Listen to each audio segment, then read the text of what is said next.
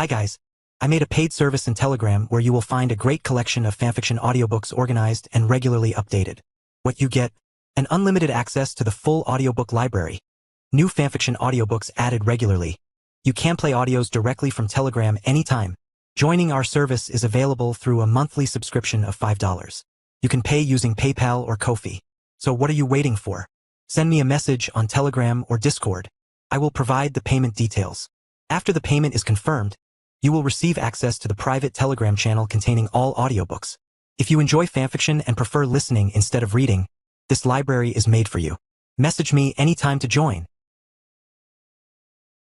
1. Chapter 1 The Black Family's Twin Stars. 1. Chapter 1 The Black Family's Twin Stars. November 3, 1959. The delivery room at 12 Grimmauld Place was thick with tension, the air heavy in clothes. Walburga Black lay on the four-poster bed, sweat soaking through her long hair. 3 witches skilled in healing magic stood around her, their robes embroidered with the Black family crest. In the fireplace, a deep indigo flame burned, the color of a family ritual. Push, Madam, Elma, the chief healer. When the clock struck its 11th chime past midnight, a baby's cry tore through the silence. Orion Black stood at the bedside, his expression solemn. He wore dark green robes, the Black family brooch pinned at his collar. At 30, he was already the 13th head of house. Walburga smiled weakly. Let me hold him. The baby was placed in her arms. She lowered her gaze to the wrinkled little face, her fingers brushing the dark down of hair on his forehead, the kind that would one day curl stubbornly no matter how it was cut. His name? Orion asked. Walburga answered without hesitation. Sirius. The brightest star in the night sky. A guide that never loses its way. He will lead the Black family to new glory. The portraits on the walls nodded in quiet approval. A female ancestor in a Victorian high collar spoke softly, a good name. But remember, even the brightest star can be hidden by a storm. Welcome to the Black family, Sirius, Orion whispered as he bent close. May you be worthy of the name.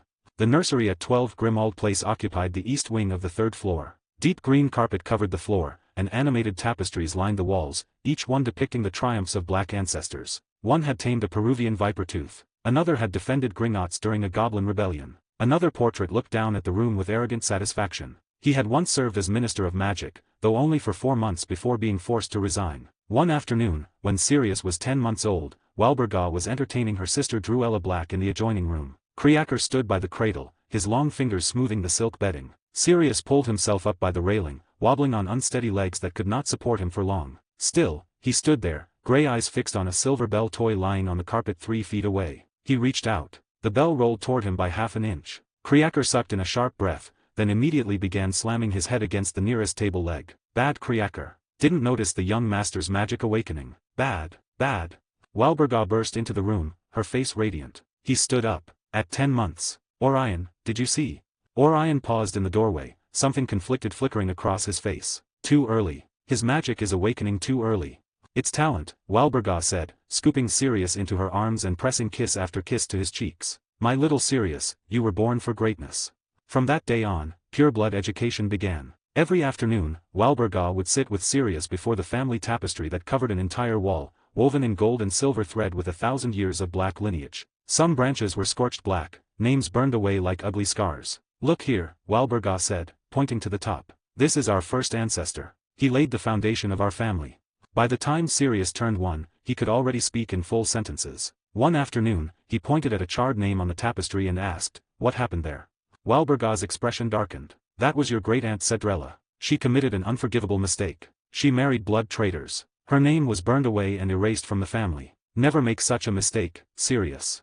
January 15, 1961. The winter of 1961 was especially harsh. Snow blanketed London streets, and thin ice formed along the edges of the Thames. Inside 12 Grimmauld Place, protective magic kept the rooms warm as spring. Walburga's second labor was far more difficult than the first. The pain began just after midnight on January 14 and lasted a full 16 hours. At 3 in the morning on January 15, her screams reached their peak. Then came a baby's cry, softer than Sirius's had been, shorter, almost restrained. Orion stepped forward at once. His name. Walburga looked down at the unusually quiet child in her arms. He stared back with the Black family's signature gray eyes, calm as he took in the world around him. Regulus, she said softly. The heart of Leo. The second brightest star in the sky. Orion added the middle name himself. Regulus Arcturus Black. Walburga placed Regulus in the cradle and almost immediately fell into an exhausted sleep. Orion stood between the two cradles. On the left, 2-year-old Sirius slept deeply, one hand stretched through the bars, clutching his favorite silver bell. On the right, newborn Regulus lay quietly awake, his gaze fixed on the cradle opposite him. As if sensing something even in his sleep, Sirius shifted, turning toward his younger brother. Regulus's eyes followed him. That was Sirius, the boy who would one day betray the family for his beliefs and die beyond the veil. His brother. Deep in his soul, an adult consciousness from another world let out a silent sigh. Then, with an infant's undeveloped mind, he struggled to form his first clear thought. I won't repeat Regulus's tragedy. I'll walk a different path. Outside the window, the London night sky was unusually clear. Winter constellations stood sharp and bright. Orion hung high in the south, Taurus gleamed in the east, and between them shone the brightest star of the night, Sirius. Not far from it, Regulus flickered quietly in Leo, dimmer, but unwavering. On Sirius's second birthday, Walburga held a small celebration in the garden. Only close black relatives were invited, but the event was lavish all the same. House elves used magic to make roses bloom in winter. Silver cutlery lifted itself into neat arrangements. Even the garden fountain had been temporarily enchanted to spray lemon juice, simply because Sirius liked sour things. During the party, Regulus sat on Walburga's lap. He wore an elegant dark green velvet infant outfit, a tiny silver brooch pinned at the collar. He wasn't looking at anyone, his gaze fixed on the distance. What is he staring at? Walburga followed her son's line of sight to the garden wall, thick with ancient vines. Nothing seemed out of the ordinary. Probably the light on the leaves, Druella guessed. Sunlight on dew. It sparkles. But where Regulus was looking, a nest of bowtruckles hid deep among the vines. The tiny creatures were invisible to ordinary people, and even most wizards would never notice them. Yet whenever they moved, the surrounding magic stirred, faint as a breath. Regulus could feel it. From Druella and Walburga's conversation, he guessed they could not. After that, Walburga hesitated for a long time. One afternoon, she finally asked Orion, her voice uncertain, do you think Regulus is a bit slow to react?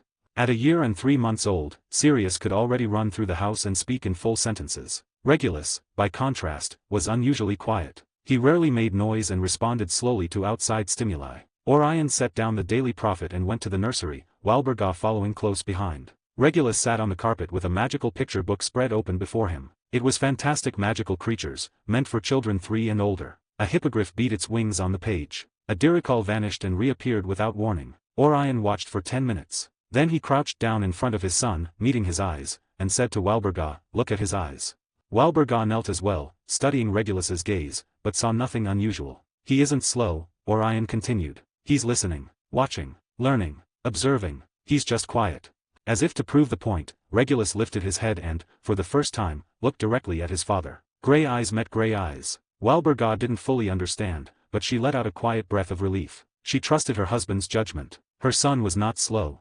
Chapter 2 The Silent Regulus. In the fall of 1962, Regulus was 1.5 years old, and Sirius Black was 3. The nursery had split into 2 worlds. Sirius's side looked like a small disaster zone, toy broom parts scattered across the floor, a box of goblin-made metal puzzles spilled open like someone had tried to wage war on it. Regulus's corner, meanwhile, stayed tidy. A few picture books sat neatly on a deep blue rug, along with a stuffed cat raccoon doll that didn't move anymore. It used to, until Sirius had played with it too hard and broken the charm. That afternoon, Creaker was cleaning the windows with magic, but his ears were angled toward the 2 young masters. Even his eyes kept sliding back, tracking what they were doing. Because Sirius had just brought a miniature broom into the nursery, something he'd taken from Orion's study. It was a shrunken model of a real broom, a teaching tool used to demonstrate how flight charms worked. Watch this, Regulus.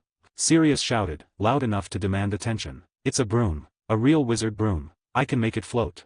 He placed it on the carpet, backed up 2 steps, and sucked in a deep breath. His cheeks were already turning red from the effort. Up.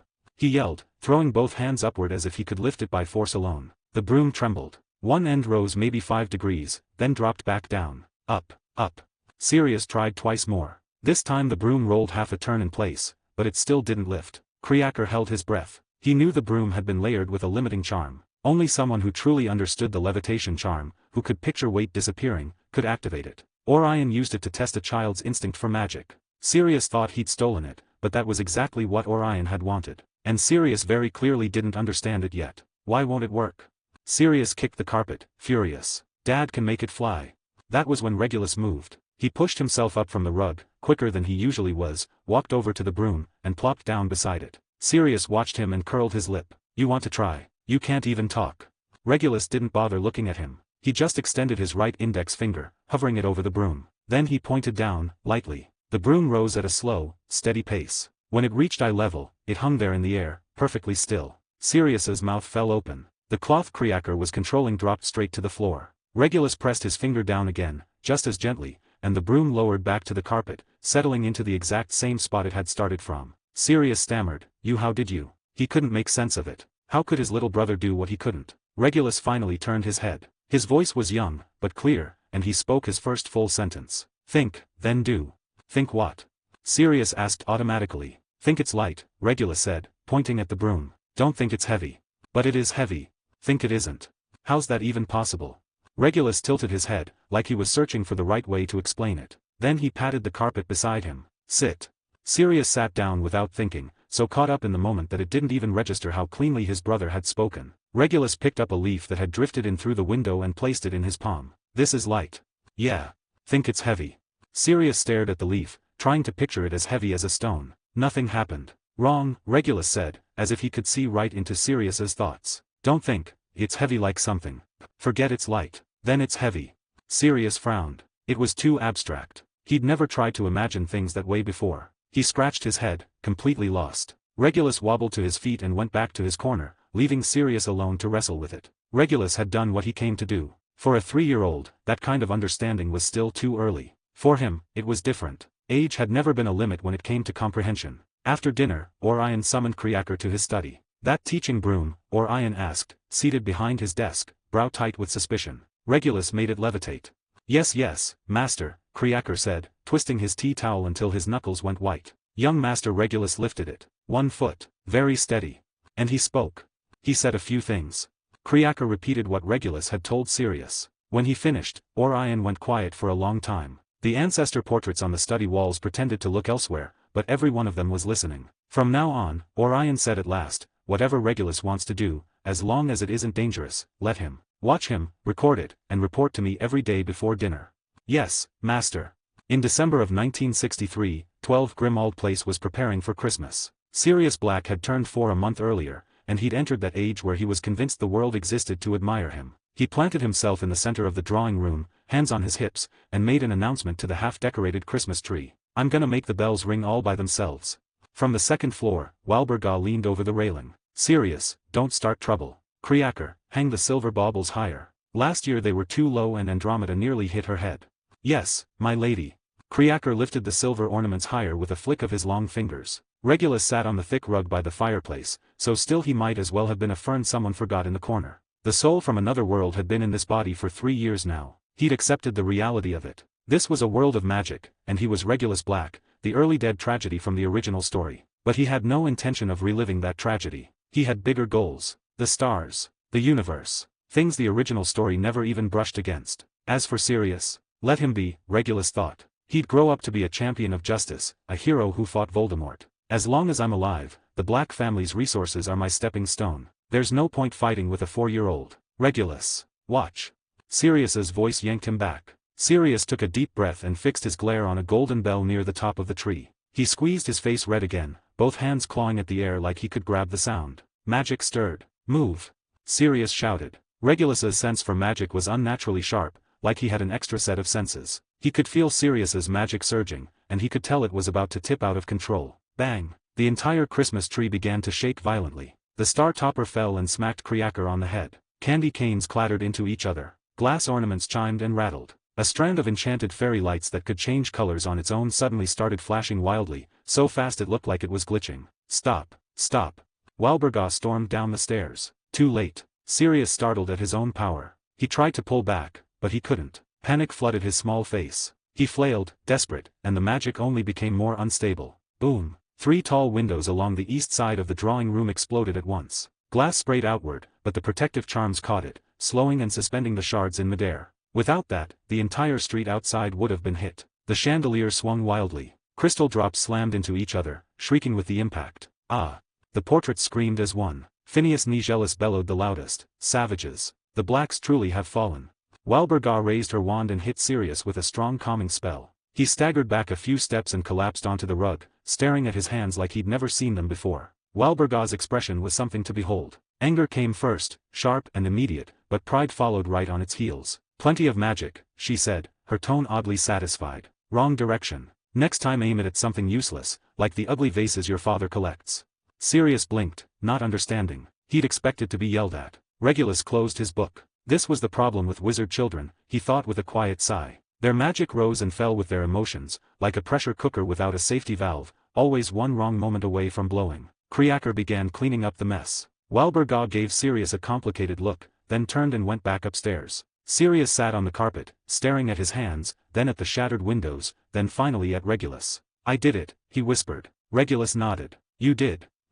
Chapter 3 The First Cry of Magic. 4 months later. March, 1964. Walburga threw a tea party. Officially, it was a spring gathering for the ladies of the family. Unofficially, it was Walburga shoving her sons in everyone's faces to prove they were superior. Bellatrix showed up first. She was 13 and already acted like she owned whatever room she walked into. Dark green velvet dress, not a wrinkle in sight. Hair yanked back so tight it probably hurt. Eyes scanning the parlor like she was looking for something to criticize. "Heard you blew up the sitting room," she said, walking straight up to Sirius. Sirius stuck his chin out. "I can control it now."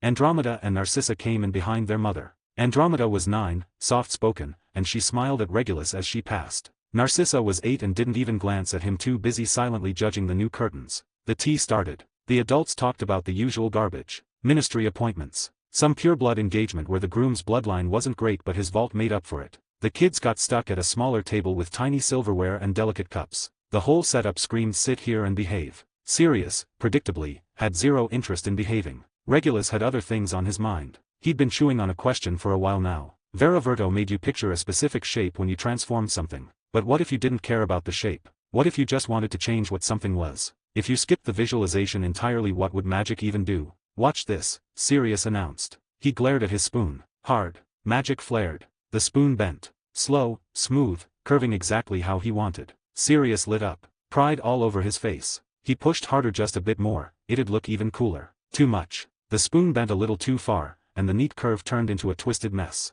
He flinched. Shot a look at Bellatrix to see if she noticed. That half-second of distraction was enough. His control snapped. Magic exploded out of him like a shaken bottle finally popping. It slammed into everything on the table. Regulus felt the violent fluctuation at once. He looked up just in time to see every piece of silverware on the table begin to discolor. The silver sheen drained away, replaced by a fleshy pink. Ringed patterns surfaced along the metal. They turned into worms. 12 thick, pink earthworms writhed across the tablecloth. Every adult head snapped around. Walburga's face went from flushed to paper white in about half a second. Druella set down her teacup with the careful precision of someone trying very hard not to scream. Bellatrix raised an eyebrow, looking absolutely delighted. She lifted a hand to her mouth in fake shock. "Oh my."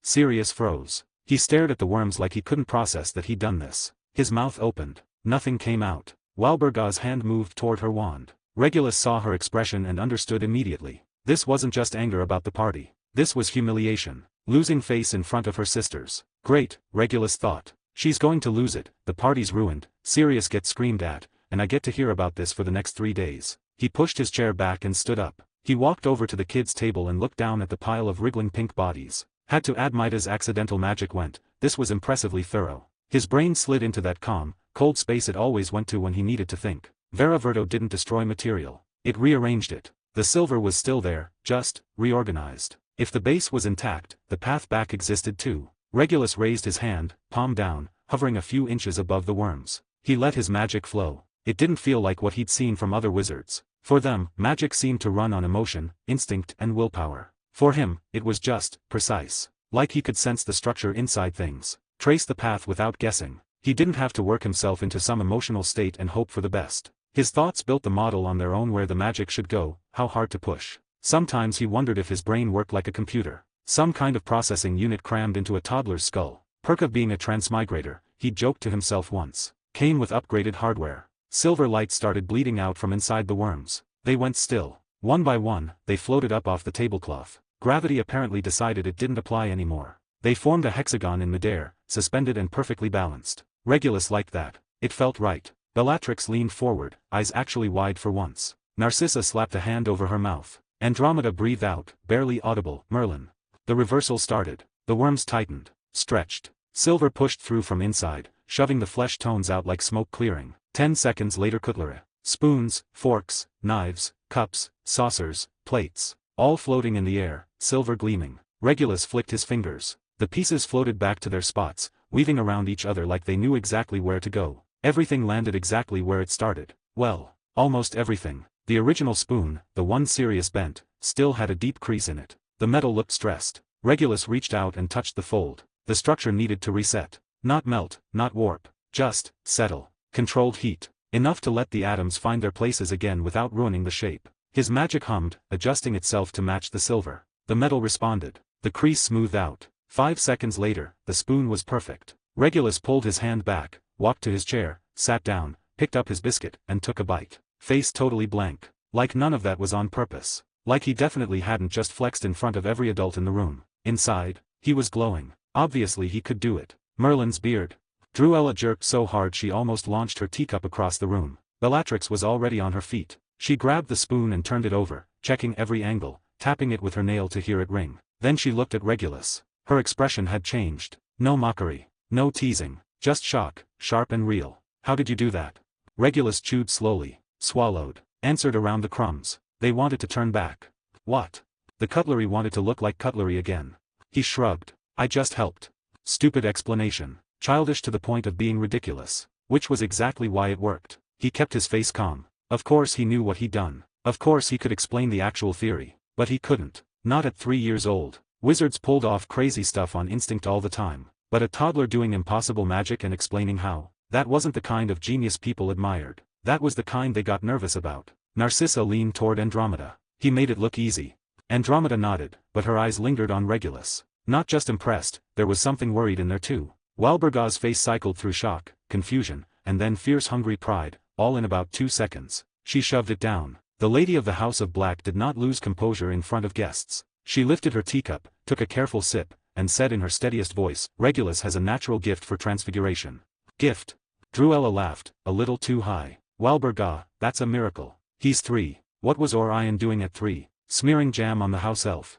People kept glancing at Regulus after that. Couldn't help themselves. Regulus just sat there eating his biscuit like nothing happened. Sirius didn't look up once. Regulus glanced at him and understood immediately. This wasn't just embarrassment. This was pride, bruised and bleeding. The party ended eventually. Druella collected her daughters and left. The parlor emptied out until it was just the 4 of them. Walburga lasted about 3 seconds. She scooped Regulus up and crushed him in a hug. My genius.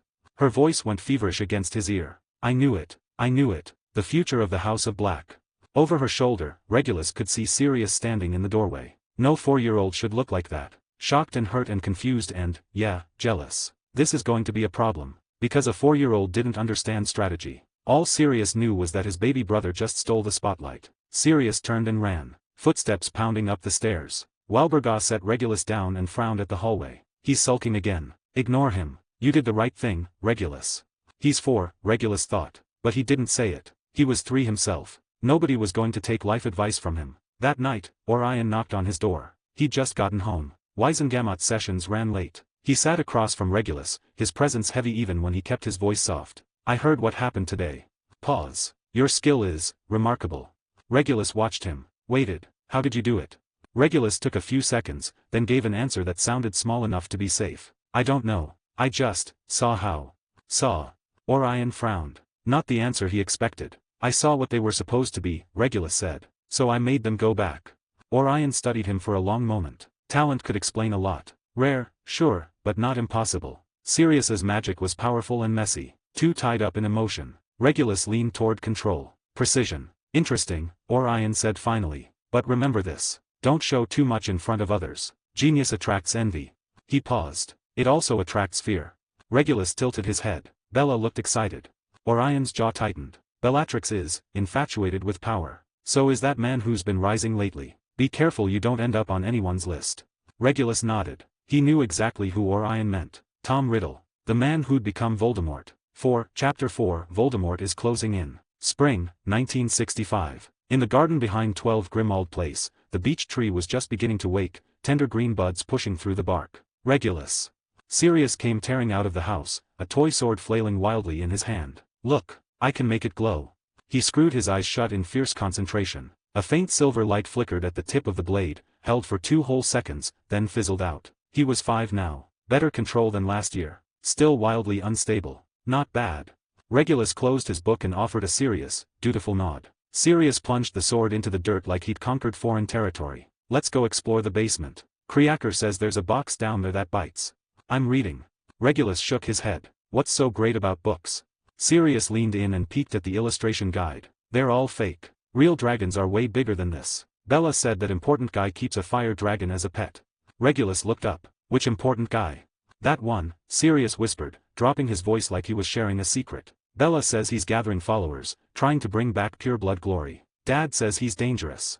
Regulus's heart skipped. Voldemort. Tom Riddle. Already? He ran through the timeline in his head. In the original history, Voldemort's first rise peaked in the early 1970s, but recruitment and groundwork would have started long before that. He must already be moving in the shadows, waving the banner of pure blood revival to lure old families to his side. What else did Bella say? Regulus asked. She said he's really powerful, that he can make miracles happen. Sirius plopped down on a stone bench. Regulus, what are you thinking about? Sirius poked his shoulder when he didn't respond. I'm thinking. Regulus glanced at the book in his hands. Knowledge is power. That important guy must have read a lot of books. That's not it at all. Sirius shot back. He's just born powerful. Naive, Regulus thought. Power always has a source. Voldemort's talent, his Horcrux research, his mastery of dark magic. None of it came from nowhere. It was taken from books, from experiments, from plunder. A sudden sense of urgency washed over him. There wasn't much time. Once Voldemort rose in earnest, every pure-blood family would be dragged into it. The Blacks, one of the Sacred 28, would have to choose a side. In the original timeline, most of the family joined the Death Eaters, except for Sirius and Andromeda. And he, Regulus Black, would inevitably catch Voldemort's attention, especially if he showed unusual talent. And he couldn't not show it. Preparation had to start now. That afternoon, Regulus hugged 3 finished children's picture books to his chest and knocked on the door of Orion's study. Come in. Orion sat behind a massive mahogany desk, reviewing Wisengamot documents. He looked up, surprised. Regulus? What is it? Father.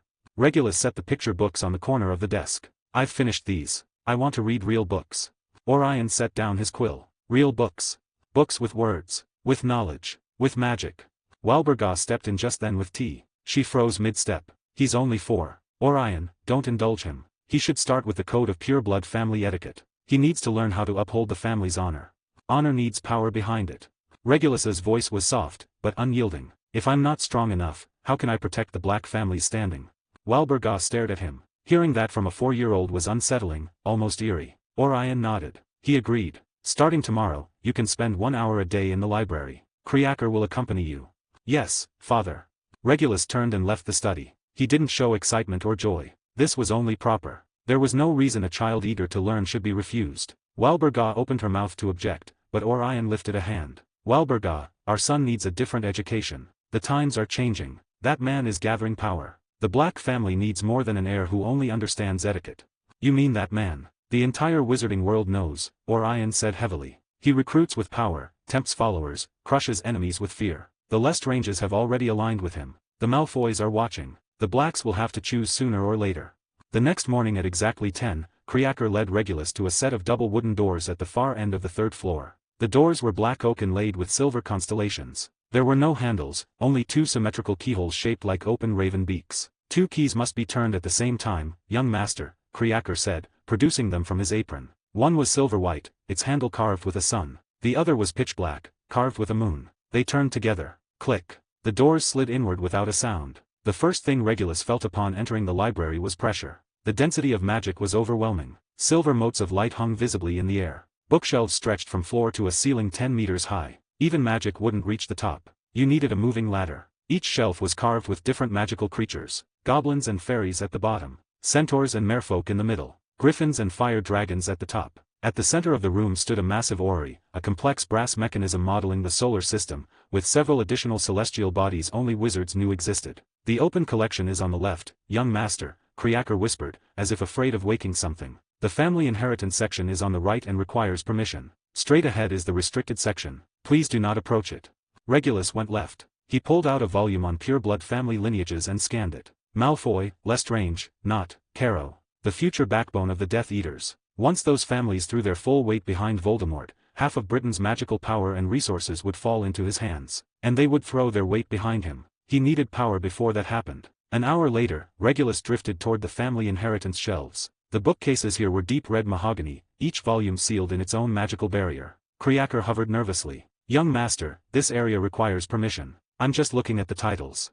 Then Regulus lifted his gaze. Straight ahead lay the restricted section. There were no shelves, just a solid wall of black iron set into a stone archway. At its center stood a barred gate, the iron rods as thick as an infant's arm. Beyond it stretched deep darkness. The lock was a bronze skull. Its jaw could move. The keyhole sat in the skull's left eye socket. Regulus narrowed his eyes, peering through the bars. In the depths, shadowy shelves were barely visible. Gilt titles glimmered faintly in the dark. Darkest Arts, the Origins and Advanced Study of the Unforgivable Curses. Blood Curse Research, Bloodline Magic and Eternal Binding. Necromantic Communion, Forbidden Rituals of Speaking with the Beyond. Each title struck him like a hammer. Voldemort had read these. More than these. Horcruxes. Dark Magic. Soul Experiments. How much had he already mastered? I have to know. At least enough to understand what he's using. But not now. The timing was wrong. The authority wasn't his yet. Regulus turned to Kriaker. Time's up. Let's go.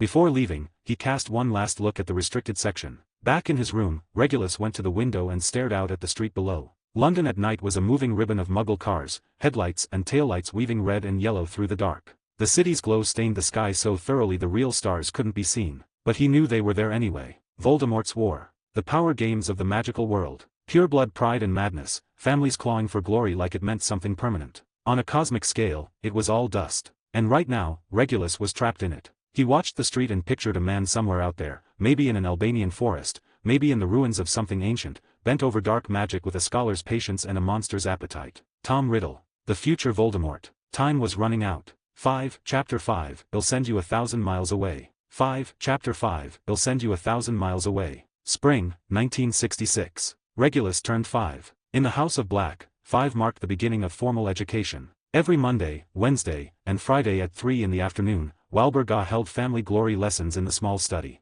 A massive black family tapestry covered one entire wall, hanging from ceiling to floor. Gold and silver thread traced 1,000 years of marriages across dark fabric, an intricate web of alliances. Monday was genealogy. Here, Walburga said, tapping the top of the tapestry with a slender ebony pointer. He was a 12th century healer. The acknowledged founder of our house. Regulus sat straight-backed on a hard wooden chair, hands resting neatly on his knees, eyes following the pointer's movement. Regulus, Walburga said sharply. Repeat what I just said. From 1578 to 1623, the Black family intermarried with the Rosier family 4 times and the Folly family 3 times, Regulus replied smoothly. Interspersed with alliances to the Crouch and Travers families, forming a stable structure. Walburga nodded in satisfaction, then turned to Sirius. And you? Sirius squirmed in his chair. Who can remember all that? They're all dead people. They are your ancestors. Dead is dead, Sirius muttered. Walburga's face darkened, anger rising, but Regulus spoke before she could explode. Mother, I have a question. Speak. Why is it that after the 14th century, we only married within the pure-blood families? Regulus pointed to an earlier section of the tapestry. Here, from the 12th to the 14th centuries, the Blacks married into the Pruitt, Macmillan, and even the Bones families. Then it stops. Walburga stiffened. Because those families fell. How did they fall? They began accepting Muggle-borns. Some even married Muggles, Walburga said, her voice turning sharp. Their blood was polluted. The Blacks must remain pure. That is our responsibility. But the Pruitts are still on the list of recognized families, Regulus said calmly. That list is a compromise. Walburga snapped, striking the tapestry with her pointer. A few portraits flinched. A foolish ministry invention. True pure-blood families are fewer and fewer. We are the last beacon in a tainted world. Narrow-minded, Regulus thought, but understandable. In a world where magic was hereditary, blood did matter. But reducing everything to blood alone was far too simple. He glanced at Sirius and knew his brother would never accept this line of thinking. That was probably for the best. A sudden thought surfaced. Maybe Sirius leaving the House of Black would be better for him. The idea startled Regulus, but the logic held. The Blacks would eventually align with Voldemort. Everyone except Sirius and Andromeda. If Sirius was destined to rebel, leaving early and joining the other side sooner might give him a better chance of surviving the war to come. As for Regulus Black, this identity was bound for darkness. He needed the Black family's resources. He needed a pure-blood name. He needed proximity to the Death Eater's inner circle to learn what they knew. He and Sirius were walking 2 paths that would inevitably oppose each other. Wednesday's lesson was blood supremacy. Muggles are incomplete beings, Walburga said, pacing the study, a sign she was worked up. They have no magic. Like birds without wings, fish without gills, failures of evolution. Sirius raised his hand. Regulus had taught him that much. Raise your hand when you want to argue, so it doesn't sound like defiance. Yes. But Muggles build airplanes, Sirius said. Planes can fly. They don't need wings. Walburga gave a cold laugh. Crude imitations. Metal and fuel, loud and polluting. Wizarding brooms are elegant, quiet, clean. But planes can fly higher, faster, and carry more people, Regulus added calmly. Silence fell. Walburga stared at her younger son. Are you defending muggles? I'm stating facts, Regulus said. Mother, if we're truly superior, we should surpass them in every way. If the only comfort we have is that magic looks more elegant, while they outpace us in speed, capacity, and altitude, then who is actually superior? Sirius sucked in a breath, bracing for the explosion. It didn't come. Walburga stood there, lips moving, no words forming. Maybe the issue isn't superiority, Regulus continued, but what we choose to develop. Muggles advance technology. We advance magic. But if we cling only to tradition while their technology keeps improving, one day the gap will be impossible to ignore. The Ministry has the statute of secrecy, Walburga said, her voice weaker now. The statute depends on Muggles being unable to discover us, Regulus replied. What if one day their technology can detect magic? What if they invent machines that can see through a disillusionment charm? What if, while we argue about blood purity, they figure out how to break Muggle-repelling charms? Walburga was quiet for a long time. Enough for today, she said at last, and left in a hurry. Sirius leaned close and whispered, you scared her. Maybe, Regulus said, hopping down from the chair. But someone has to tell the truth. Why are you helping Muggles? Sirius asked, curious. I'm not, Regulus said, looking at him. I just hate lies. If we're really strong, we don't need to prove it by putting others down. Sirius nodded, not fully understanding, but thinking about it. At dinner, Walburga brought up the latest gossip. The Knott family's daughter wants to marry a mudblood, she said sharply. Mr. Knott locked her in the tower in a rage. They say she'll be sent to a convent in France and kept there for life. Sirius stopped cutting his steak. Why? He asked. She likes him, doesn't she? Likes him. Walburga scoffed. What does liking someone get you? Can it feed you? Can it keep bloodlines pure? She's been led astray. But if two people like each other. Enough. Walburga's voice rose. Sirius, how many times have I warned you? Don't let that filthy Muggle way of thinking rot your mind. A Black has responsibilities. Responsibilities mean imprisoning your own daughter. Sirius shot to his feet, chair scraping loudly. Responsibilities mean tearing apart people who love each other. She doesn't love him. She's just. How do you know? Sirius shouted back. You're not her. You don't even know him. Orion set down his utensils. Sirius. Sit down. I won't. Sirius's eyes were red. This isn't fair. Why can't we choose who we like? Why do we have to marry someone from some list? I don't even know those people. What if I don't like any of them? Walburga stood as well, her wand sliding into her hand. Say that again.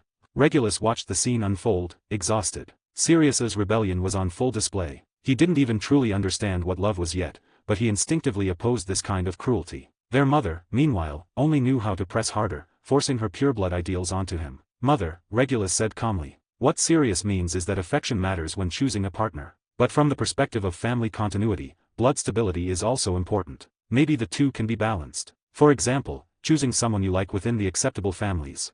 Walburga paused, her anger easing slightly. Well, of course. Within appropriate limits, feelings are preferable. Sirius stared at Regulus, hurt in his eyes. So you're on their side too? You think blood matters more than liking someone? I'm talking about reality, Regulus said, meeting his gaze. The reality is that the House of Black won't accept Muggleborns. Anyone who resists will be disowned. You have to choose. Follow the rules, or leave.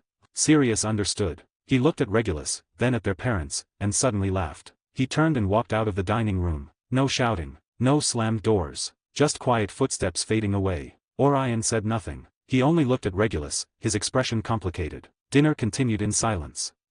Chapter 6, Flesh and Soul. Summer, 1967. Regulus turned 6. In the House of Black, 6 meant you were entitled to your own study space. And so, the top-floor attic at 12 Grimmauld Place welcomed a new occupant. Regulus had questions he couldn't let go of. Wizarding medicine could heal injuries with ease, yet the human body remained fragile. Why? If magic could repair flesh, could it also strengthen it? And if so, why had no one spent centuries studying this in any serious way? He sat cross-legged on a cushion, eyes closed, turning his awareness inward. Magic flowed through him along fixed, familiar routes, like channels carved long ago. The books all said the same thing. Magic was born from the soul and released through the body. That was it. No one bothered to ask how the body itself shaped the process. It was like knowing water came out of a pipe, but never wondering whether a wider, smoother pipe might let the water flow faster and steadier. In the original story, this had been a blind spot of the author. Living inside it, Regulus realized it was a blind spot of wizarding civilization as a whole. He moved beneath the skylight. Slanted sunlight poured in, cutting bright shapes across the floor. He held out his hand, letting the light rest on his palm, then closed his eyes again. This time, he tried something different. Without casting a spell, without words or wand, he guided his magic toward his right arm. Simply asked it to go there. At first, it resisted. Magic felt almost willful, slipping back into its usual paths, refusing deliberate redirection. Regulus didn't rush it. Patience was something an adult soul had in abundance. He imagined magic as water, his intent as a riverbed, slowly digging, slowly guiding. 2.5 hours later, it worked. His right arm felt warm. Not heat exactly, but fullness. Energy gathering beneath the skin. He clenched his fist. His grip felt just a little stronger. Over the next few days, Regulus shifted into pure observer mode. He watched everyone in the house through the lens of perception. Walburga's magic was powerful but unstable. When her emotions spiked, her magic surged and trembled with it. Regulus noticed something else. When she maintained complex protective charms for long stretches, she would unconsciously rub her temples, her face turning pale. Conclusion: the burden of magic expenditure was ultimately carried by the body.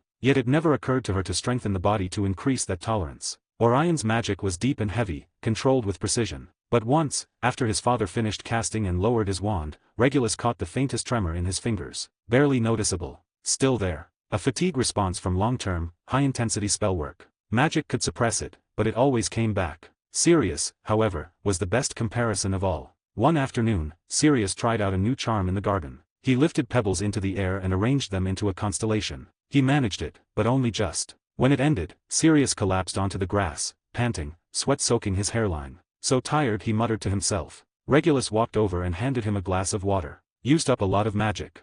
Sirius gulped it down, then only nodded, offering a quiet, Regulus knew the reason for the silence. After what had been said at dinner last time, Sirius didn't want to talk to him. Regulus didn't push. He turned and left. A week later, deep into the night, Regulus knocked on the door to Orion's study. "Come in." Orion was reviewing documents, the candle at the corner of his desk casting light over his exhausted face. The ministry had been under immense pressure lately. From overheard fragments, Regulus suspected it had everything to do with that rising figure. The Death Eater's earliest form had already begun moving, staging attacks. The ministry buried the news, but the old families all knew. "Father. Go on." Orion set down his quill and rubbed between his brows. "I've been thinking about something," Regulus said, taking the chair opposite him. "Where exactly is a wizard's magic stored?" Orion paused. "That's a foundational question. Magic originates from the soul and is released through the body. But the body isn't just a conduit, is it?" Regulus pressed. "If the body is injured, magical output suffers. If the body is strengthened, shouldn't output improve?" "In theory, yes," Orion said. "A healthy body supports spellcasting. But once basic health is reached, further physical enhancement provides negligible benefit. Has anyone tested that?" Orion was quiet for several seconds. "Not that I know of. Traditional thought holds that magical potential is innate. Training improves control, not total capacity. But what if capacity is limited by how much the body can bear?" Regulus leaned forward. "Like a cup. It only holds so much water. But if we make the cup bigger, the soul is the cup," Orion cut in. "Not the body." "Are you sure?" Orion studied his son for a long moment. "No, but that's the accepted theory."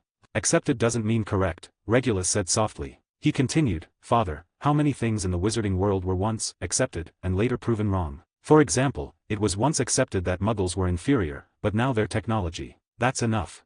Orion's voice carried a quiet warning. "Regulus, I know you're clever. You think differently. But some questions are not yours to ask yet." "Then when should I ask them?" Regulus didn't retreat. "When Voldemort comes knocking." Orion shot to his feet. "Who told you that name?" His tone hardened. "No one," Regulus said calmly. "I listened. Cousin Bellatrix. Mrs. Malfoy. You and Mother, speaking in low voices. You call him, the Dark Lord. That man. But I found his name. Tom Marvolo Riddle. He calls himself Voldemort." Orion slowly sat back down, fatigue weighing his words. "You shouldn't know these things." "But I do," Regulus replied. "And I know more. He's recruiting, gathering power. Pureblood families are choosing sides. The House of Black will have to choose eventually."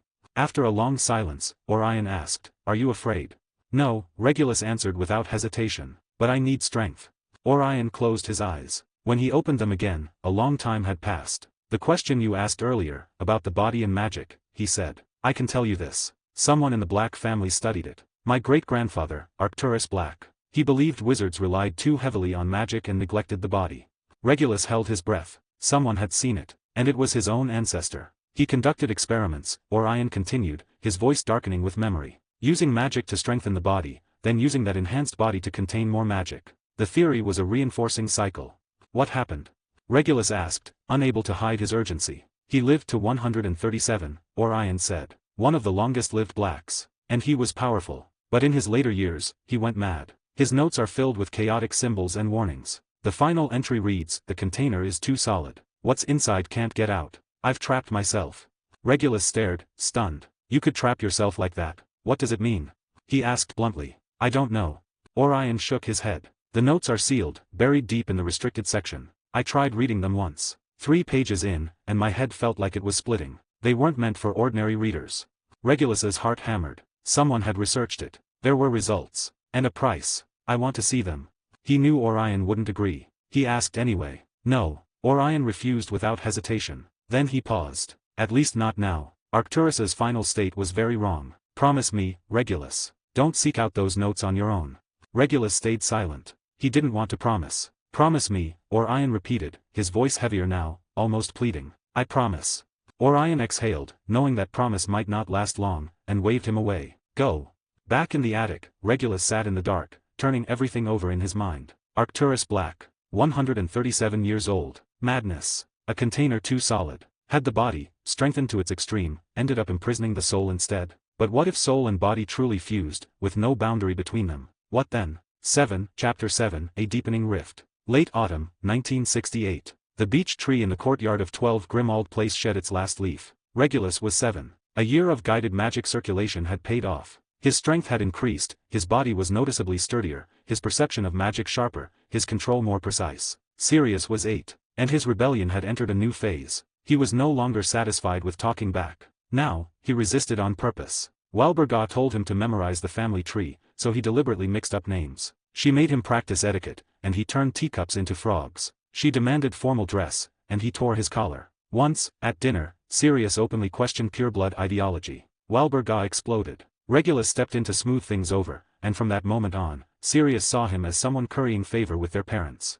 They spoke less and less. Sometimes Regulus would run into Sirius in the corridor and catch the look in his eyes. Anger at betrayal, confusion, and a trace of disappointment. Sirius thought Regulus had chosen the family, and that meant choosing against him. In some ways, he wasn't wrong. The first weekend of December, the Malfoys arrived as scheduled. Everyone knew the real purpose of the visit. Malfoy was here on Voldemort's behalf, to probe where the House of Black stood. Abraxas Malfoy was 55, impeccably maintained, his silver-gray hair bound neatly at the nape of his neck. He wore deep green robes, the cuffs embroidered with intricate silver serpents. An ebony cane rested in his hand, its head set with a dark opal that glimmered green. Walburga, you look well, he said smoothly. Orion, it's been some time. How fares your work with the Wizengamot? Orion sat at the head of the table, his tone even. Much the same. And you, Mr. Malfoy? Keeping busy. Abraxas lifted his teacup and blew gently across the surface. Thinking about the future. The future of the magical world, and our place in it. Lucius wasn't present. Regulus guessed he was preparing for something more important. A formal entry into the Death Eaters, perhaps, or involvement in Voldemort's inner circle. The Dark Lord holds the Black family in high regard, Abraxas said, cutting to the point. Among the Sacred 28, your bloodline is the oldest, the purest, and the most steadfast. Steadfast? Orion asked. In preserving tradition. Abraxas set his cup down. Many families waver now. The Potters openly associate with Muggleborns. The Weasleys are practically a symbol of bloodline betrayal. The Longbottoms are pureblood, yes, but weak. Only the Blacks have remained consistent. The Dark Lord believes such a family deserves its rightful place in the new order. Walburga leaned forward slightly. Does the Dark Lord have specific plans? Abraxas's voice rose with enthusiasm. Restoration. Purging weakness from the Ministry of Magic. Rebuilding the authority of the Wizengamot. Standardizing magical education. Most importantly, establishing pureblood leadership and returning the magical world to its proper order.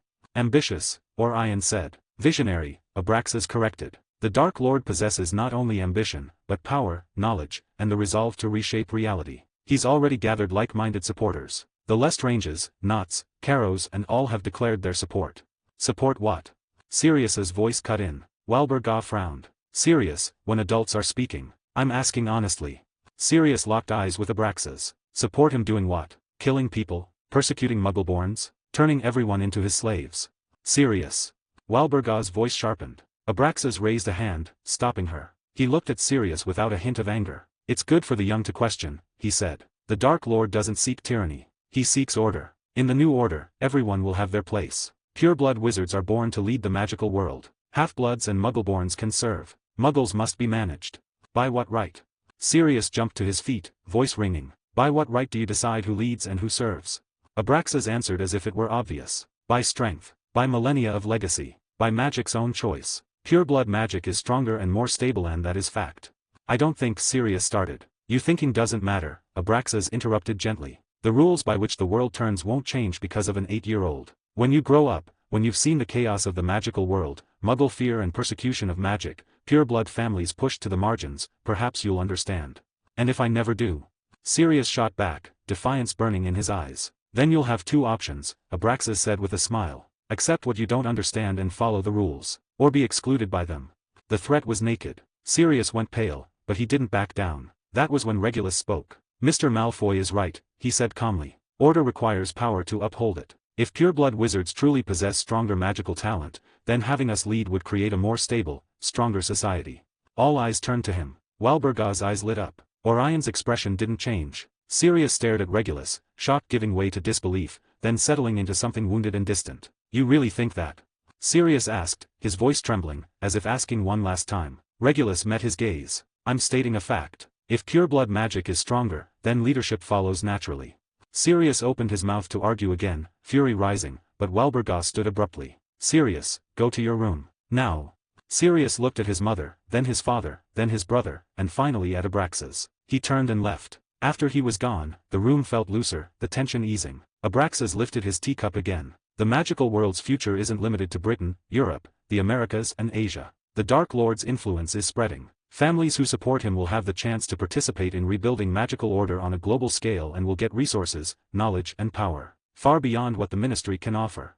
Regulus almost wanted to scoff. Voldemort's ambition truly knew no bounds. Global order, when he couldn't even secure Britain. After a moment, Orion spoke. We need time to consider.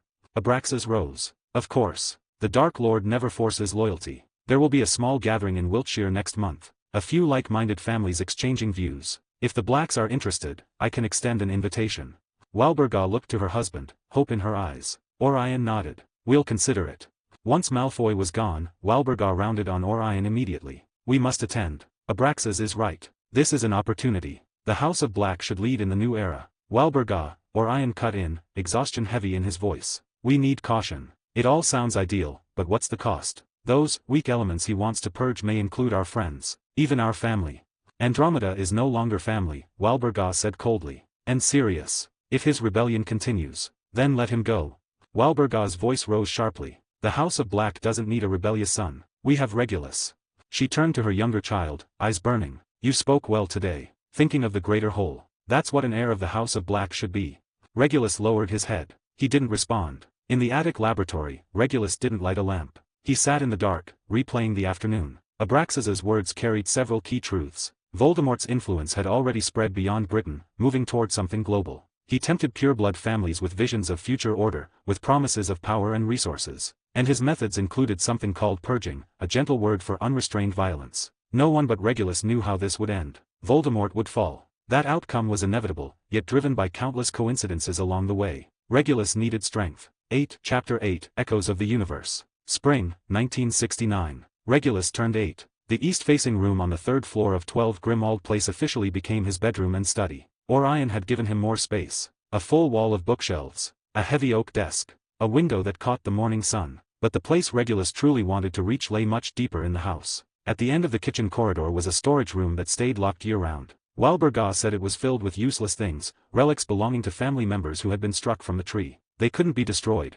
but they couldn't be displayed either. Among them were the belongings of Alphard Black, sealed away in 1960. Alphard had been disowned a few years earlier. He liked Muggle objects, collected them and used to show obvious friendliness toward Muggles. Regulus had only ever heard his name in Walburga's curses. After several years of study, Regulus finally broke the protective enchantments on the door. It was nothing like a simple unlocking charm. Inside, there were no magical artifacts at all. Only Muggle items. An old vacuum tube radio. Several issues of National Geographic from 1950. A stack of the Times. And a few hardbound notebooks. It took him 2 days to repair the radio. When the current finally ran through it, the tubes glowed with a warm orange light. Static hissed from the speaker. Regulus turned the tuning knob slowly, until a voice emerged. This is the BBC, bringing you the news.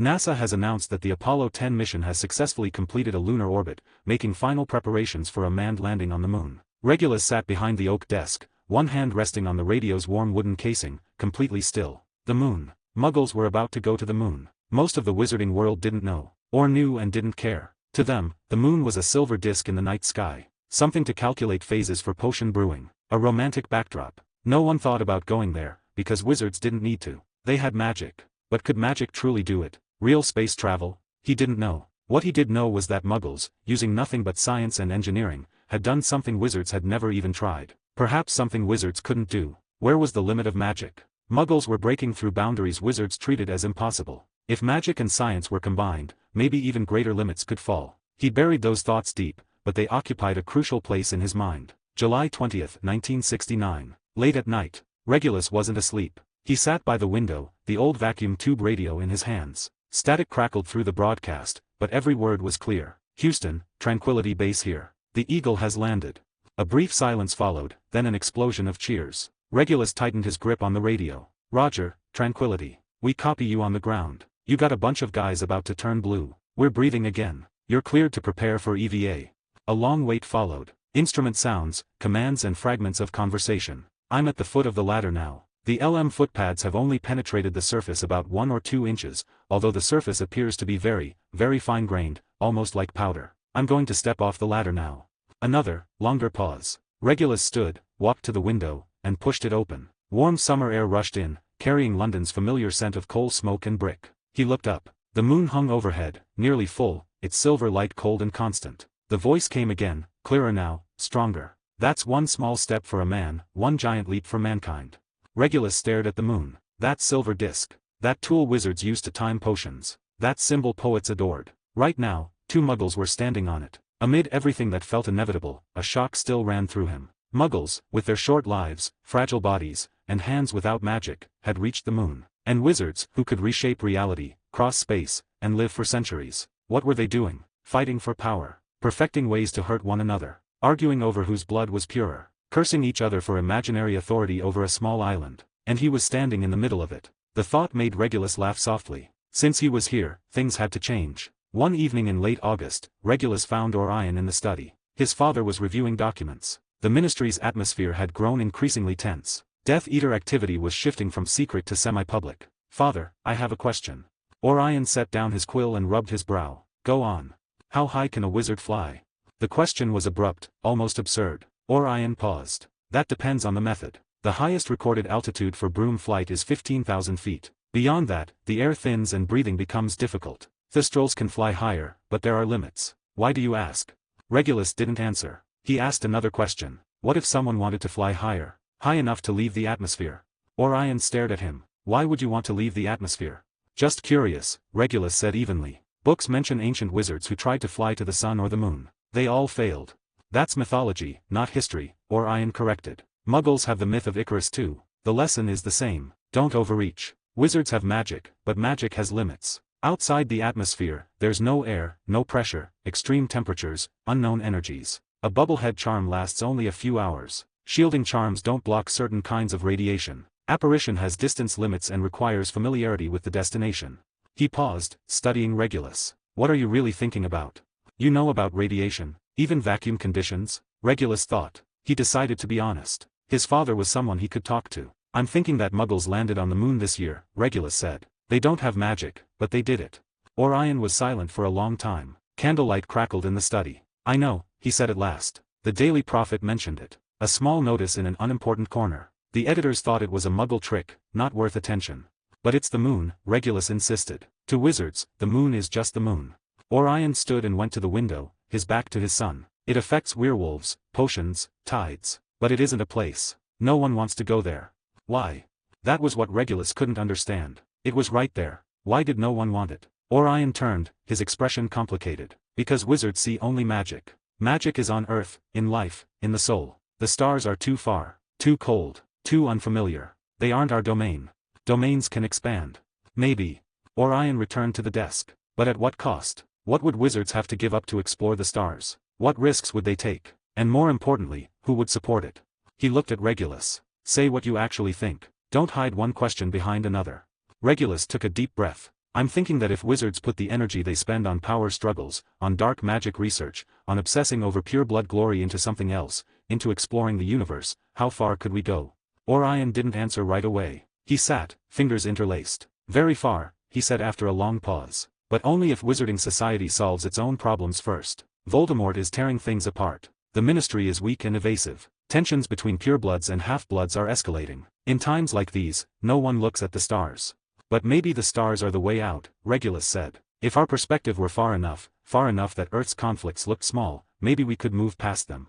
Orion laughed softly. Tired, bitter. Idealism, he said without mercy. I had similar thoughts when I was young. Reality is that people rarely rise above their level. Wizards are trapped on Earth. Trapped in flesh and blood. Trapped in social structures.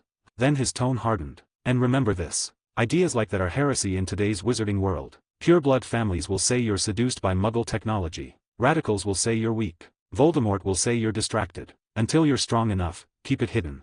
9. Chapter 9. A Small Boy and a Shattered Home. August 31st, 1971. The dinner table at 12 Grimmauld Place was wrapped in a heavy silence. Tomorrow, Sirius would leave for Hogwarts. Walburga had been preparing for it for a week. Remember, she said for the 10th time, you represent the House of Black. Once you board the train, sit in the Slytherin carriage. Don't mingle with those. I'm not going to Slytherin. Sirius didn't raise his voice. Walburga froze, her knife and fork suspended midair. What did you say?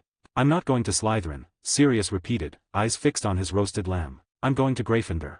The table went dead silent. Even the ancestral portraits on the walls stopped whispering. Phineas Nigellus stared out of his frame, eyes wide, mouth hanging open like a fish gasping for water. Orion slowly set down his wineglass. The Sorting Hat considers a student's wishes, but it also weighs bloodline and traits. For 500 years, the Blacks have been sorted into Slytherin. Then I'll be the one to break it, Sirius said stubbornly. I don't want to spend 7 years with a pit full of snakes. Snakes. Walburga's voice began to shake. That is where your family has belonged for generations. That is glory. It's a cage. Sirius's voice flared. I don't need black glory. I just need to be myself. He turned to Regulus. His 10-year-old brother looked calm, slicing a piece of steak and lifting it to his mouth. And you? Sirius demanded. You'll go to Slytherin, won't you? Be their perfect heir, study hard and perform well. Wait patiently until you inherit this rotten family. Regulus looked up. I'll go where I belong. Where you belong? Sirius laughed. There's only one place a black belongs. The Slytherin dungeons, with a bunch of lunatics obsessed with pure blood glory. Enjoy it, little brother. He turned and walked out of the dining room. Walburga slumped back in her chair, her face drained of color. Orion's expression didn't change, but his magic stirred restlessly. Regulus finished the food on his plate. He knew how this would end. In the original story, Sirius was sorted into Gryffindor, the first black in history not to enter Slytherin. He also knew that starting tomorrow, many things would change. On the evening of September 1st, an owl arrived with a letter from Hogwarts. Walburga's hands shook as she tore open the envelope. She skimmed the parchment, her face turning from pale to iron gray. Her lips trembled. Then her eyes rolled back, and she collapsed. Orion caught her and took the letter. It read, Sirius Black has been sorted into Gryffindor House. That night, 12 Grimmauld Place felt like a house in mourning. But Regulus knew this was only the beginning. From the next day on, Walburga poured all her attention onto him. You must be 10 times better than him, she said over breakfast. No, 100 times better. You must prove the black bloodline hasn't fallen. Prove that the true heir is here. Regulus nodded. He said nothing. This was exactly what he wanted. The price was Sirius's departure, and eventually, his complete break from the family. There was no joy in that, but it was the best arrangement. He was granted new privileges. Unlimited access to the library. Permission to consult parts of the family inheritance section. Even supervised access to some lower-risk experimental notes. With Sirius gone, the house grew quieter. Every day, Regulus spent 4 hours in the library, 2 hours in the attic, and the rest enduring his mother's lessons and his father's occasional examinations. The practice of magic circulation had brought real change over the past 2 years. His magical capacity increased slowly but steadily, like digging a well one scoop at a time. Given enough days, the well grew deeper. It was patient work. Every night before sleep, Regulus practiced. Sitting cross-legged on the bed, eyes closed, breathing slowed, awareness turned inward. He guided magic from his limbs toward his chest, then back out again, setting it into a cycle. Over time, he no longer needed to imagine it. Magic began to flow on its own, following the paths he'd carved. Like a river finding its channel. He could now make several feathers trace perfect circles in the air, each path deviating by less than a millimeter. Or cause the surface of a cup of water to form intricate wave patterns that held for long minutes without breaking. This was synchronization between magic and will. A shift in precision. And finally, recovery. Where intense practice once demanded long rest, circulating magic through his body now sped up natural recovery. Like stretching after exercise to encourage blood flow, magic had its own circulatory system. From autumn 1971 to spring 1972, his 3 cousins each began interacting with him more deeply. Bellatrix visited 12 Grimmauld Place more often. At 20, she was already a devoted early follower of Voldemort, a burning fervor in her eyes. The world is sick, Regulus, she told him one afternoon in the garden. Muggle filth pollutes magic. Half-bloods dilute ancient power. The Ministry of Magic is run by cowards. We need a cleansing. A cleansing. Regulus watched her slash the air with her hand, as if wielding invisible blades, to remove impurities.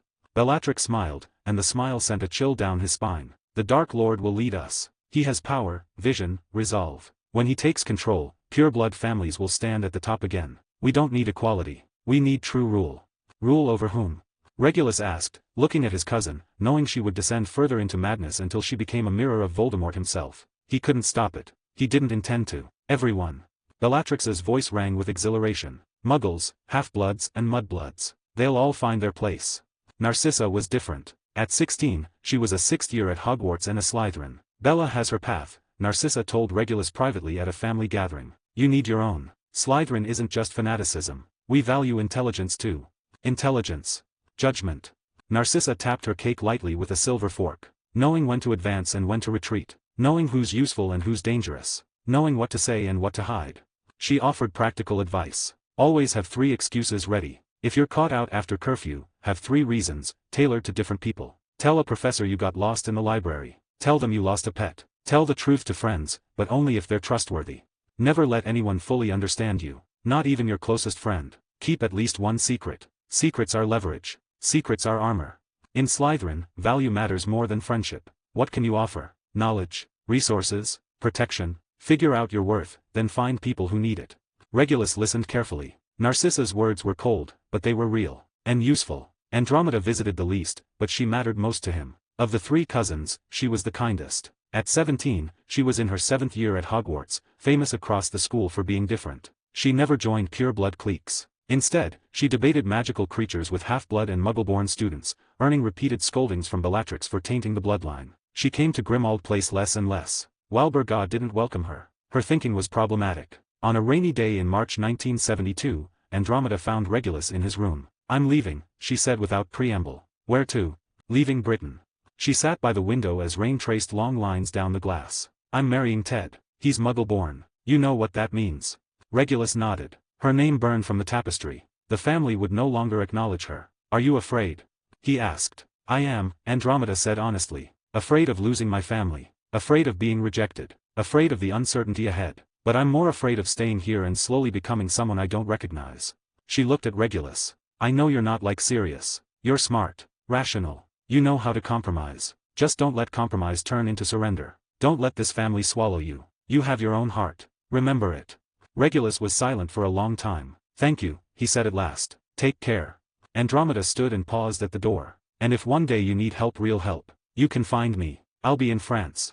Another Black was leaving. 10, Chapter 10, Growth and Expectations. July, 1972. Sirius Black finished his first year at Hogwarts and returned to 12 Grimmauld Place. He had changed a lot. He'd grown his hair long and started wearing muggle jeans and t-shirts he'd picked up from James Potter. There was nothing left of the image a proper pure-blood wizard was supposed to have. James thinks Quidditch should allow a few harmless prank charms, Sirius said casually over dinner. It'd make the game more fun.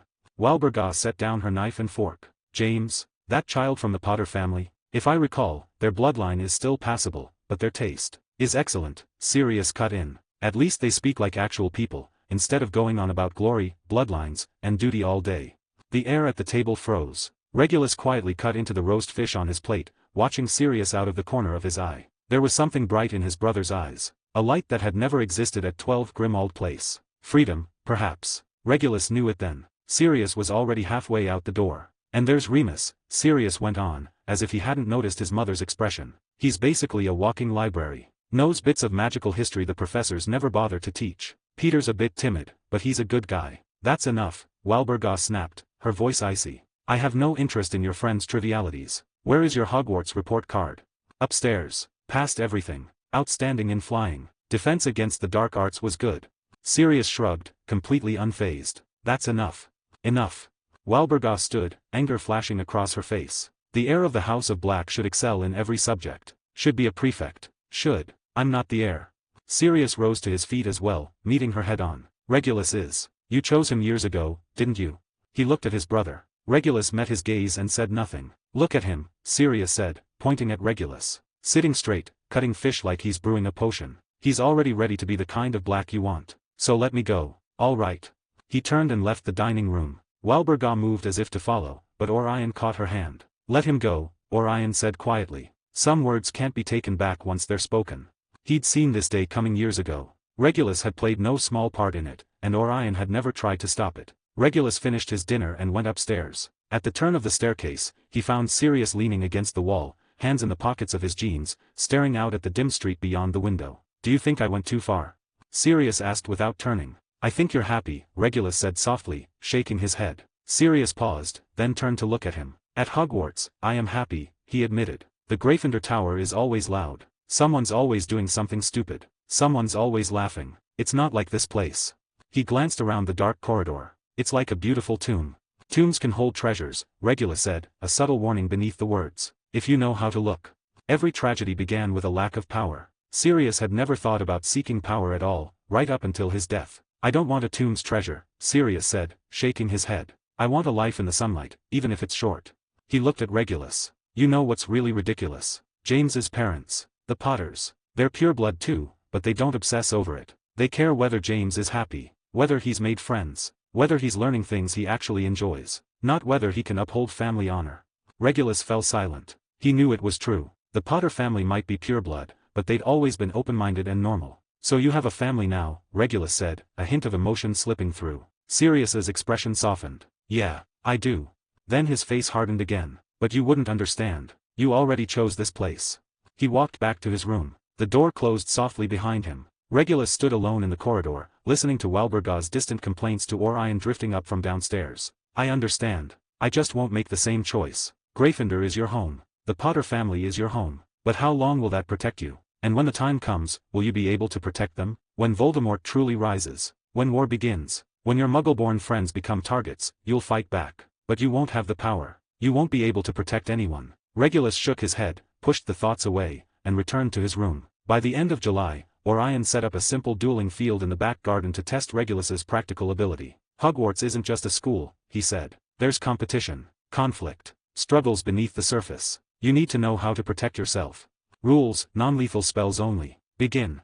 Orion showed no mercy simply because his opponent was 11 years old. He raised his wand, and the first silent disarming spell shot out fast and precise, aimed straight for Regulus's wrist. Regulus didn't dodge. He didn't draw his wand. He lifted his left hand and opened his palm. The red spell struck an invisible barrier half a meter away, bursting into silver sparks. A silent, wandless prodigo. Orion's eyebrows rose. He pressed on. Impedimenta. Locomotor mortis. Petrificus totalis. Spells flew in from different angles, the tempo steadily increasing. Regulus still didn't move. He stood where he was, arms relaxed at his sides, only adjusting his fingers now and then. Each spell was intercepted at the last moment. Some deflected. Some dispersed. Some vanished entirely. He never cast a full-body shield. That consumed too much magic and could be shattered under sustained pressure. Instead, he deployed multiple micro-shields, forming them instantly where needed and dissolving them just as fast once their job was done. 30 seconds later, Orion stopped. You're using intent to control magic directly, he said, astonished. You've eliminated the casting process entirely.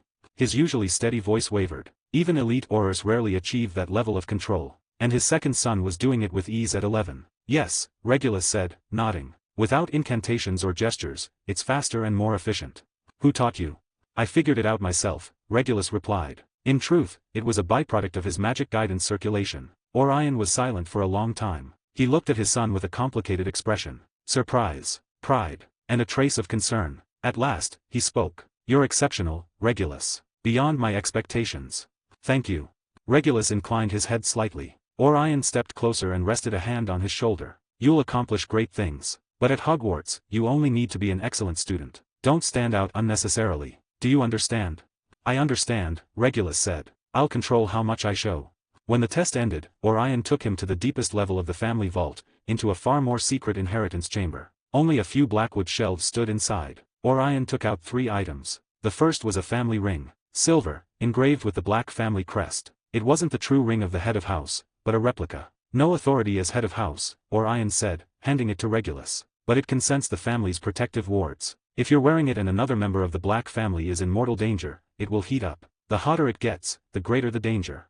Regulus accepted the ring and understood what it meant. No authority, but still a symbol of the head of house. And symbols carried obligations. That obligation was serious. The second item was a magic notebook. The cover was made of some kind of black leather, warm to the touch. There was no lock. Only black blood could open it. Made with ancestral blood and secret rites, Orion said. Anything written inside encrypts itself. Only the writer can fully read it. To anyone else, it appears as chaotic symbols. If someone tries to force it open, the contents self-destruct. It was tacit permission. Orion knew Regulus would study dangerous things. He didn't stop him. He simply gave him a safer way to record them. The third item was a meteorite amulet. A simple silver pendant, set with a small piece of dark gray stone at its center. The surface bore the patterns of a fusion crust. One of our ancestors brought it back from the north, Orion said. They say it came from the sky itself. It's been centuries, and no one's ever figured out what it does. It never gathers dust. It always stays this temperature. Regulus took the amulet. The stone felt smooth and faintly warm, as if something alive flowed within it. I think it suits you, Orion said, because where your eyes are looking isn't the same place as ours. At last, his father rested a hand on his shoulder. Hogwarts is a small world, he said. But remember this. There are worlds beyond it. 11, Chapter 11, A Reckless Confrontation. At 10:47 a.m. on September 1, 1972, Regulus Black came to a stop before the brick wall between platforms 9 and 10 at King's Cross Station. The 11-year-old was tall for his age, dressed in a dark green robe pressed to perfection. A black family crest was pinned neatly at his collar. His hair was a deep, pure black, carrying the Black family's signature slight curl. Gray eyes swept calmly over the crowd. In his left hand was a brand new dragonhide trunk. Walburga had insisted on the most expensive option. In his right, a cage holding a snowy owl. The owl stood quietly inside, amber eyes observing the surroundings through the bars. Unlike the others nearby, it didn't flap or fuss, only turning its head now and then. Regulus drew a slow breath in. Beyond this wall was another world. A world he'd read about for 10 years, a world he was finally about to enter. He stepped forward. The sensation was like passing through warm mist. Then sound rushed in all at once. A living, chaotic clamor. Owls screeching in a discordant chorus. Cats yowling from baskets. Shrill cries as toads leapt from unfastened pockets. Parents shouting last-minute instructions. Children yelling so loudly their voices cracked with excitement. Platform 9 3/4. The Hogwarts Express lay along the tracks like a massive crimson beast, white steam pouring from its engine and pooling beneath the arched roof in rolling clouds. Students surged toward the doors in waves. Robes of every color blended into a shifting sea. Regulus stayed where he was, gaze sweeping calmly across the platform. He spotted the Potter family. Charles and Euphemia Potter stood not far off, wearing the gentle smiles of ordinary parents seeing their child off to school. 4 people clustered around them. James Potter stood at the front, brown hair as if it had just lost a fight with a hurricane, glasses crooked on his nose. He was flailing his arms, demonstrating something exaggerated to a thin boy carrying a battered suitcase. That was Remus Lupin. Peter Pettigrew hovered half a step behind James, short and round-faced, eyes darting nervously in every direction. Sirius Black lounged against a stack of luggage. At 13, he'd grown another inch since the previous summer, his shoulders starting to take on a young man's shape. He wore the muggle jeans Walburga despised, faded from wear, frayed at the knees, paired with a plain dark shirt. Over it all was a Gryffindor robe, thrown on carelessly. The robe had clearly been altered. The silver trim at the collar had been dyed red and gold, and faint traces of an embroidered lion lingered at the cuffs. James said something, and Sirius tipped his head back and laughed. It was an easy laugh, loose and unguarded, rising straight from his chest. One arm draped over Remus's shoulder, the other gesturing animatedly. Then his eyes swept the platform and landed on Regulus. The laughter faded naturally. He didn't look away. He didn't nod or signal either. He simply watched, 20 feet apart, separated by the noise and the crowd. Then James noticed too. "Hey!" James shouted, his voice cutting cleanly through the din. "Look who it is." A little black snake slithering in early to get used to the place. Heads turned. Students and parents alike looked over. Sirius rested a hand on James's shoulder. It was light, but James immediately shut his mouth. Sirius said nothing, only shook his head, then turned and pulled open a carriage door, climbing aboard first. James followed. Remus and Peter trailed after him. Just before boarding, James glanced back at Regulus once more, curiosity and hostility mingling in his eyes. Regulus lifted his trunk and headed toward the middle of the train. James Potter wasn't worth his attention. Inside, the Hogwarts Express was more spacious than it appeared from the outside, a textbook application of the extension charm. A deep red carpet lined the corridor. Sliding doors stood on either side, most already closed, voices and laughter leaking through the seams. Regulus moved quietly along the aisle. At the third carriage, a door stood open. He caught a glimpse inside. James had already shed his robe and was trying to stick a chocolate frog card to the ceiling. Peter was hunched over his luggage. Remus sat by the window with a worn copy of A History of Magic in his hands. Sirius sat across from him, boots propped on an empty seat, idly flicking a golden snitch model he'd acquired from somewhere. Sirius looked up. His gaze met Regulus's through the open door. Then he looked down again and kept playing with the snitch, as if nothing had happened. Regulus walked on. Several carriages later, most were full. Near the seventh, he spotted two familiar figures. A red-haired girl with green eyes and faint freckles. She wore a simple black robe, clean and well-kept, with a plain silver pin at her collar. Lily Evans, a second year. Beside her stood a black-haired boy with greasy hair and sallow skin. His robe was clearly second-hand and hastily altered, the cuffs worn thin. Severus Snape, also a second year. They were speaking in low voices. Snape leaned forward as he talked, words tumbling out quickly, fingers tracing shapes in the air. Lily listened intently, nodding now and then. As Regulus passed, Snape glanced up. He noticed the trunk in Regulus's hand. The owl cage. The finely tailored, expensive dark green traveling robe. His lips pressed together slightly. Something sharp flickered through his eyes, a mix of hostility and wariness. Then he looked away and continued talking to Lily. Regulus reached the ninth carriage. It was empty. He stowed his trunk on the rack, slid the owl cage beneath the seat across from him, and sat down. From inside his robe, he took out a notebook. He flipped to the most recent page. The relationship between ancient runic variants and magic flow efficiency. Below it sprawled dense symbols, formulas, and diagrams. Some were standard ancient runes. Most were his own refined variants. He dipped his quill and began recording the thoughts he'd had the night before. The train pulled away from London's outskirts. Dense buildings gave way to scattered farmhouses, then wide, rolling fields. The sky hung low and grey, heavy with the promise of rain. The compartment door was suddenly yanked open and slammed against the wall with a dull thud. Regulus looked up only after finishing a complex curve. He didn't need to see who it was. He'd sensed it before they even reached the door. Well, look who it is. James Potter's voice rang with theatrical exaggeration. Little Lord Black, sitting here alone, studying dark magic. Regulus didn't react. He simply watched the performance. To him, even as a second year, James Potter was no different from a child. James stepped inside. Remus and Peter followed. Remus looked uneasy. Peter clutched the doorframe, tense, as if ready to bolt. I'm talking to you. James leaned down in front of Regulus, glaring. I hear you push Sirius around at home. Play the good kid and steal all the attention, is that it? James, Remus said quietly. Don't what? James straightened, his hand already slipping toward the inner pocket of his robe. Regulus found it faintly amusing. He had no idea how Sirius had described him to his friends, for James to believe he'd been bullied. James. Sirius's voice came from the corridor. He appeared in the doorway, breathing slightly hard. He looked at James. I told you not to come. I'm just looking. James shot back. It's not like he bites. At that moment, two more figures hurried over. Lily Evans and Severus Snape. Snape took in the scene with a single glance, a curl of mockery tugging at his mouth. Lively as ever. Potter picking on first years again. James spun around. What's it to you, Snivellis? Then he noticed Lily behind him, his tone turning sharper. And you, always sticking your nose in, Evans. Snape's face darkened instantly. His hand went for his wand. Lily grabbed his arm. Severus, don't. James was faster. Expelliarmus. A red bolt shot toward Snape. The compartment was narrow. They stood less than 10 feet apart. The spell reached Snape almost instantly. A wand slid into Regulus's left hand as if it had always belonged there. He gave the slightest flick of his wrist. No force. No drama. The spell stopped. Frozen in midair. The red light took shape, the disarming charm now a glowing ribbon, one end tethered to the tip of James's wand, the other hanging half a foot from Snape's chest, utterly still. The entire carriage fell silent.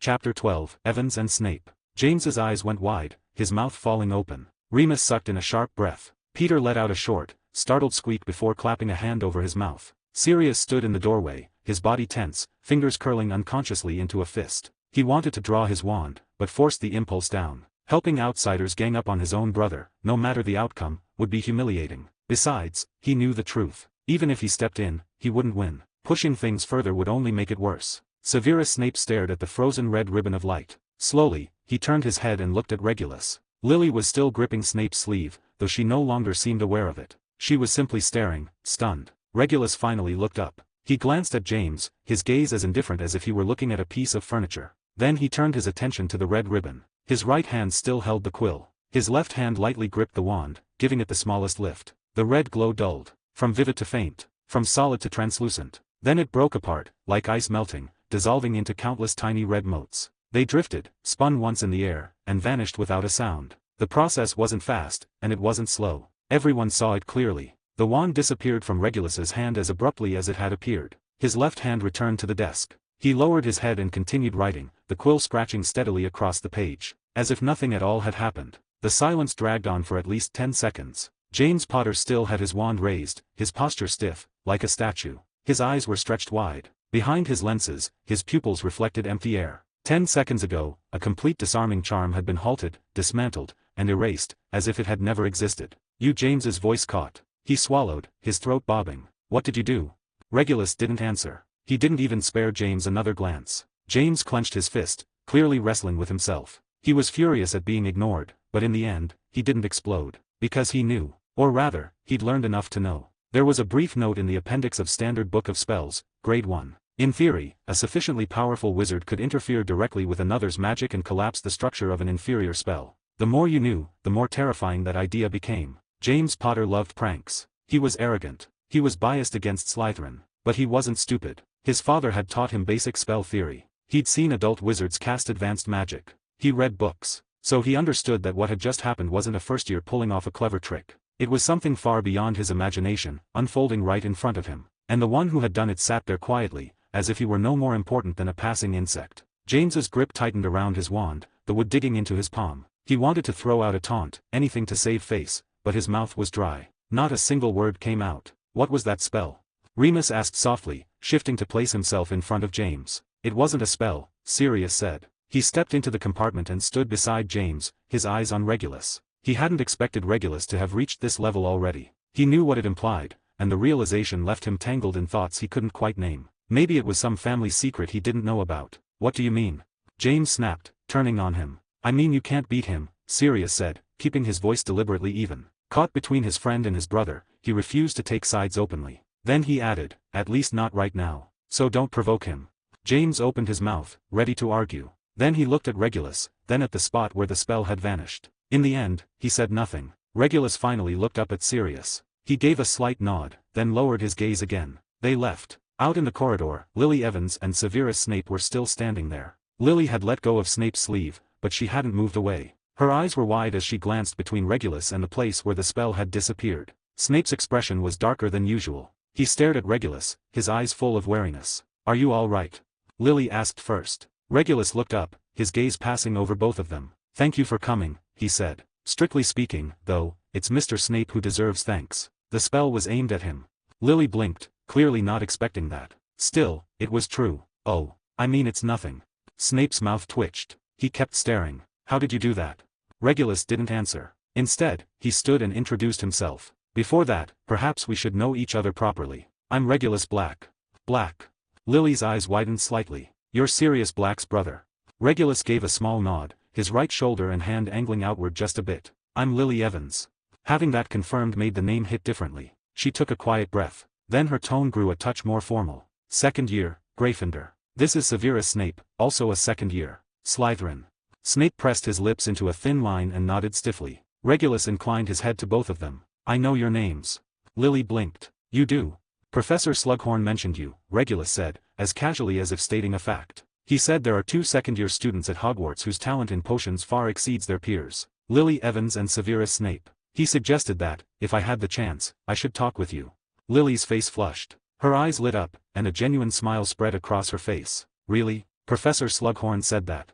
Snape's expression was more complicated. His chin lifted slightly, pride flickering there, but caution still lingered in his eyes. He'd heard praise like that before. Talent beyond one's peers often came with an unspoken addition in Slytherin. But your blood doesn't match it. So you knew who we were, Snape said, his voice tight, steering the conversation back. Then what we just saw that wasn't something a first year should be able to do, Mr. Black.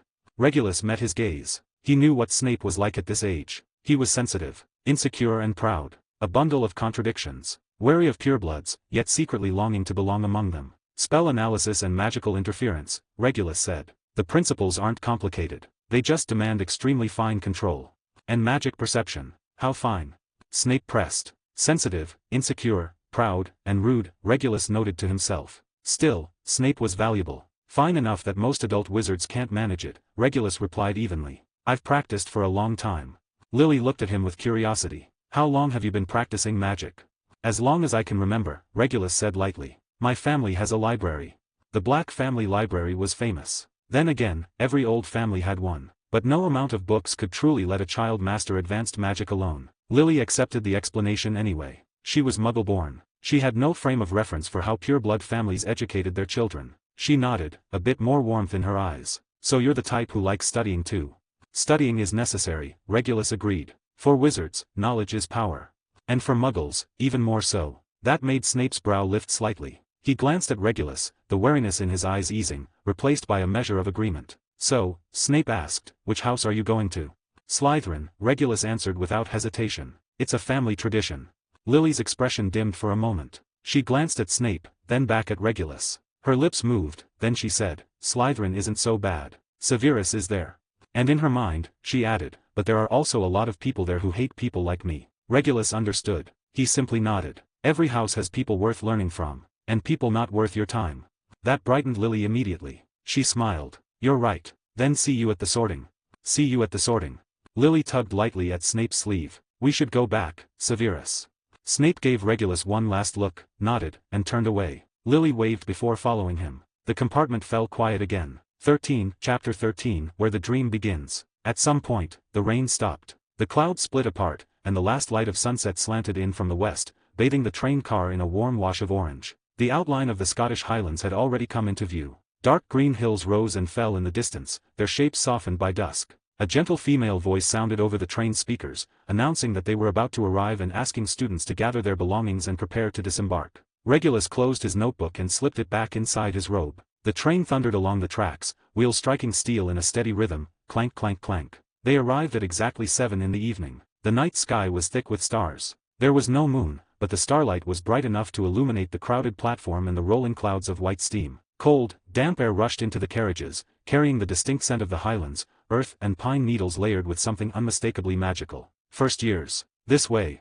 A booming voice rang out across the platform. Regulus stepped down with the flow of students. The platform was packed. Older students hurried toward the waiting carriages, while the first years gathered around a towering figure holding a lantern. Rubius Hagrid, gamekeeper and keeper of keys. He loomed like a walking hill, the lantern's orange glow lighting up his thick beard and friendly smile. Come on, then. Follow me. Watch your step.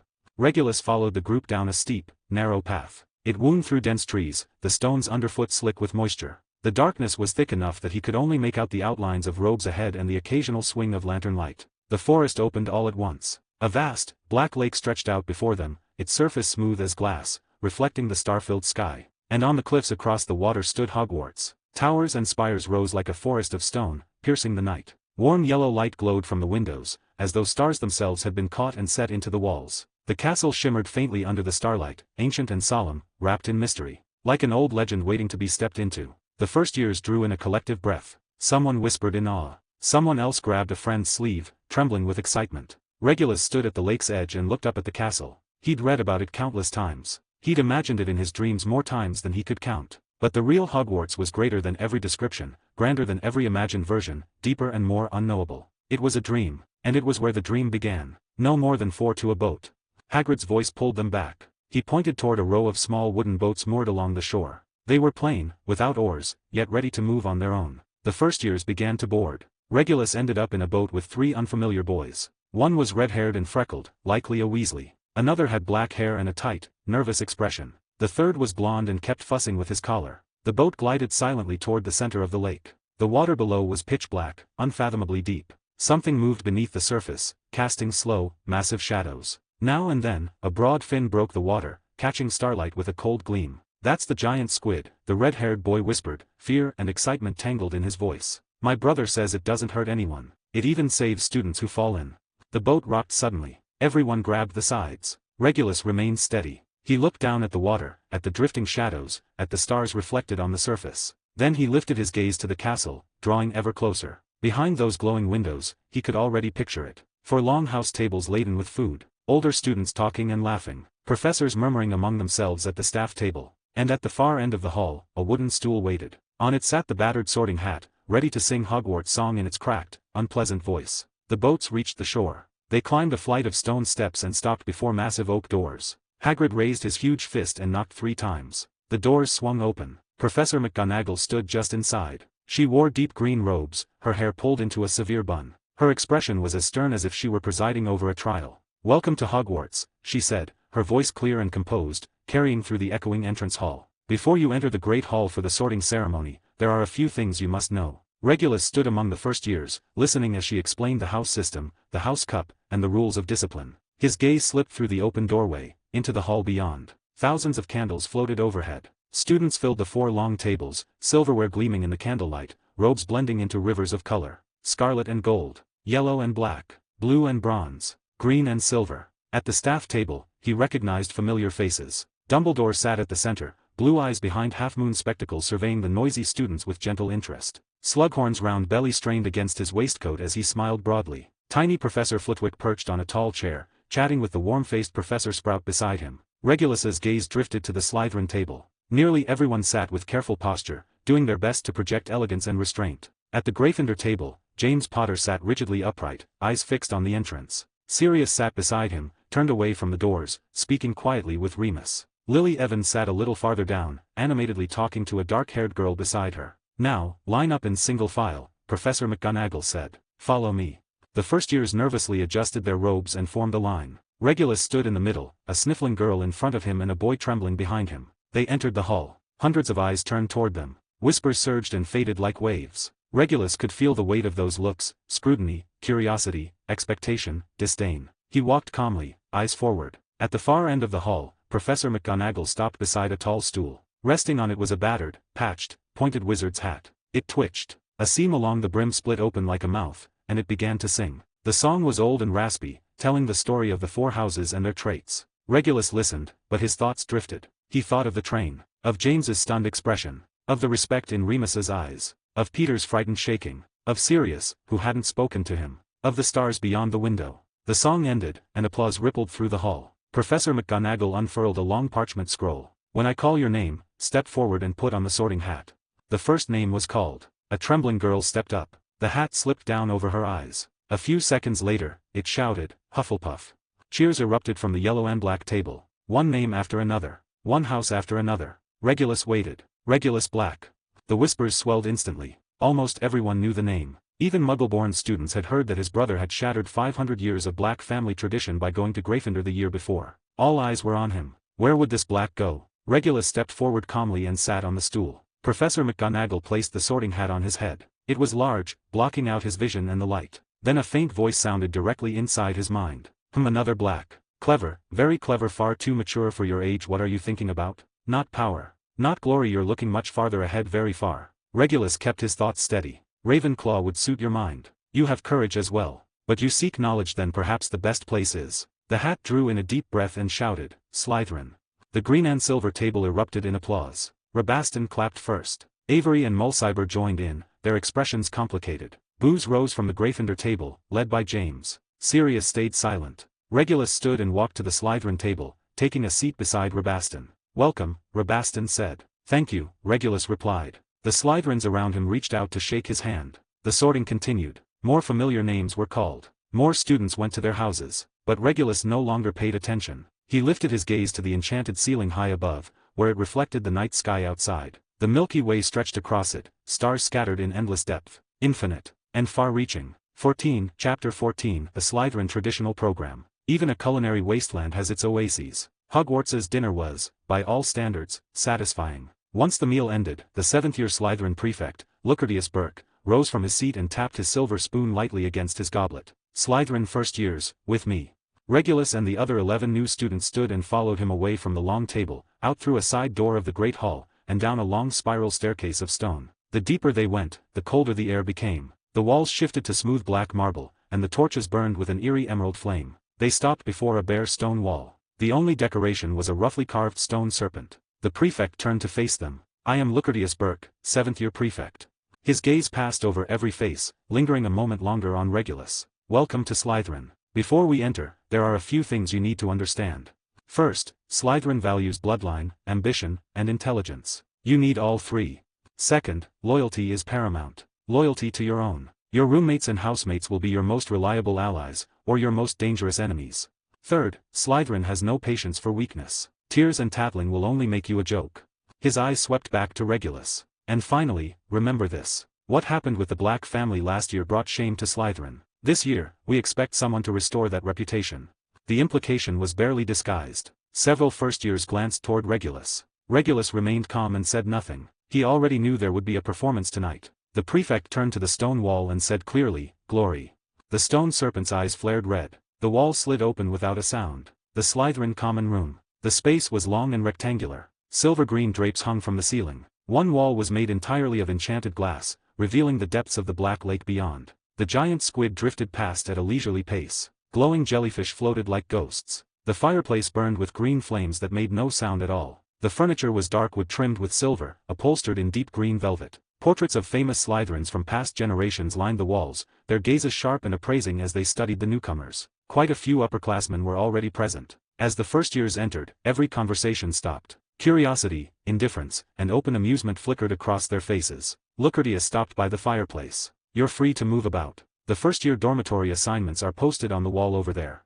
The new students surged toward the parchment lists. Regulus didn't hurry. He stayed where he was, calmly taking in the room. Then he heard his name. Not someone calling him. Someone talking about him. The voice came from the sofa area to the right. A group of fifth-year boys lounged there. The one speaking had black hair and a hooked nose, his smile sharp with mockery. Another black. Why not just head straight to the lion's den together?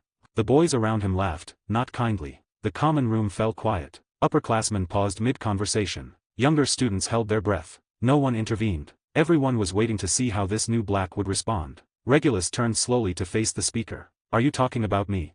His voice was calm, not raised. The boy arched an eyebrow. "If you're Regulus Black, then yes. I am." "I am," Regulus replied evenly. "So what do you want?" He'd expected someone to step forward. In fact, he'd been hoping for it. The boy stood. He was a head taller than Regulus. Fine silver embroidery marked the cuffs of his robes, the crest of the Travers family. "I'm just curious," he said as he approached, unhurried. "Is this generation of blacks especially independent? Your brother chose Gryffindor. What about you?" He leaned in slightly. "How long do you plan to last in Slytherin? A term? Or until you find more interesting friends?" His followers laughed again, spreading out to loosely surround Regulus. Regulus's gray eyes met his without a ripple. "Mr. Travers," he said, using the surname deliberately. "If I remember correctly, the Travers family entered a marriage with a Muggle merchant in the 18th century to salvage a failing business." He paused. "That incident is recorded in Chapter 7, Section 3 of A Secret History of Pure-Blood Families. Would you like me to remind you of the exact passage? Your pride has a stain." The boy's face flushed scarlet. The whispers around them grew louder. Several upperclassmen exchanged glances. "What nonsense are you spouting?" The boy snapped, his voice shooting upward. "A Secret History of Pure-Blood Families, by Broderick Bode," Regulus replied, tone unchanged. "Citing original trade contracts and marriage registries. Shall I recite it?" The boy opened his mouth, then closed it. His hand clenched, knuckles whitening. Regulus looked at him and continued. "Of course, that's the past. What matters is the present. You mentioned independence. But I don't see independence as a flaw. Blind obedience, on the other hand, is." His gaze swept the common room. Several of the boy's followers avoided eye contact. "Slytherin values intelligence. Intelligence means independent thought, knowing what's worth pursuing, and what isn't. My brother chose his path. I chose mine. That's independence. And you?" Regulus looked back at the boy, his expression calm, the pressure unmistakable. "You chose to announce your existence on a first-year's first night with cheap provocation. Is that your idea of independence?" Every gaze shifted from Regulus to Travers. The boy's face cycled from red to pale to a sickly green. His hand shot toward his inner pocket, reaching for his wand. Regulus was faster. His wand slid into his hand and flicked lightly through the air. The space in front of Travers twisted. An invisible barrier snapped into place. The instant his wand cleared the robe, it struck the barrier with a sharp clink, flew from his grasp, spun upward toward the ceiling, and froze there, motionless. A perfect interception. Regulus rotated his wrist. The wand began to descend, slow and controlled, as if held by an unseen hand. It settled upright at Travers's feet, tip resting gently on the carpet. The entire exchange was silent and precise, without a hint of temper. "If you really want a match," Regulus said, pocketing his wand, "I suggest you start by learning how to hold on to yours." A few first-years were on the verge of gasping. Regulus took a step forward. The companions exchanged looks and parted without a word. One older girl started to speak, only to be stopped by another, who shook her head. "Now," Regulus said. His voice was still quiet, yet everyone heard it. "Pick it up." Someone glanced toward Lucretius. The prefect remained completely still. Travers's face looked ready to explode. Even his hair seemed to bristle. His body shook, his eyes burning with hatred. Regulus remained calm. Everyone else wore complicated expressions. A first year, making a fifth year unable even to draw his wand. Everyone understood what that meant. Strong, not someone to provoke. And cruel. The humiliation was unmistakable. In that instant, the common room's impression of Regulus shifted, away from the one with a traitor in the family, to something far more dangerous. Regulus didn't need a wand to do this. But he had promised Orion not to act out of the ordinary at school. So he used one. Travers's chest heaved. Just as some thought he might lash out, he suddenly bent down, snatched up his wand, and shoved his way through the crowd, disappearing around the corner toward the dormitories. His companions followed in silence, without even a parting threat. Regulus turned and headed for the dormitory list. The first years stepped aside to clear a path. This barely counted as a confrontation. It felt like bullying a child. Regulus found it dull. The boy had been weak and foolish. Regulus knew the encounter had been arranged on purpose. He didn't mind. In fact, he welcomed it. The common room stayed quiet until Regulus reached the wall. Then whispers resumed, tinged with shock. Several older students exchanged glances. A seventh-year girl with dark brown hair, wearing a rosier family brooch, murmured to her companion, "He's interesting." A boy from the Knot family nodded, his gaze lingering on Regulus. One proud-looking older student asked, "Did you see it?" Another girl with an elegant air nodded silently. The younger students were completely stunned. A first-year girl grabbed her friend's arm, whispering excitedly, "That just now was that a nonverbal spell? In first year?" A round-faced boy swallowed. I think so." Regulus ignored them. He found his name on the list. First year dormitory A. Regulus Black. Cuthbert Avery. Hermes Mulciber. Alex Rosier. 15, Chapter 15, In Getting Along with My Roommates. 15, Chapter 15, In Getting Along with My Roommates. The dormitory was down a corridor deeper inside the common room. The door was thick oak, marked with a single letter, A. Regulus Black pushed it open. The room beyond was spacious, four-poster beds set in the corners with dark green hangings. Each student had their own desk area. From the windows, the black lake stretched out like a sheet of ink. Two boys were already inside. Cuthbert Avery sat on the bed by the window, lining up his stationery with the sort of care that looked effortless. Blonde hair, blue eyes, chin tipped just slightly upward. When he saw Regulus, he gave a minimal nod. Black. Avery. On the bed farthest in, another boy sat with a copy of Curses and Counter-Curses in his hands. Black hair, pale face, shadows lingering under his eyes like he hadn't slept properly in a week. Hermes Mulciber glanced up once. His gaze was dark and unreadable, but he still inclined his head in greeting. Regulus set his trunk on one of the empty beds and began unpacking. Books went onto the shelf in timetable order. Quills and ink were placed neatly on the desk. Robes were hung in the wardrobe. The door opened again. The fourth boy stepped in, brown-haired with gray eyes and a mild expression. His robes were tidy, though not flashy. Alex Rosier. A branch of the Rosier family, with parents who worked low-level posts at the Ministry of Magic. Not as influential as the main line, but still pure blood. "Hi," Alex said, voice gentle. "I'm Alex Rosier." Avery glanced at him and gave a cool nod. "Avery." Mulciber didn't look up. Regulus said, "Regulus Black." Alex smiled, set his trunk on the last empty bed, and began unpacking. He was directly opposite Regulus. The air in the room felt careful. Regulus watched anyway, quietly sorting the pieces into place. Avery was the proud pureblood core, the sort who wore his bloodline like a badge. Mulciber had the look of someone who lived half in the shadows and preferred it that way. Alex sat on the edge of that world, polite and mild, a pureblood who hadn't grown teeth from it. Avery's eyes slid to Regulus. "Back in the common room, you made Travers look stupid." Regulus didn't turn. He managed that himself. "His uncle's in the Department of Magical Law Enforcement," Avery said. "Not a small position." Regulus's tone didn't change. "And?" Avery's mouth twitched, amused, and there was something in his eyes that said, "I get it." "So," he said, "well done. The Travers family's always acted like they're better than everyone else. Funny thing is, who doesn't know their mess?" Regulus turned then, meeting his stare. Avery leaned back against his pillows, as relaxed as if they'd been friends for years. "My father says Slytherin needs new blood this year. People with real ability, not idiots who can only show off their family tree." His gaze sharpened on Regulus. "You don't look like an idiot." "What about you?" Regulus asked. Avery blinked. "What?" Regulus repeated it, calm as ever. "Are you an idiot?" Alex, who'd been sorting his things quietly, paused and lifted his head, watching without saying a word. For 2 seconds, Avery held Regulus's eyes. Then he said, evenly, "You'll find out." Regulus nodded once. "Looking forward to it." Mulciber spoke for the first time, voice low. "That thing you did knocking a wand spell away. How'd you do it?" Every gaze in the room shifted to Regulus. "Prodigo," Regulus said. "With a bit of technique." "What technique?" Mulciber pressed. Regulus didn't answer that. Instead, he asked, "You can cast Prodigo." Prodigo was not a first-year trick. It took control and intent, the kind you usually didn't see from children who were still struggling to keep a feather hovering without it wobbling. Everyone in the room came from pure-blood families. They all knew what it meant for a first-year to do it cleanly. They also knew it didn't happen overnight. Mulciber went quiet. The way he looked at Regulus changed, but it wasn't awe. It was assessment, with suspicion threaded through it. Alex sucked in a breath. "My dad said only a handful of people at the ministry can cast it properly." Avery's stare sharpened. "My father said." Regulus cut him off. "Why don't you say what you think?" Avery froze like he'd been slapped. His mouth opened, but nothing came out. What was he supposed to say? No one had ever asked him that. In the Avery household, his father's opinion was law. In pureblood gatherings, elders set the rules of reality. Even in Slytherin, older students' experience was treated like scripture. Avery had learned to borrow authority, to quote it, repeat it, hide behind it. And now, with one question, Regulus had peeled it off him like a cloak. Something hot and unfamiliar crawled up Avery's spine. Shame. He realized he'd been using his father's name as armor and the boy in front of him had seen straight through it. Avery inhaled, steadying himself, forcing his chin higher like he could hold himself up that way. Prodigy needs precise control, he said, and his voice wasn't as smooth as he wanted it to be. And clear intent. The first comes from practice. The second comes from will. He swallowed, kept going anyway. Most first years can't even keep a feather floating without it shaking. His eyes stayed on Regulus. So you're not most first years. Regulus nodded, accepting that. Then you aren't either, he said. Avery blinked. If you can see that much, Regulus went on, you've got judgment. You're paying attention. That's not nothing.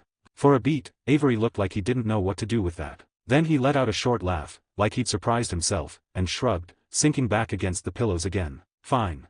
Across the room, Alex Rosier had been holding his breath the entire time. He looked from Regulus to Cuthbert, wide-eyed with confusion and a twist of unease. In Alex's home, in that careful, courteous Rosier branch that never stepped out of line, nobody spoke like this. Not so direct. Not so sharp. He admired Regulus's calm. He also found it unsettling. He doesn't feel 11, Alex thought, watching Regulus with the vague dread of realizing someone your own age is moving through the world with a completely different set of rules. He feels like those department heads at the ministry who walk fast down the halls and never waste a word. Tonight, he decided, he was writing to his parents. He wanted to know what was going on with the Black family's second son. The room fell into silence. Hogwarts's first class for the Slytherin first years was potions. In the wizarding world, potions was a kind of measuring stick, how careful you were, how precise, how patient. Slytherin liked to pretend those were its natural virtues. At the very least, that was the story. The potions classroom was in the castle's lower levels, a little higher than the Slytherin common room but just as cold. The air had that damp stone bite to it,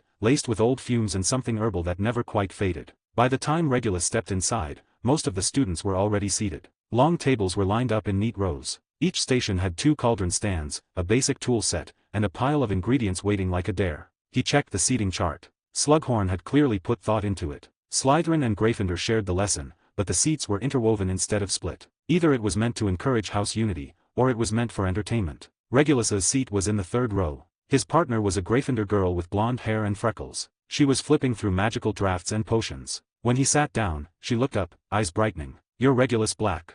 I'm Mary McDonald. The words spilled out quickly. I heard yesterday on the train you made James Potter's spell vanish. News traveled fast. Regulus nodded once, leaving it there. Mary practically lit up at the confirmation. You should have made James Potter vanish too. I've heard they're awful. Regulus blinked, a little surprised. So James already had a reputation. And if that was true, Sirius had probably helped build it. Mary didn't say more with Regulus right in front of her, but the point was clear enough. Even Gryffindor students were starting to get sick of it. She looked like she wanted to ask something else, but the classroom door swung open before she could. Horace Slughorn swept in. He was round and rosy, dressed in a dark green robe heavy with gold embroidery, the buttons over his stomach pulled tight like they were under protest. His presence filled the room the way perfume did, loud, rich, impossible to ignore. Ah, welcome, welcome. Slughorn boomed, all theatrical warmth. Welcome to the world of potions, the most delicate, most dangerous, and most rewarding of the magical arts. He reached the front, planted both hands on the desk, and beamed at them as if he'd personally invited each student. I am Horace Slughorn, your potions master, he announced. And for the next 7 years, or at least until you've taken your O.W.L.S., I will be guiding you through the wonders that can be found in a cauldron. His eyes drifted over their faces, lingering here and there as though he were taking notes. Some of you may have heard of me, he went on, smiling wider. Some of you may have heard of my little club. A ripple of interest stirred through the room. But I assure you, Slughorn said, voice bright, in my classroom, what matters is your skill and your focus. Most of all, your love for the craft. Chapter 16, Choosing Sides. The end result of potions class wasn't a mystery. When Professor Horace Slughorn called time and told everyone to bottle their work for inspection, Regulus Black's vial looked like it belonged on an entirely different table. Around it, other bottles were questionable. Some were the wrong color. Some were cloudy with bits still floating inside. A few burbled with suspicious little bubbles, like they couldn't decide whether they were done brewing or about to explode. Only Regulus's potion sat perfectly clear, a pale green that caught the light like something clean and alive. When the liquid settled, there wasn't even a hint of sediment. Slughorn picked it up and held it to the torchlight for a long moment, his round face openly delighted. "Exemplary," he announced, voice booming off the dungeon walls. "Mr. Black, this is well past acceptable, it's excellent. Tell me, did you use some special technique?" "I just treated the ingredients properly, Professor," Regulus said, calm as ever. He didn't sound like he was showing off. He sounded like he was reciting facts. "Snake fawn powder needs to dissolve completely. The tip of the porcupine quill carries the strongest concentration of magic. And the fluxweed's balancing effect has to be timed precisely." Slughorn's eyes brightened. "You mentioned where the magic is most concentrated. Is that something you observed yourself?" "Yes, Professor," Regulus said. "By sensing the faint magic the materials give off." Whispers flickered through the room. Sensing an ingredient's magic? Was that something a first year was even supposed to be able to do? Slughorn didn't push. He just gave Regulus an approving look and nodded once. "Come to my office after class, Mr. Black." Afterward, Regulus spent 10 minutes in Slughorn's office. The professor was warm and expansive, showing off shelves of rare ingredients with the pride of a collector. He hinted, not very subtly, at the existence of the Slug Club. Then, as if it were the most natural thing in the world, he handed Regulus a small vial of Felix Felicis as encouragement. It was diluted, but even so, for a first year it was an unbelievable gift. "Keep that talent sharp, my boy," Slughorn said, patting his shoulder. "Potions isn't only nimble hands, it's sensitivity. You've got that." Regulus thanked him and slipped the diluted Felix Felicis into the inside pocket of his robes as he left. Used well, it could save your life. Used badly, it could create problems you'd regret. Transfiguration was held on the second floor in a bright classroom with wide windows. Sunlight spilled across the desks, and the air smelled faintly of wood and parchment. Professor McGonagall was already waiting at the front. She wore a dark green robe, her hair pulled into a severe bun, her expression as sharp as her posture. "Transfiguration," she began once everyone was seated, "is among the most complex, most dangerous, and most elegant branches of magic. It requires precise incantation, clear intent, and an understanding of matter itself." She lifted her wand and tapped the desk lightly. A matchstick became a silver needle. "Today, we start with the basics," she said. "Match to needle." Matchsticks were passed out. Students began to try. The room quickly filled with mumbled spells and frantic wand movements. Most of the matchsticks only twisted and warped, turning into awkward little things that were neither match nor needle. Regulus picked up his matchstick and studied it. Stable structure. Wood fibers arranged in a predictable pattern. A sulfur tip with its own composition. Shape, density, balance. Transfiguration didn't create something from nothing. It changed what was already there. Rearrange wood into a metallic crystal structure. Convert the sulfur into a silver point. Keep the object continuous, whole, instead of tearing it apart and pretending it was fine. He raised his wand and spoke softly. He barely tapped the matchstick. It shivered once on the tabletop, then the change began, gradual and smooth. The brown wood lightened into silver white as the grain vanished and the surface turned sleek. The sulfur head shrank, reshaped, sharpened. 3 seconds. When it was done, a perfect silver needle lay on the desk, straight as a drawn line, the eye cleanly formed. McGonagall happened to reach his table on her circuit. She stopped, looked down, then picked the needle up and held it to the light. "Perfect transfiguration," she said, and there was a trace of surprise in her voice. "One attempt. No repeated corrections. No residue. Mr. Black, have you practiced this spell before?" "I've practiced the principles, Professor," Regulus replied. "But this is my first time using it on a matchstick." "The principles." "The stability of material structure," Regulus said, taking the opening without hesitation. "And conversion efficiency." He paused, then added, "Professor, may I ask a question?" McGonagall's brow lifted slightly. "Go on. What are we actually changing?" Regulus held up the needle. "We turn a matchstick into a needle, but in the process, what changes? Is it the object's essential nature, or only its outward form? If it's the first, is the match truly a needle now? If it's the second, how is it different from an illusion?" The classroom went quiet. Even a few students still wrestling with their matchsticks looked up. McGonagall's focus sharpened. She studied him for a few seconds, then said slowly, "That is not a question most first-years think to ask, Mr. Black." "I still want the answer," Regulus said. McGonagall set the needle down and moved to the front, turning to face the class. "Mr. Black has asked something important," she said. "The core difference between transfiguration and illusion is material continuity. An illusion creates an image without substance. Transfiguration guides existing matter to reorganize along a magical path."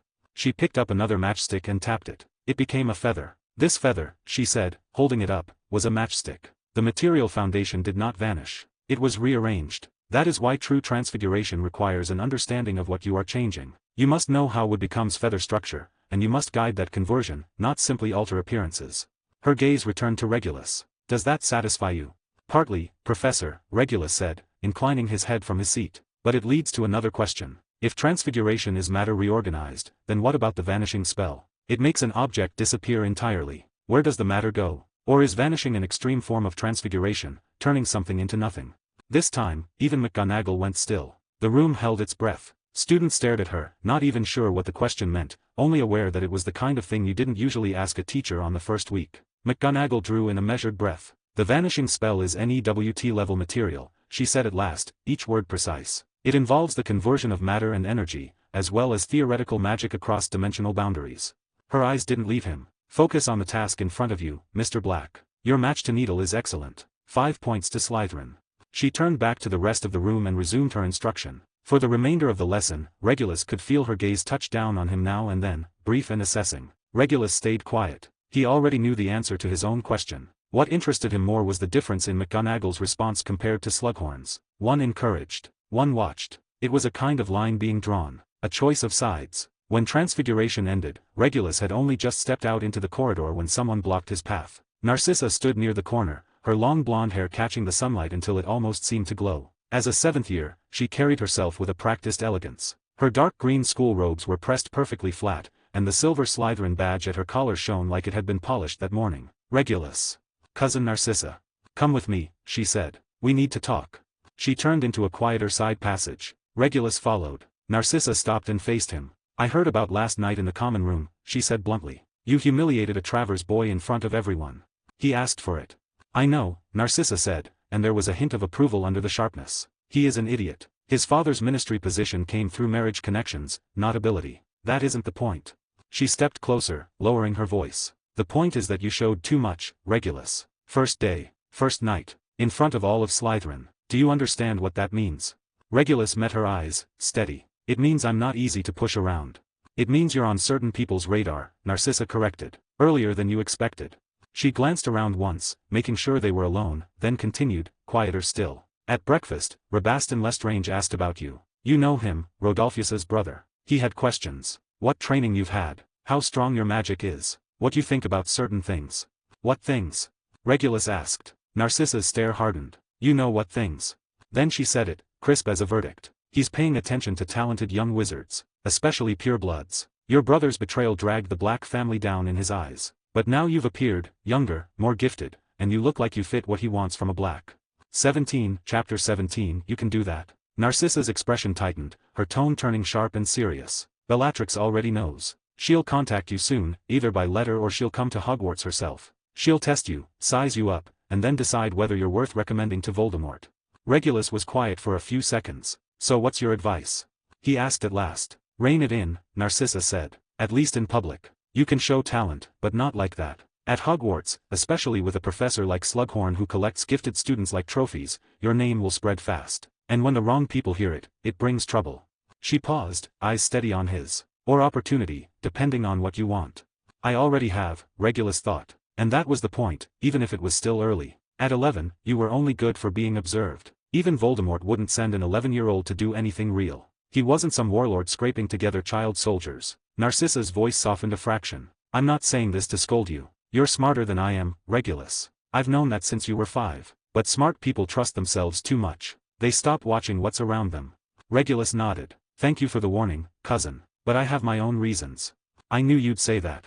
Narcissa sighed. Fine. Just remember, last night isn't over. Travers won't let it go. He probably won't come after you himself, but he'll send someone. Older students, or his little pack. That's how Slytherin works.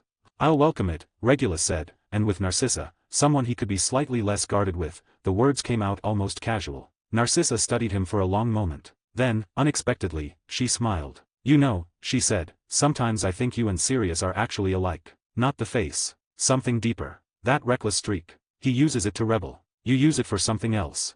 She turned to leave, then stopped again. One more thing. Lucius Malfoy is interested in you, she said, and her mouth tightened. Not in that way. If he asks to see you, be polite. And be careful. Regulus nodded once. I know, he thought. Your fiancé. Regulus turned toward his next class, History of Magic with Professor Binns. It would be the easiest lesson of the day. By Friday, the Scottish Highland sky was washed clean and bright. On the flying practice grounds, 20 broomsticks lay in a neat line. Every one of them was old and uneven, the kind of battered school equipment Hogwarts had clearly been using for years. Madame Hooch stood at the front, short grey hair ruffled by the wind. Her eyes cut over the first years like she was measuring who would break something and how quickly. All right, everyone, stand on the left side of your broom. She barked. Right hand out, hold it over the broom, and say it clearly. Up. They did as told, and the lawn filled with uneven shouts. Up.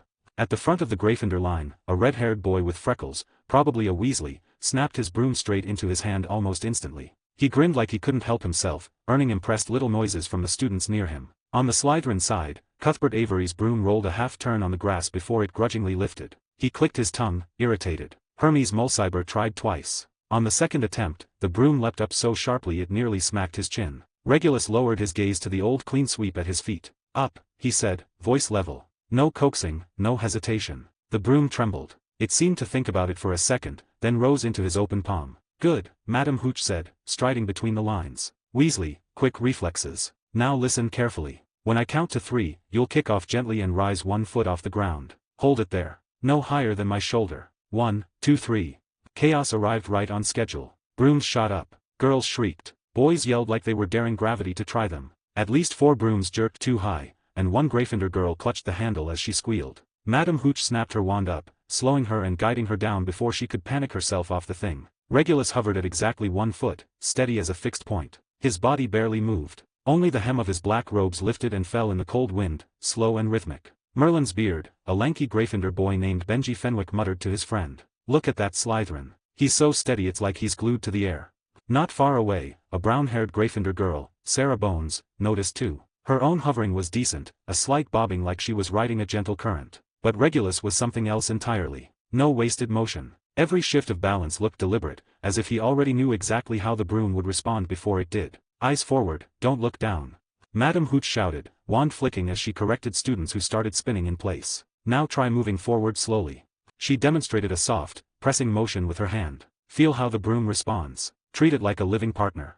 The lines began to drift, awkward and scattered. Most first-years wobbled along crooked paths, speeding up and slowing down without meaning to. Regulus slid forward about 15 feet, speed constant, line straight. At the next instruction, he turned left smoothly. Ha, show off. A stocky Gryffindor boy with thick eyebrows grumbled loudly. His broom was swaying in uneven arcs, and the contrast with Regulus's control was almost insulting. He is flying better, Alphard, the girl beside him said, matter of fact. Better like a block of wood, Alphard said louder, making sure the wind carried his words toward the Slytherins. Stiff as a statue. Flying takes guts. A few Gryffindors snickered. On the Slytherin side, Cuthbert's brow furrowed. Hermes shot Alphard a dark look. Alex Rosier watched Regulus with nervous concern. Regulus acted as if he hadn't heard a word. Alphard Pruitt's face darkened. When the lesson moved into its second half, Madam Hooch told them to practice basic control on their own while she helped the students who were really struggling. The class immediately broke into small clusters across the field. Alphard deliberately guided his broom toward the edge of the Slytherin space, 2 friends flanking him. So, Black, he called, hovering a few feet away, does your family train you to ride a broom like a statue? Gotta keep that noble image, right? Cuthbert pushed forward at once. Watch your mouth, Pruitt. I'm talking to Black, Cuthbert, Alphard shot back, chin tipped in challenge. Or does he need someone else to speak for him? Regulus turned his head slowly. Gray eyes, calm as still water, settled on Alphard. Pruitt, he said, not raising his voice, what are you trying to prove? Gryffindor bravery? Or Pruitt manners? A Slytherin brat lecturing me about manners. Alphard's voice rose with anger. Regulus only looked at him, letting the silence stretch until Alphard's face started to redden. Then he asked, quietly, do you have any?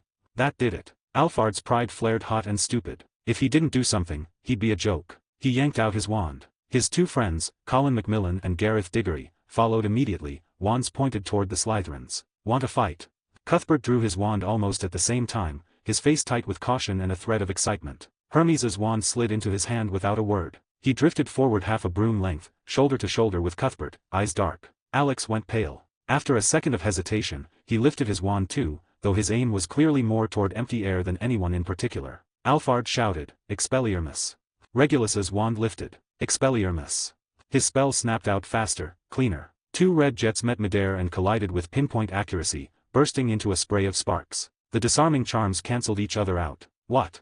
Alphard blurted. He wasn't the only one. Students nearby stared, frozen. You could do that with Expelliarmus? 18, Chapter 18, Can I switch dorms? Farther off, a few Slytherins who'd been practicing nearby noticed the scene and immediately drifted closer. 3 became 5, 5 became more. Alphard's expression shifted. His 2 friends, Colin and Gareth, exchanged a tense look. At that moment, Regulus raised his left hand. He didn't turn around. His back was to every Slytherin present. Palm upright. Fingers together. A crisp, unmistakable signal to stop. Cuthbert froze. His wand, half raised, sagged but didn't lower all the way. Hermes narrowed his eyes, staring at Regulus's back. His wand stayed up, but the tip began to drift aside. Alex let out a breath he hadn't realized he was holding. The Slytherins who'd gathered hesitated. Their brooms hovered, motionless in midair. No one pressed forward. Regulus didn't look back. A faint, knowing smile touched his lips. A compliance test. Slytherins were proud, brooding, cautious, and prone to following the current. And now, without a word, they had obeyed him. Getting them to move as one wasn't easy. But once a single person stopped, the rest followed naturally. It traced back to the first night of term, when a fifth-year Travers had been utterly crushed. Authority had been established. Across the way, the Gryffindors who'd started to gather also halted. Eyes flicked between one another, the tension thick but restrained. "What's wrong, Black?" Alphard said, forcing calm into his voice. "Afraid your little helpers will embarrass you." "On the contrary," Regulus said, sounding genuinely puzzled. "I'm worried they'll act too fast and you won't get the chance to show your courage." "Expelliarmus." Alphard snapped, red light firing again. This time, Regulus didn't even speak. His wand lifted slightly. A faint glimmer struck the strap binding the front of Alphard's broom. Reparo. A first-year spell. The sort used to fix chair legs or mend torn robes. Click. The strap tightened abruptly. The broom's nose dipped hard. Alphard's disarming charm shot into the ground as the broom lurched, blasting a small crater in the sand. He yelped and clutched the handle, barely avoiding being thrown off. "Reparo on the strap." A Gryffindor blurted out. "Incredible." A Slytherin shouted. Colin rushed to back Alphard up. "Ricta Sempra." A streak of silver shot toward Regulus's side. Regulus didn't even glance at him. His wand angled down to the left. Aguamenti. Water sprayed across the ground beneath Colin's broom. Mud splashed as the earth turned slick. The old clean sweep still had wheels. They sank straight into the muck. The broom jolted to a dead stop, and Colin's spell veered wildly off course. From the other side, Gareth tried to catch Regulus unaware. "Stupefy." This time, Regulus looked at him, just once. His wand tapped the ground near Gareth's feet. "Incendio." A small flame sprang up in the dry grass. Gareth's broom had a woven wicker base. Fire was the last thing it wanted near it. He panicked, yanking upward, and his spell went wide. 3 directions. 3 attacks. Regulus answered each with the most basic spells imaginable, never targeting a person, only the environment and the brooms themselves. Balance shattered. Spells missed. Once was coincidence. Twice was luck. 3 times was a crushing difference in skill. Alphard's face went white. He'd barely stabilized his broom when Regulus's voice reached him. "Do you want to keep going?" Regulus asked calmly. "Or would you like to demonstrate something else?" The surrounding Slytherins stared, stunned. "He never attacked anyone," a Slytherin girl whispered. "He only hit the brooms and the ground," a boy murmured. "That's worse than getting hit." "And those spells," another added, incredulous. "They're all from the first 30 pages of Standard Book of Spells, Grade 1. I don't believe for a second that's all he knows." Cuthbert watched Regulus's back, expression tangled. He knew every spell Regulus had used. He just couldn't imagine using them like that. Hermes quietly lowered his wand. His gaze lingered on each precise impact point, every choice maximizing effect while minimizing effort. Then a furious shout cut through the field. "What do you think you're doing?" Madame Hooch stormed in like a gale, her face dark as thunder. "Wands down, now." Alphard and the others hurriedly pocketed their wands and jumped off their brooms, sweat streaking their faces. "Pruitt, Macmillan, Diggory." Madame Hooch barked. "Using spells during flying class. Against fellow students. Gryffindor loses 30 points. 1 week's detention each." "But, Professor." Alphard protested. "He used spells too." "What spells did Black use?" Madame Hooch demanded, sharp eyes locking onto Regulus. "Reparo, Professor," Regulus said evenly, meeting her gaze. "To reinforce a strap. Aguamenti to reduce dust on the ground. Incendio to dry wet grass." Madame Hooch studied him for several seconds, then the ground, then the broom. The strap was indeed tighter. There was water on the earth. Scorched marks on the turf. "Pruitt," she said coolly, "are you accusing Black of attacking you with a mending charm?" A few stifled snickers rippled through the crowd. Alphard opened his mouth. Nothing came out. "Another 10 points from Gryffindor," Madame Hooch said flatly. "For making a false accusation. Now get inside. All of you." As the Slytherins left, nearly every student who passed Regulus slowed, eyes lingering on him. Surprise. Respect. Approval. Slytherin valued power. It valued intelligence in using it even more. That night, in the Slytherin common room, green flames crackled softly in the fireplace, casting light over dark drapes and silver accents. First years clustered around the sofas, the afternoon's events the undeniable focus. "Why didn't you let us step in?" One boy finally asked Regulus. "We had the numbers. We could've." "Could've what?" Regulus cut in, lifting his gaze to the group. "Given Gryffindor grounds to appeal. All of us jumping in," he continued quietly. "Attacking 3 Gryffindors together. He set down his quill. Slytherins lost the House Cup 3 years in a row. Every 10 points can decide the outcome. Was it worth throwing away dozens? Silence followed. House points hit Slytherin harder than most. The younger the student, the more they cared. And besides, Regulus went on, if you'd joined in, it would have been a brawl. When Madame Hooch arrived, she would have seen Slytherin surrounding 3 Gryffindors. Instead, she saw 3 Gryffindors attacking 1 Slytherin. Someone finished softly, and that Slytherin wasn't even fighting back. Just fixing a broom, cleaning the ground, and drying the grass. A few people laughed under their breath. Regulus scanned the room. Some older students had started listening in. He raised his voice slightly. And the result? He stood, addressing the whole common room. Gryffindor lost 40 points. Slytherin lost none. Pruitt and the others are in detention until next week. His chin lifted, energy creeping into his tone. And we gained respect. Madame Hooch saw Slytherin's restraint and discipline. The other houses learned that provoking Slytherin has a price. At that moment, Prefect Lucretius Burke stepped over. He looked down at the younger students. Impulsiveness, mob fights, reckless point losses, he said coolly. That's Gryffindor's way. Slytherin seeks victory, advantage, and glory. Today, Black showed how to strike hardest within the rules, while taking the least damage in return. He turned to Regulus. You earned respect for the house and avoided a disastrous penalty. Well done. Several older students nodded. The first years stared at Regulus with a mix of awe and envy. So soon after arriving, and he already had a prefect's public approval. Regulus inclined his head. I only made the choice that benefited the house most. Back in the dormitory, Cuthbert paused mid-essay and looked up. You did it on purpose, he said. Regulus returned an amused glance. Did what on purpose?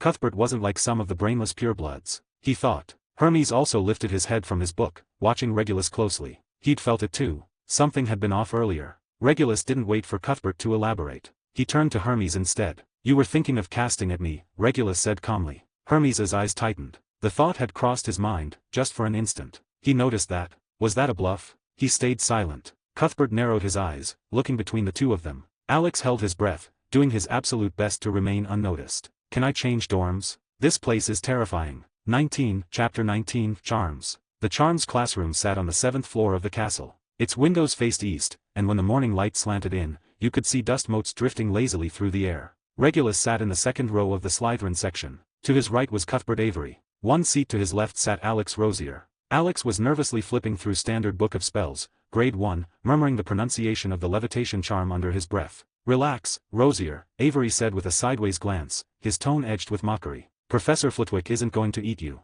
I just want to make sure I say it right, Alex muttered. The classroom door creaked softly as it opened. Professor Phileas Flitwick all but floated inside. He was so small that he had to stand atop a stack of thick books to see over the lectern. But once he settled there and those bright eyes swept across the room, the chatter died instantly. Good morning, children. Flitwick's voice was high but clear. Today, we'll be learning one of the most fundamental spells in magic, the levitation charm. It looks simple, but it carries the essence of spellcasting itself. He flicked his wand, and a white feather drifted out of a box on the lectern, hovering in the middle of the classroom. Now, repeat after me, Flitwick said, raising his wand. Wingardium Leviosa. 3 things to remember. A smooth, arcing wrist motion, stretch the gar, and on the final, SA, release your breath gently. A feather lay on every desk. Uneven chanting filled the room. Regulus lifted his wand slightly. Wingardium Leviosa. His voice was steady, his motion precise. The feather rose slowly, steady as if suspended by an invisible thread. It hovered in front of him without the slightest tremor. Perfect. 5 points to Slytherin. Professor Flitwick nearly hopped off his stack of books as he hurried over, craning his head to study the feather. Look at that stability. Not a hint of wobble. Mr. Black, have you practiced this before? The same question Professor McGonagall had asked. I just listened carefully to your explanation, Professor, Regulus said modestly. Excellent. Simply excellent. Flitwick exclaimed, his small hands fluttering. Mr. Black, perhaps you'd be willing to demonstrate for the class. Of course. Regulus inclined his head. He let the feather drift down, then cast the spell again. Wingardium Leviosa. Under dozens of watchful eyes, the feather floated up once more, stopping at exactly the same height. Observe the movement, Flitwick called out. Pronunciation matters, but so does the wand motion. Remember, an arc. Regulus guided the feather back onto the desk, then looked up. Professor, may I ask a question? Ask away, my boy, ask. I was wondering, Regulus said, when the levitation charm acts on an object, does it strip away its weight, or does magic form an invisible support for it? If it's the former, does the object's mass still exist? If it's the latter, is the magical support evenly distributed, or focused on a specific point? The room went utterly quiet. Heads turned toward him. Most of them were only thinking about getting the feather off the desk. None had considered what was happening beneath the spell. Regulus's question felt like it was peeling back the charm's surface. Professor Flitwick adjusted his round spectacles, admiration flickering in his eyes. What a marvelous question. Very few first-years think about magic at this level. He gave a light wave of his wand. Another feather lifted from the lectern, hovered briefly, then descended. The answer is that it's a bit of both, but the core lies in the balance between magic and mass. The levitation charm doesn't truly remove weight. Mass is intrinsic to an object, just as the soul cannot exist without the body. Magic cannot erase it. His wand tip pointed to the floating feather. A faint silver glow formed around it. What we do is act upon the object with magic. A wizard's magic repels gravity while evenly enveloping the object, like clothing it in a light cloak woven of magic. The support is distributed throughout. Only then can the object hover steadily, without tilting or spinning. Regulus nodded slightly, then pressed on. And if the object's mass changes? For example, if a drop of water lands on a floating feather, does the magic adjust on its own, or does the caster need to re-guide it? An excellent extension. Flitwick said, his voice rising with excitement. Magic is linked to the caster. When an object's mass changes, the magic senses it immediately and adjusts. But that requires the caster to maintain focus. The connection can't be broken. He looked at Regulus, smiling warmly. If concentration falters, the magic disperses. The object will either fall, or drift as the added weight pulls it off balance. The fact that you thought of this tells me you're not just casting spells. You're thinking. And that's the key to becoming a great wizard. Thank you, Professor, Regulus said sincerely. I learned a lot. Flitwick beamed up at him. Keep thinking like that. Another 5 points to Slytherin. Lo, excited chatter rippled through the Slytherin benches. Ravenclaws kept glancing their way as well. Regulus knew Flitwick's explanation reflected the wizarding world's traditional understanding. To him, it felt more like the interaction between magical and gravitational fields. Just not something he could put into words. Flitwick moved on to check other students' progress. The room filled again with overlapping chants of Wingardium Leviosa, feathers jerking upward, drifting crookedly, or refusing to budge at all. Alex Rosier had already tried 7 times. His feather either trembled in place or shot up into the ceiling before fluttering back down. On the last attempt, it even let out a thin wisp of smoke. Stop for a moment, Regulus said. Alex jumped. What's wrong? Regulus stepped beside him. Professor Flitwick said to draw an arc. You're pumping your arm up and down. Watch. He rolled his wrist, the wand tracing a smooth curve. Magic should be calm. You look like you're hammering metal. Alex's face flushed. I was afraid I wasn't using enough force. The levitation charm doesn't need force, Regulus said, lowering his hand. It needs precision. Try again. Smooth, continuous motion. Don't break it. He adjusted Alex's posture again and again. Alex wasn't stupid, just nervous. Maybe that was what it felt like to be a gentle pureblood branch dropped into the heart of a true pureblood nest. Regulus considered it quietly. He needed people like that. Alex took a deep breath and closed his eyes for a few seconds. Wingardium Leviosa. This time, his wrist traced a passable arc. The feather wobbled, lifted 2 inches off the desk, hovered for 3 seconds, then fell. I did it. Alex's eyes lit up. Not bad, Regulus said with a nod. But there's still resistance. You weren't decisive enough. Keep practicing. Alex nodded hard, gratitude written all over his face. Maybe black wasn't that scary after all. Regulus returned to his seat. Avery leaned over and whispered, "You're far too patient with him." Regulus glanced at him. "Avery, do you know why on the Black family tapestry, next to the names that were burned away, there are often a few obscure ones left behind?" Avery frowned. "Because they're from branch families? Not important enough. Because when the main line made foolish choices, it was the branches that preserved the bloodline," Regulus said evenly. His gaze drifted across the room, as if selecting idiots at random. "And you can't guarantee the main line won't produce fools." A few purebloods nearby snickered. The half-bloods and muggleborns looked over, puzzled by the laughter. Avery fell silent. "And besides," Regulus went on, his voice low but carrying just far enough, 30 years from now, when we look back on Hogwarts, we won't only remember who made a feather fly the highest, or who flew the steadiest. We'll remember who sat beside us in class, who copied homework with us, who talked about dreams after lights out.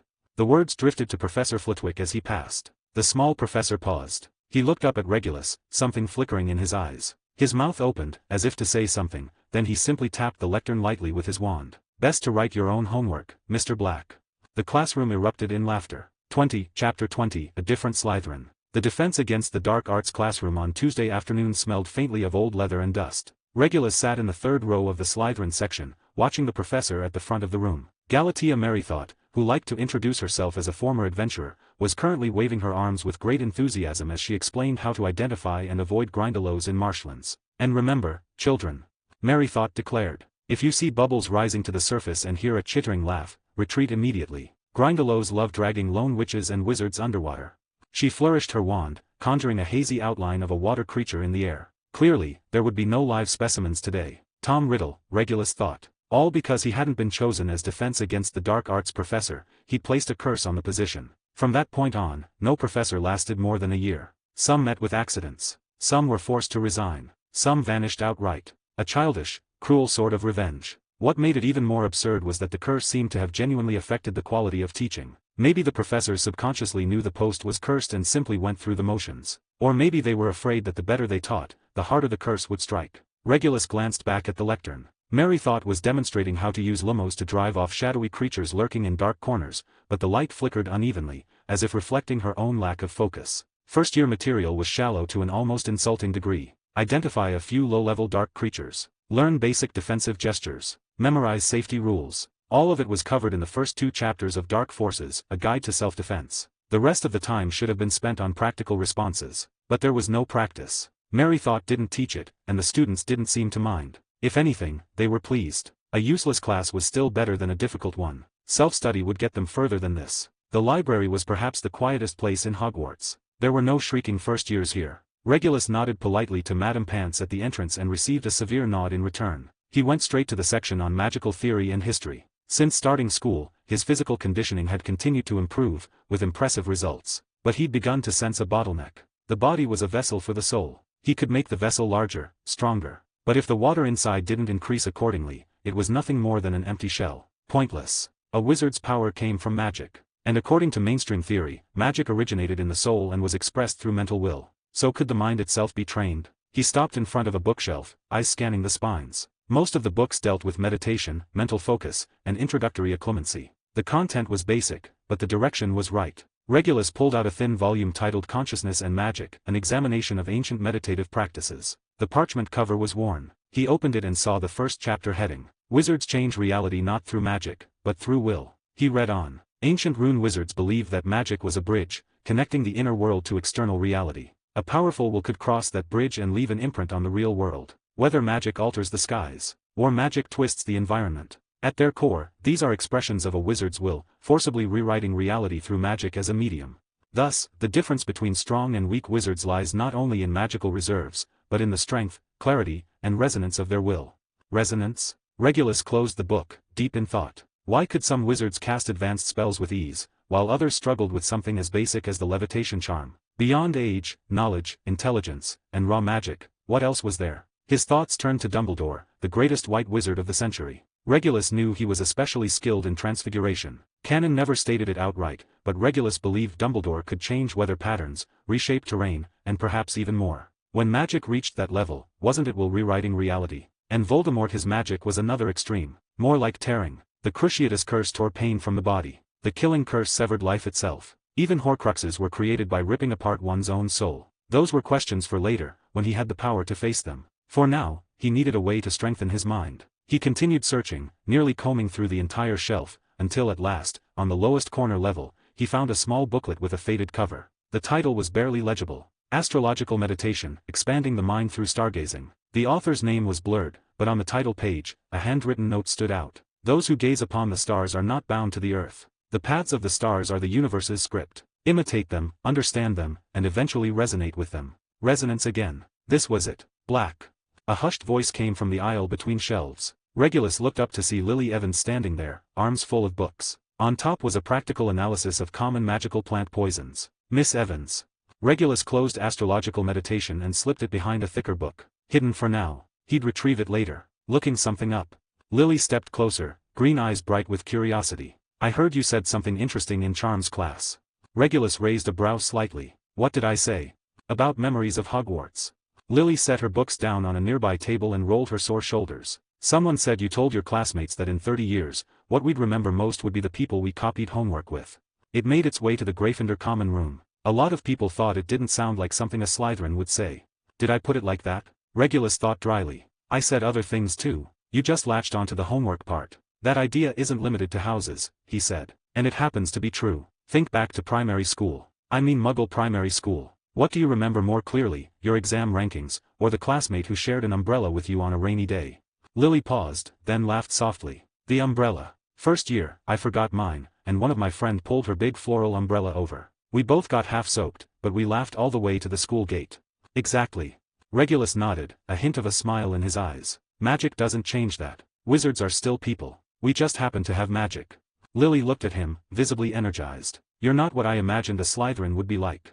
Regulus met her gaze but didn't respond to that directly. Instead, he asked, do you know why the 4 houses attend classes together? Lily thought for a moment. So we can understand each other better.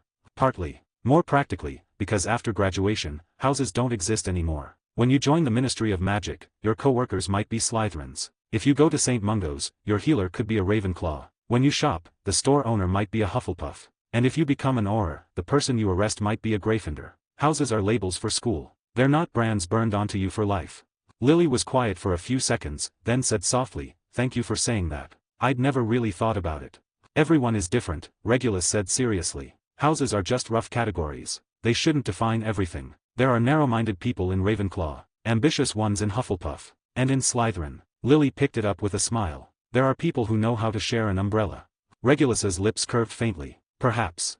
Lily Evans had already been personally acknowledged by Slughorn as a prodigy in potions. Canon made that clear. Her talent rivaled Severus Snape's. Regulus's future path would require top-tier potion support. Some needs could be taken openly to Slughorn, but the more sensitive ones would demand a private, trustworthy collaborator. Slughorn was useful, but he was also an information hub. Any request could become gossip in his club. Snape could be motivated by benefit, knowledge traded for secrets, but that kind of relationship rested on a dangerous balance. The moment interests conflicted, it would collapse. Snape had never been a good man. A friendship built on mutual respect was far more stable. And Lily Evans herself was a key node in the fabric of this world. In the future, she would serve as a bridge between eras. A success story for Muggleborns. The mother of Harry Potter. The emotional core of many tragedies and turning points. Building a friendship with her was like tying a thread of his own into the weave of fate. One day, when he needed a potion no one could know about, when he needed an absolutely reliable partner, Regulus was almost certain she would help him. 21, Chapter 21. None of them are good people. Lily gathered her stack of books again, then hesitated and set them back down. Actually, I'm looking for sources for a potions essay, she said. Professor Slughorn assigned a review on how Moonstone works in calming drafts. He wants at least 3 primary references. She stared at the pile with a troubled expression. But I don't know how to organize it. All these books say roughly the same thing, but not quite. Regulus glanced at her. He knew young witches and wizards had never been taught how to write this kind of paper. How do you usually write essays? He asked. Well, Lily hesitated. I copy what the books say and add my own understanding. Regulus pulled out a chair and gestured for her to sit with him. There's a structured way of writing papers used in Muggle universities, he said. The moment she heard Muggle universities, Lily's eyes lit up. First, Regulus continued, don't start writing right away. Read through all your materials. Note down every useful point and mark the source. Lily blinked, listening intently. Regulus tore a blank sheet of parchment from his notebook and ripped it into small strips. For example, he said, writing as he spoke, Moonstone's lunar magic can neutralize residual agitation from nightmare grass. Moonlight and Potions, page 147. In the corner, he wrote Source 1. Now you have one discrete piece of information. Once you've gathered enough, you sort them. Properties, preparation methods, side effects. Lily's eyes widened. And then you look for the relationships between them. Regulus tapped his wand lightly, and the parchment slips floated into the air. Say Book A says Moonstone should be ground into powder. Book B insists it must be sliced. Book C uses it whole, steeped intact. At that point, you ask why. Different recipes, different schools of thought, or maybe the authors studied Moonstone from different regions. The slips rearranged themselves in midair. When you find the reason for the differences, your essay gains depth. Finally, you connect everything with your own logic. Considering factor X, author A's view applies better in situation Y, while author B's method is superior under condition Z. Therefore, a combined recommendation would be. Lily was completely absorbed. She pulled out her own parchment and quill, scribbling the steps down as fast as she could. Skim, source, categorize, find connections, build logic. She looked up, thrilled. This is amazing. Can I tell other people? My friends are struggling with their essays too. Regulus nodded. You can. Just don't say I taught you. She stopped writing and looked at him, confused. Why not? Because I'm a Slytherin, and you're a Gryffindor, Regulus said calmly. Some boundaries don't need to be crossed deliberately. And there's no need to provoke anything. If your friends ask, say you saw it in a Muggle library. A Slytherin sharing Muggle methods was taboo among pure-blood circles, especially in the current climate. But he believed Lily would keep the secret. She understood the importance of boundaries. It was also a test. Whether she could keep a promise mattered. After a moment of thought, Lily understood his meaning. As a pureblood Slytherin, he shouldn't be the one to discover, promote, or spread Muggle approaches, even if they worked. She nodded firmly. I understand. Thank you, Black. You're welcome. Lily packed up her things and headed off. At the end of the shelves, she turned back. You know, she said, if you were in Gryffindor, we might have become very good friends. Regulus looked up at her earnest expression. His voice was quiet. Friends aren't divided by houses, Miss Evans. Lily smiled, bright as sunlight breaking through clouds. Then goodbye, Regulus. Goodbye, Lily. The red-haired girl disappeared between the shelves. Regulus stayed seated, knowing someone else would come. 5 minutes later, a cold voice emerged from the shadows. Stay away from her. Severus Snape stepped out from between two shelves, his black robes nearly blending into the darkness. He looked paler than usual, lips pressed into a thin line. Something restrained and furious churned in his dark eyes. Regulus stopped what he was doing and met his gaze calmly. Snape, can I help you? I said, stay away from Lily, Snape hissed, his voice low and sharp, like a snake tasting the air. Your tricks are obvious. Pretending to be gentle, pretending to be different, all to gain her trust, and then what? Regulus cut in. Use her, hurt her. Snape took a step forward, fingers tightening at his sleeve. You think you're better than the rest of them? You think I don't see what you're doing? Regulus let out a quiet breath. Snape, you were watching the whole time, weren't you? Watching Lily talk to me, watching her smile, watching her leave, and then you came out to warn me. He looked straight at him. Do you think that's protecting her? Or is it that you can't stand seeing her show kindness to anyone but you? Snape's face twisted. Let me finish. Regulus lifted a hand, small and controlled. You're angry not because I might hurt Lily. You know I won't. At least not now. You're angry because Lily chose to talk to me. Because she smiled at me. Because she looked like she was willing to trust a Slytherin who wasn't you. He leaned back slightly. You want to be the only wizard she trusts. The special one. The one who understands her completely. Snape's breathing grew ragged. His fingers trembled. The truth had landed. Regulus shook his head, his tone cooling. Today she talks to me. Tomorrow she might brew potions with James Potter. At the name, Snape's pupils shrank. His fingers almost curled around his wand. See?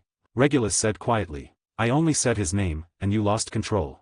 I'll give you some advice, Snape. If you truly care about Lily, don't try to control who she talks to or befriends. All that does is push her farther away. Let her choose to stay by your side. Don't force it by driving everyone else off. Snape stood rigid, his body taut beneath the robes. After several seconds, he finally spoke. What would you know a pureblood heir like you could never understand? I understand more than you think, Regulus interrupted, meeting his eyes. I understand pureblood arrogance. I understand the struggle of half-bloods. I understand the isolation of Muggleborns. None of that excuses what you're doing. He stood and walked past Snape without another glance. Warning me, he said lightly. He retrieved astrological meditation and headed toward Madame Pance's desk, leaving Snape alone in the shadows. As he walked, Regulus reflected that Snape was a contradiction. Brilliant talent, trapped by inferiority and possessiveness. Craving power. Drawn to darkness. In the original story, he only woke up after losing Lily, when it was already too late. Today's words might not sink in. If Snape was smart enough, he would start to reflect. If not, then at least he now knew Regulus wasn't his enemy. The irony was that Snape's fixation on Lily was his greatest weakness. Voldemort would exploit it. Dumbledore would too. Perhaps when everyone else tried to use that obsession, the one person who didn't would gain something unexpected. And speaking of Snape inevitably led to James Potter. In Regulus's view, Lily's so-called destined match was little more than a disposable character. A schoolyard bully who happened to repent later, joined the right side, and was then celebrated as a hero. Rewarded with love, with friendship, with family, with posthumous honor. The world could be deeply ironic. Good and evil, hero and villain, were often judged not by what you'd done, but by where you stood at the end. Snape wasn't a good man. Potter was no better. From some angles, Potter was worse. Regulus let the thought go. Since this world embraced redemption arcs, there was no need to dwell on it. Madame Pance examined the book. Astrological meditation. Obscure. 2-week loan period. That's enough, Regulus said, signing his name. When he left the library, torches were already lit along the castle corridors, their flickering light stretching long shadows across the stone walls. 22, Chapter 22, Astrological Meditation. By mid-September, the morning fog in the Scottish Highlands had yet to fully lift. The History of Magic classroom on the third floor of the castle was already packed with bleary-eyed first-years. When Professor Binns drifted into the room, almost no one looked up. Hogwarts' oldest professor began the day's lecture in his usual dry, unchanging monotone. Today, we will continue our discussion of the Goblin Rebellion of 1612. The uprising began at the Three Broomsticks in Hogsmeade Village, when the Goblin leader, Regulus, found himself watching the professor instead of listening. Professor Binns was translucent. When sunlight passed through him, it left only the faintest shadow on the stone floor beneath the lectern. What caught Regulus's attention wasn't the sight, but the magic. Other professors' magic felt like living things. Flowing flames. A deep, still lake. Something vigorous and warm. Professor Binns's magic was almost non-existent.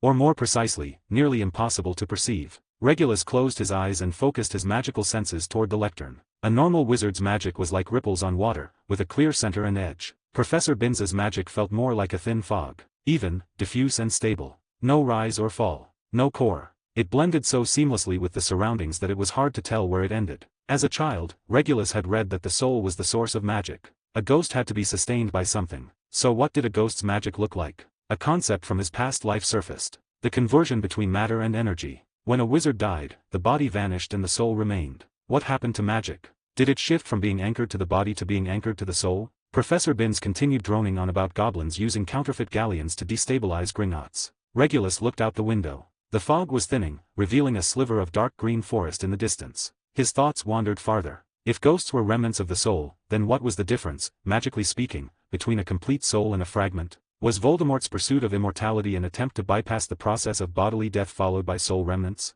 By splitting the soul? He didn't have enough knowledge to draw a conclusion. When the bell rang, Professor Binns had just reached the part where the rebellion was ultimately suppressed by the Ministry of Magic. He didn't say a word about dismissal. He simply drifted straight through the wall, leaving behind a roomful of students who were still half asleep. At 2 in the afternoon, sunlight poured across the eastern side of the library. Madame Pants patrolled the shelves in silence, sharp-eyed and vigilant. Regulus planned to linger near the outer edge of the restricted section. By Hogwarts rules, first-years weren't allowed to borrow books from the restricted section, or even enter it. But not being allowed to borrow didn't mean not being allowed to look. The shelves weren't fully sealed. From a distance, you could still make out some of the titles on the spines. Madame Pants made a full circuit of the library every 30 minutes, and she always paused longer near the restricted section. Regulus timed it carefully. He walked toward the area at an even pace, holding a copy of Changes in Medieval Magical Law as if he were just passing through. His gaze swept the shelves and only stopped near the deepest end. There sat a thick, leather-bound volume with frayed edges. The lettering on the spine was worn but still legible. A Brief History of Soul Magic. The author's name had been rubbed away. Regulus tried to turn the page with magic alone. No spells, just raw control. He compressed his magic into a thread-thin strand and pushed it toward the restricted section. It failed. The instant his magic crossed the boundary, it was violently dispersed by a vast, heavy force. He was about to try again when a cold voice sounded behind him. Mr. Black.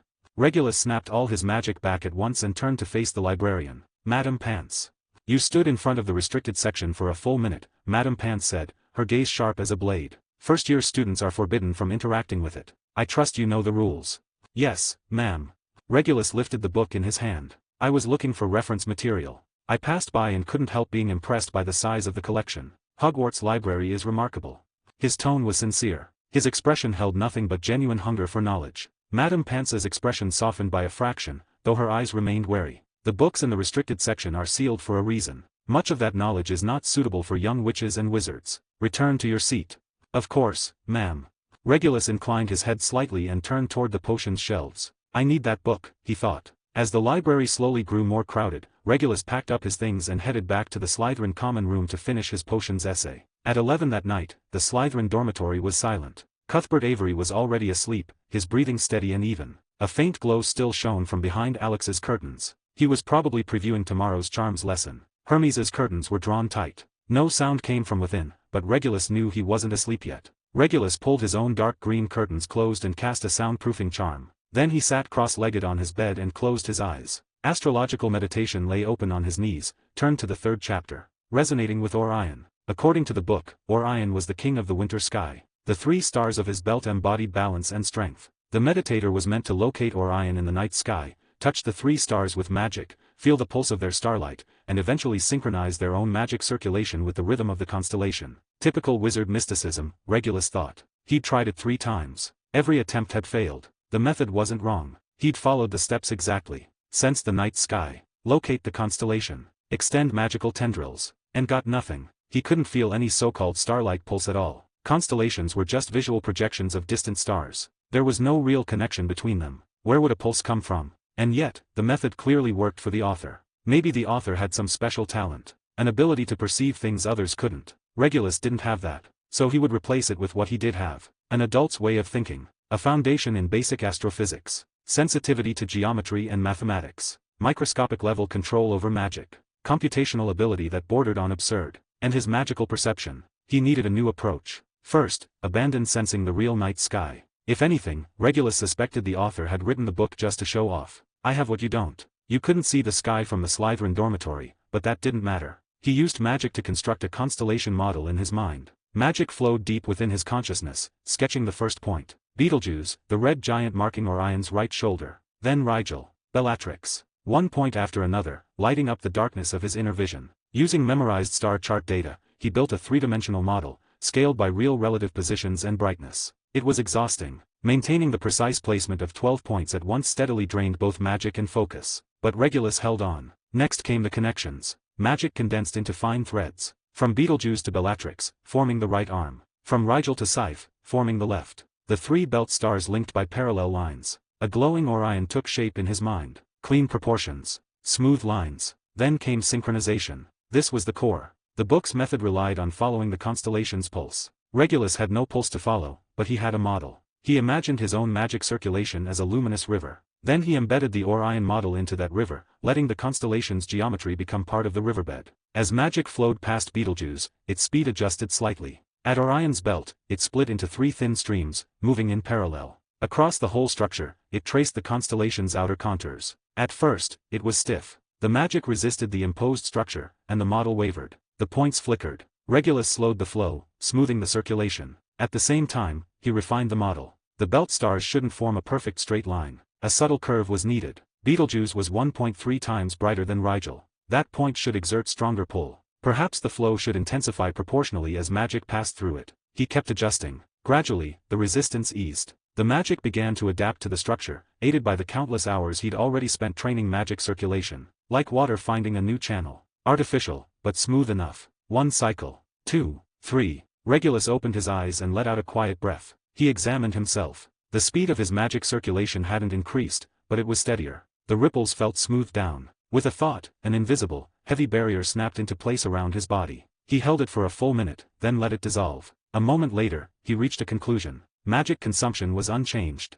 Recovery speed had improved. The change was slight, but undeniably real. It worked. 23, Chapter 23, Herbology. On the third Thursday of late September, morning dew clung to the greenhouse glass in fine beads. First-year herbology was held in Greenhouse 3, home to relatively safe magical plants. Safe, at least, when handled correctly. Today, we'll be learning how to process bubotubers, Professor Sprout said, standing before a row of clay pots. She wore thick dragon-hide gloves. Her round face was flushed in the humid warmth of the greenhouse. Who can tell me what bubotuber pus is used for? A Hufflepuff boy shot his hand into the air. It treats severe acne, Professor, but it has to be heavily diluted. Otherwise it causes even worse boils. Exactly right. 5 points to Hufflepuff, Professor Sprout said with a nod. Now, pair up. Each of you will receive 1 bubotuber, a pair of gloves, and a glass bottle. Your task is to extract the pus safely and collect it in the bottle. Be careful not to splash it on your skin or robes. Regulus was paired with Cuthbert. Cuthbert wrinkled his nose as he accepted the pot. That thing is ugly. He wasn't wrong. The bubotuber was a dark brown, bulbous mass, its surface covered in knobby swellings. Each bump ended in a tiny pore, slowly oozing a thick yellow-green fluid. Put your gloves on, Regulus said, already sliding his dragon-hide gloves into place. He lifted his tuber and focused his magical senses. All matter carried magic. That much he knew. Porcupine quills concentrated magic at their tips. But bubotubers. His perception sank inward. The first thing he sensed was life. All plants possessed a slow, steady life flow, like a muted heartbeat. But woven into the bubotuber's life magic was something else. A sharp feedback pricked his awareness. The plant's overall magic was stable, but around the swollen nodes, the magic churned in disorder. The pus itself radiated even stronger turbulence, mixed with something unfamiliar. An emotion. Regulus studied the plant more closely. Pain. The word surfaced unbidden. Not pain in the complex, layered sense humans experienced. More like a raw, instinctive distress. The kind of emergency response a living organism produced when injured, etched directly into its magical signature. What are you staring at? Cuthbert had already filled half his bottle. The yellow-green liquid slid sluggishly along the glass. Hurry up. This stuff smells foul. Regulus nodded. He pinched one of the larger swellings between thumb and forefinger and applied gentle pressure. Pop. Thick pus spilled out and dripped into the bottle. In that instant, Regulus caught the shift. The chaotic magic around the swelling eased, while a sharp spike of discomfort rippled through the plant as a whole, then gradually settled. Like lancing a boil. A brief surge of pain, followed by relief. He squeezed 3 more nodes, observing the same pattern each time. On the fourth, he looked up at Professor Sprout as she made her rounds. "Professor." She approached at once. "Yes, Mr. Black." "The bubituber," Regulus said, hesitating slightly. "When it secretes pus, does it experience some form of distress? I mean, from a magical perspective, the secretion seems to be accompanied by a pain response." Regulus had a habit of asking strange questions. Questions that, to most young witches and wizards, sounded like nonsense. Every word familiar, yet incomprehensible when put together. But the students had begun to notice a pattern. Those baffling questions often struck directly at something the professors cared about, earning Regulus praise and extra house points. It had become a familiar sight in Slytherin classes. By now, Regulus's reputation preceded him. Nearby students turned to look at him almost in unison, hands pausing mid-squeeze. Cuthbert's expression was the most complicated of all. He frowned at his inscrutable roommate, that familiar mix of confusion and quiet frustration rising again. He couldn't understand what went on inside the second son of the Black family's head. Where did these thoughts come from? Some obscure book? Or did Regulus simply reason them out on his own? What unsettled Cuthbert most was that Regulus never asked at random. Every question landed with purpose. Compared to him, everyone else suddenly felt like idiots reciting instructions without ever thinking deeper. The Hufflepuffs sitting a short distance away, however, looked less alienated and more openly curious. They exchanged glances. Discomfort, pain, plants could feel things. Professor Sprout's eyes widened. She took a few quick steps toward Regulus, her voice bright with surprise. "You noticed that?" "Yes, Professor." Regulus inclined his head politely. "The magic in the pus is highly unstable, and when pressure is applied, the plant's overall magic fluctuates briefly. It's similar to the magical response animals show when injured." Professor Sprout studied him for a long moment before nodding slowly. Very few students recognize this at first-year level. Most see bubitubers as nothing more than ingredient sources. She straightened and addressed the class. "Mr. Black has raised an important point. Many magical plants possess simple emotions. Bubituber pus is, at its core, a defensive mechanism. The secretion process places a burden on the plant itself. That's why, when harvesting, we should be as gentle as possible and minimize their discomfort." She demonstrated, pressing slowly with the pads of her fingers rather than squeezing roughly. "A considerate harvester produces purer ingredients," Professor Sprout said. "This is one of herbology's first lessons, and one many forget." 10 points to Slytherin, for careful observation. Cuthbert leaned closer and muttered, "How could you even tell? I just thought it was disgusting." "Focus, reading, and a bit of talent," Regulus replied simply, continuing with the remaining notes. At the same time, his thoughts turned inward. Plants had emotions, however primitive. What did that imply? If emotions could imprint themselves onto magic, could magic carry more complex emotional states? Could it be used to harm, or to heal? As the lesson entered its latter half, students began cleaning their tools. Regulus rinsed the glass bottle, removed his gloves, and walked over to where Professor Sprout was rearranging the plant racks. "Professor, I have another question." "Go on, my dear." "It's about Mandrix," Regulus said. "I've read that an adult Mandrix cry is fatal to humans. I'm wondering whether that lethality acts on the body, or the mind." Professor Sprout paused and turned to face him, her expression growing serious. "That's an advanced topic. We usually cover Mandrix in detail in later years." "I know, Professor, but I'm curious," Regulus said, polite but firm. "If simply blocking your ears prevents death, then the danger lies in hearing the sound. Does the sound itself carry magic, or does it trigger some reaction within the listener?" Professor Sprout didn't answer immediately. She gestured for Regulus to follow her to a quiet corner of the greenhouse, where a few wicker chairs sat. Once they were seated, she spoke. "To answer your first question, it's both. A Mandrix cry contains a powerful form of mental impact magic. It directly interferes with the listener's soul stability, causing a collapse of consciousness. That is the mental cause of death. At the same time, such a collapse triggers physical chain reactions, cardiac arrest, respiratory failure, magical destabilization. In the end, death results from both mental and physical breakdown." Regulus nodded, absorbing the explanation quickly. "Then how do protective earmuffs work? Do they block the sound entirely, or weaken the magical transmission?" "An excellent question."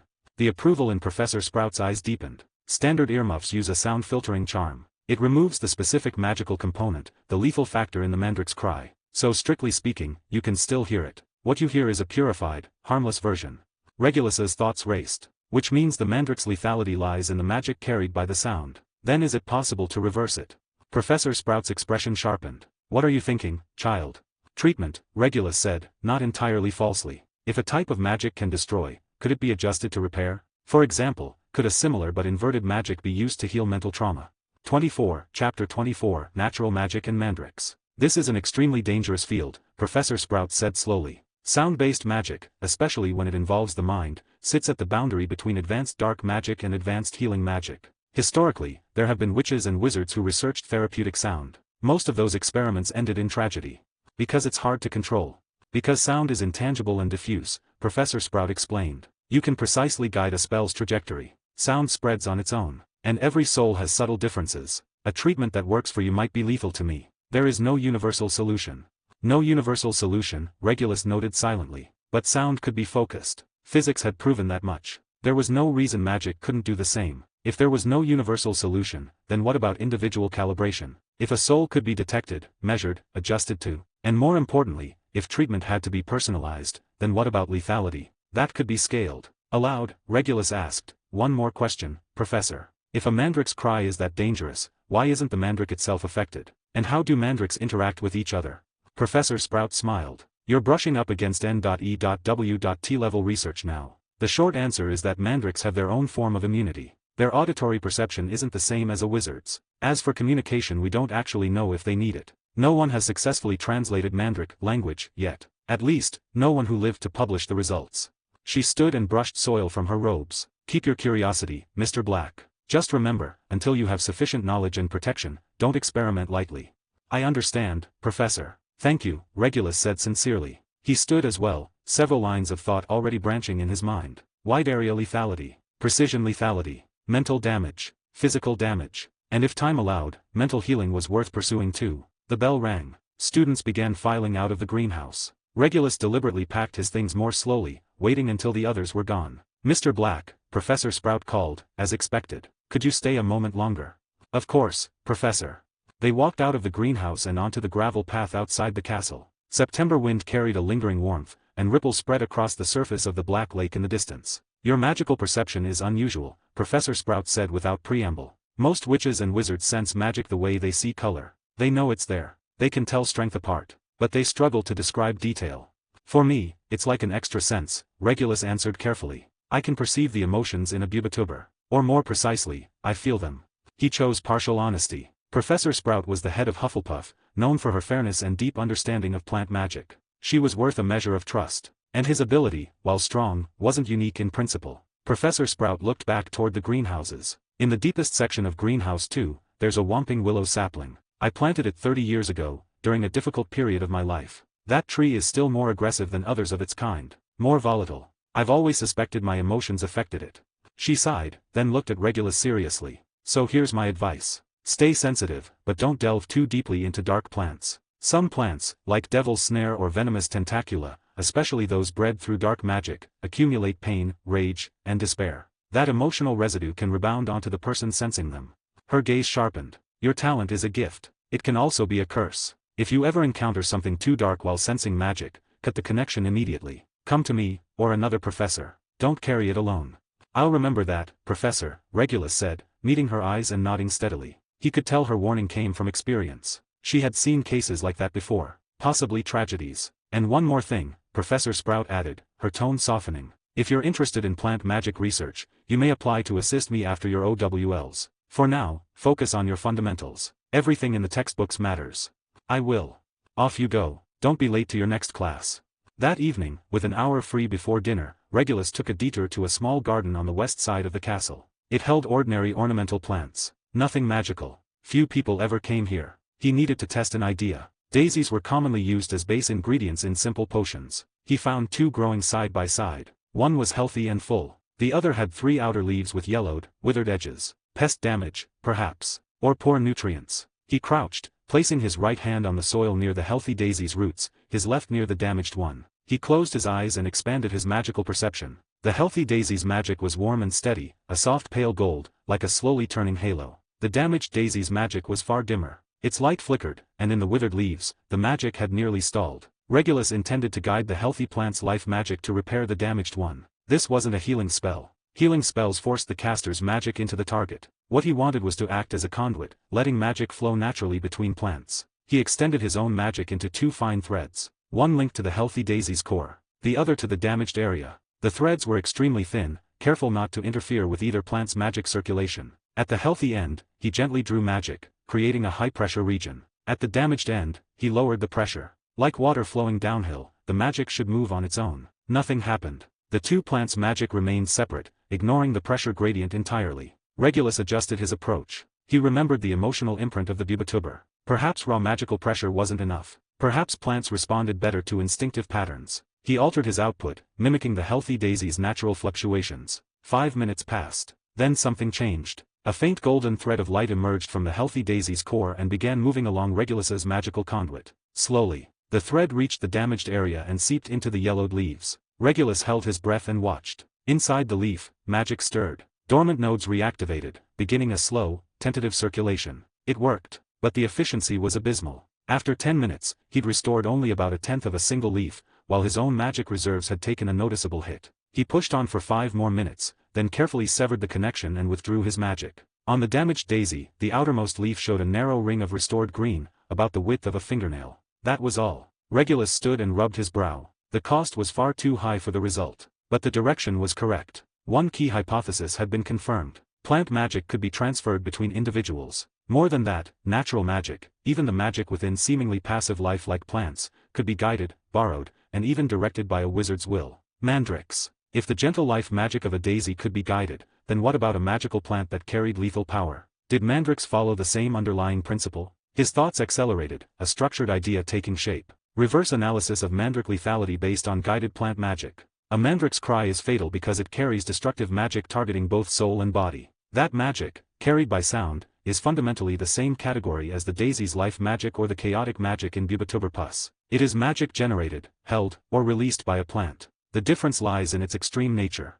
If daisy magic can be guided and transferred, then Mandrix magic should, in theory, also be guidable. The obstacle is qualitative. One nourishes, one annihilates. Mandrix release their lethal magic through sound, a method inherent to their life form. To bypass the cry and access or guide the source directly may require understanding how Mandrix magic circulates internally, where it gathers, how it moves. Perhaps the correct starting point was Mandrix seedlings, observing how their magic evolved as they grew. That was where the answer likely waited. 25, Chapter 25, Bones, and a Small Secret Between Roommates. By the time Regulus left the small garden, the sky had already darkened. Lights flickered on one by one in the castle windows. Dinner was close. He quickened his pace, only to run into someone at the entrance to the greenhouse area. A Hufflepuff girl. 2nd year, maybe 3rd. Light brown hair twisted into a loose bun. She was crouched in front of a row of pots, carefully loosening the soil around a white dittany whose leaves were starting to droop. "You'll damage the lateral roots if you do it like that," Regulus said without thinking, stopping short. The girl looked up and blinked. "What?"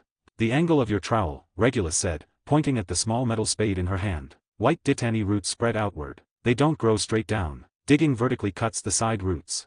She glanced back down, then her eyes lit up. "That explains why it's been struggling, thank you." She adjusted her grip, sliding the trowel in at an angle and gently loosening the surrounding soil. "You're a first-year Slytherin, right?" she asked as she worked. It's rare to see Slytherins who know herbology this well. Regulus Black. "First year," he said. "I'm Eleanor Bones. 3rd year." She smiled, one canine tooth peeking out. "The Bones family. You've probably heard of us." Then, with open curiosity rather than caution, she added, "I know who you are too. Hogwarts 2nd Black. Before you arrived, a lot of people were guessing whether you'd follow 500 years of Black family tradition and go to Slytherin or end up in Gryffindor like your brother."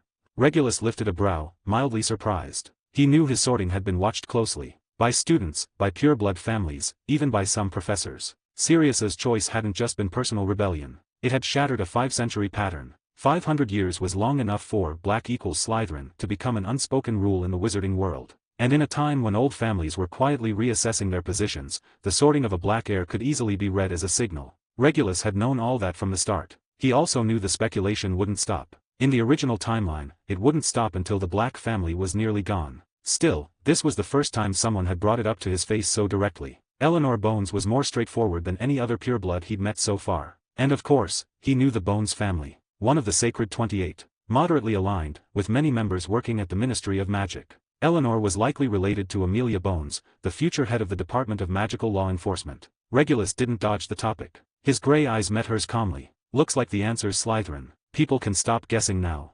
Eleanor blinked, then laughed. "Fair enough. And it seems you're doing just fine there." Regulus didn't pursue the subject. Instead, he gestured at the pot. "White dittany likes loose soil, but it hates being disturbed too often. You should add a layer of broken clay shards at the bottom for drainage. The soil in this pot holds too much water. The roots will rot." She stared at him. "How can you tell the soil's holding too much water?" "The leaf edges are curling slightly and the color's gone too dark. That's poor root respiration. And when you loosened the soil earlier, it clumped together. That means excess moisture." Merlin, you're right. Eleanor stood, brushing dirt from her hands. I've been using the standard soil mix, but maybe this batch of leaf mold was bad. Thank you for the advice, Mr. Black. Regulus gave a small nod. Under the fading light, they spent a few minutes trading tips. Eleanor showed him how to judge soil density by touch, and talked about cultivating a few uncommon magical plants. In return, Regulus shared several simple soil testing charms from household garden magic. Practical little tricks. Once she packed up her tools, Eleanor glanced toward the castle. We should head to the Great Hall. Walk together. Sure. They headed back side by side. A few Hufflepuffs passed them on the path, surprise flickering across their faces at the sight of Eleanor chatting with a Slytherin, but no one said anything. At the hall entrance, Eleanor waved. Good night, Mr. Black. Good night, Miss Bones. Regulus went to the Slytherin table. As he sat down, Cuthbert leaned over. What were you talking about with someone from the Bones family? Herbology, Regulus said, reaching for the roast meat. The earlier experiment had drained him more than expected. The Bones family's not bad, Cuthbert said. But that Amelia Bones at the ministry is too rigid. My father can't stand her. Maybe she can't stand Mr. Avery either, Regulus said. Cuthbert thought it over, then shrugged. You've got a point. Just past midnight, Regulus snapped awake. A ripple in magic. He instantly drew in his magic, slowed his breathing, and lay still, one eye barely open. Across the room, Hermes Mulciber's bed curtains lifted soundlessly. A black-robed figure slipped out, landing without a whisper. Hermes stood in the dark, checking something. He even paused beside each bed, including Regulus's. After a minute, he left the dormitory. Regulus waited 3 minutes before sitting up. He crossed to Hermes's bed. The curtains were still parted slightly. He didn't touch anything. He scanned with magic alone. The bed was neatly made. A book lay under the pillow, bound in dark red leather with no title. Protective charms layered it. Forcing a look would trigger an alarm. On the bedside table sat an empty glass vial. A trace of black liquid clung to the bottom. Regulus couldn't identify it, but it wasn't a standard potion. Hermes's schoolbag rested near the window, zipper not fully closed. A corner of parchment showed. No protective magic. Regulus slid a thin probe of magic inside. A hand-drawn map. Crude lines, but clear labels. Hogwarts' main structure sat at the center. Several areas were circled. A corridor on the right side of the 4th floor, marked, searched, nothing found. An abandoned classroom area on the west side of the dungeons, wards present, need to break. And a room beneath the astronomy tower, labeled, possible entrance, unverified. Beneath the astronomy tower, there shouldn't be a room there, just the outer wall. Unless it was hidden. Or a passage. Regulus withdrew his magic and returned to his bed. What was Hermes Mulciber searching for? Or who was he searching for it for? An hour later, at 1:14 a.m., the door opened again. Hermes slipped back inside. His steps were heavier this time. Fresh scorch marks marred the hem of his robe. A thin red cut crossed the back of his left hand, like a slice from something sharp. He paused in the doorway, eyes moving over the 3 beds. Satisfied, he went to his own. As he removed his outer robe, a faint sulfur smell reached Regulus. Magical flame. Or residue from some alchemical reaction. Hermes closed the curtains. Soft rustling followed. Then silence. Regulus stared up at the dark canopy above him. First year. 11 years old. Already involved in dangerous secrets. The Mulciber family is a pure-blood family. For generations, they dealt in rare magical artifacts. In reality, that meant brokering dark objects, smuggling, and private collections. They specialized in operating along the edges of the law, with quiet ties to shops in Nocturne Alley. No interest in politics. Only in forbidden knowledge and dangerous items. They didn't openly support Voldemort, but they supplied the Death Eaters under the table. Was Hermes acting on personal curiosity? Or carrying out a family task? If it was the latter, then whatever he was searching for was likely tied to the coming war. An owl hooted somewhere outside, distant and indistinct. Regulus let the thought settle. He would keep watching. He closed his eyes and began another cycle of magic circulation. In his mind, Orion's geometric form lit up once more, star-like magic flowing along carefully calculated paths. 26, Chapter 26, Foundations. Thursday night's astronomy class was held at the highest point of the castle, the astronomy tower. By late September, the night sky over the Scottish Highlands was clear and sharp, the air cold enough to feel almost transparent. Tonight, we'll be learning how to identify the guiding star of the night sky, Sirius, Professor Aurora Sinistra said, her voice as soft as the night wind. She was an older witch, her silver hair neatly pinned into a bun. Tiny constellations were embroidered along the hem of her robes, and when she moved, it was as if starlight drifted with her. Sirius is not only the brightest star visible at night. In magical theory, it's also seen as a symbol of guidance and loyalty. Many ancient navigation charms and long-distance communication spells rely on observations of it for alignment. The students worked in pairs, adjusting telescopes mounted on brass stands. Regulus was paired with Alex Rosier. Cuthbert loudly declared that he had zero interest in staring at dots of light all night, and quickly slunk off with a few other Slytherin boys to yawn in a corner. "Start by leveling the base," Regulus said quietly, watching Alex fumble with the adjustments. "Right. Center the bubble, then loosen the vertical lock. Aim southeast, elevation about 20 degrees. Alex followed his instructions and peered through the eyepiece. "It's all blurry. You haven't adjusted the focus yet." Regulus reached out and gently turned the knob on the tube. "Slowly. Look for a very bright star with a bluish-white tint." After a moment, Alex let out a soft gasp. "I see it. It's so bright. Like a blue-white gem. It's beautiful." "That's serious." Regulus moved to the neighboring telescope. He calibrated and focused it with practiced ease, the star snapping into clarity. Through a magically enhanced astronomical telescope, Sirius was surrounded by an impossibly thin halo of light, pulsing faintly, almost like a slow breath. It was something no Muggle telescope could ever reveal. There was no proof, but the magical world believed it to be the star's magical radiance. "Well done, Mr. Rosier." Professor Sinistra drifted over. "Now record its position using the coordinate grid on your star chart. Pay attention to the ecliptic reference line."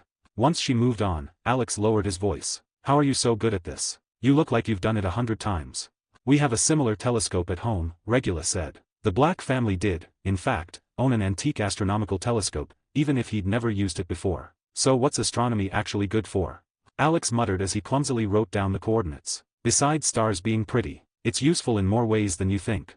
Regulus kept his eye on Sirius, recalling passages from the family library. Many advanced potions depend on precise lunar phases and stellar positions. A lot of the key ingredients for Felix Felicis, for example, have to be harvested under specific moon phases and star alignments. Some variants of ancient runes change in strength depending on the position of certain constellations. He went on, and that's not even counting old magical contracts, family rituals, or castle ward systems. Their power rises and falls with stellar cycles. Understanding the sky is, in a way, learning to read the hidden clock of the magical world. Alex stared at him. "None of that's in the textbook." "Because it's material for later years," Regulus said evenly, "or part of certain family traditions." At that moment, Professor Sinistra clapped her hands to draw everyone's attention. "Now shift your telescope about 15 degrees to the left, and lower the elevation by 5 degrees. You should see 3 bright stars, nearly evenly spaced in a straight line. That's Orion's belt. Record their positions and relative angles." Regulus adjusted his telescope. When the 3 stars came into view, his hands stilled. It wasn't just their beauty, it was the pattern. 3 stars. Alitak, Alnilam, Mintaka. In Muggle astronomy, they were simply 3 unrelated stars hundreds of light-years away, appearing aligned only by chance. But through a magical telescope, Regulus saw something else. Despite the vast distances between them, their magical radiance was not entirely separate. Extremely fine threads of magic, thin as spider silk, flowed slowly between the 3 points, forming a fragile triangular structure. He quickly recorded their coordinates on the star chart, connecting the points with dotted lines and marking the angles. Orion's belt was almost a perfect straight line, but not quite. There was a curvature so slight it was negligible on a cosmic scale, yet potentially critical in magical application. Regulus could build precise geometric models of constellations in his mind. He could simulate stellar positions, even calculate trajectories. Just now, without meaning to, he had projected their relative positions 100 years into the future based on their current data and known proper motion. Stars moved. Slowly, but undeniably. Each of Orion's belt stars traveled through the galaxy along its own vector. Was that motion itself part of their magical nature? He made a decision on the spot. He would incorporate the true movement of constellations into his meditation, using exact calculations and spatial visualization. Professor Sinistra's voice pulled him out of his thoughts. "I see many of you have finished recording. Remember, the value of astronomy isn't memorizing constellation names. It's understanding the eternal rhythms within the movement of the stars." Class dismissed.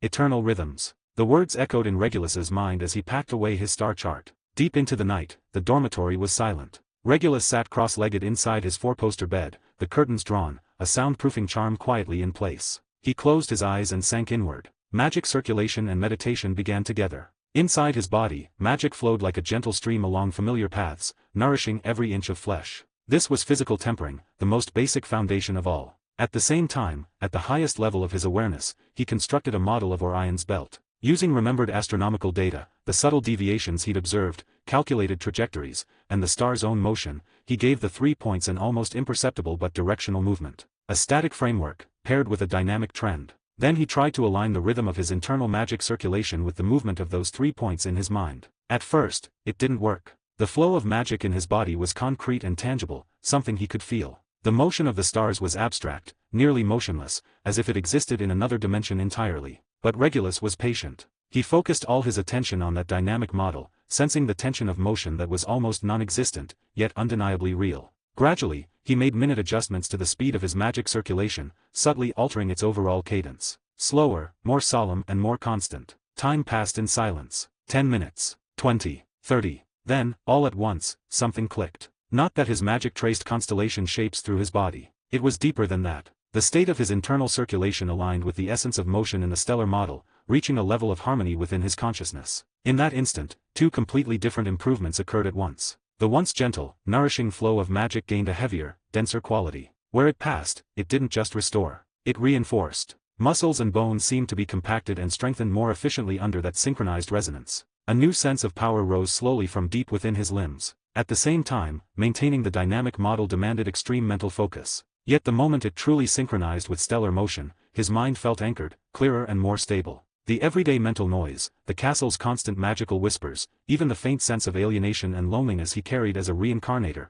were smoothed away by something vast and tranquil. His soul felt as if it had found a solid base, steady and unshakable. This was a qualitative leap. Regulus remained in that state, carefully observing every subtle change. Under synchronization, not only did his magic recover faster, the magic itself felt more condensed and obedient. He realized he might have brushed against a deeper magical truth. Body, mind, and magic had never been three separate elements. They could be unified, reinforcing one another, rising together. He named this integrated method in his mind, star-guided meditation. From now on, physical tempering and mental cultivation no longer needed to be separate practices. They became a single, complete discipline, one that sought harmony within the self. Thus, the foundation was laid. 27. Chapter 27. The Slytherin Welcome. On the last day of September, just as dinner ended, the two seventh-year Slytherin prefects, Lucretius Burke and Narcissa Black, rose at the end of the long table and lightly tapped a silver spoon against a goblet. All Slytherin students are to return to the common room immediately after dinner, Narcissa said, standing with effortless grace. First years, attendance is mandatory.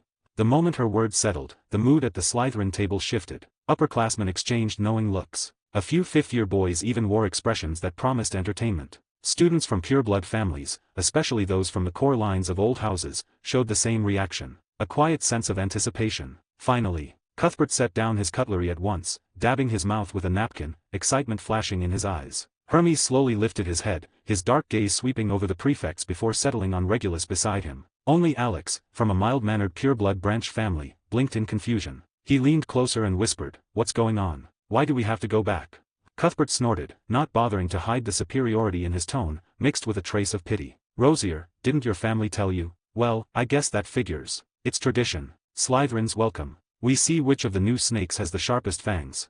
Alex's face drained of color. Understanding dawned. He glanced at Regulus, then at the other first years, unease written all over him. The rest of the great hall caught on quickly. Whispers spread as older students explained Slytherin's customs to the younger ones. Regulus felt more than one glance from the staff table. The one that lingered was Dumbledore's. From the Gryffindor side came other looks as well. Regulus didn't respond to any of them. He simply stood and followed the flow. By the time they filed into the underground common room, the atmosphere had changed completely. Green flames leapt in the fireplace, reflecting off dark green drapes and silvered and off dozens of faces wearing very different expressions. Upperclassmen clustered around sofas and armchairs, talking in low voices, their eyes roaming over the 10 first years who had just arrived. The first years instinctively drew closer together, then subtly split into small groups. Cuthbert, Hermes, and the rest of the pure-blood corps stood together, expressions ranging from arrogant to brooding. The others, including two half-blood students, a boy and a girl, looked isolated and out of place. Their eyes darted around the room, unsettled, before landing on Regulus almost in unison.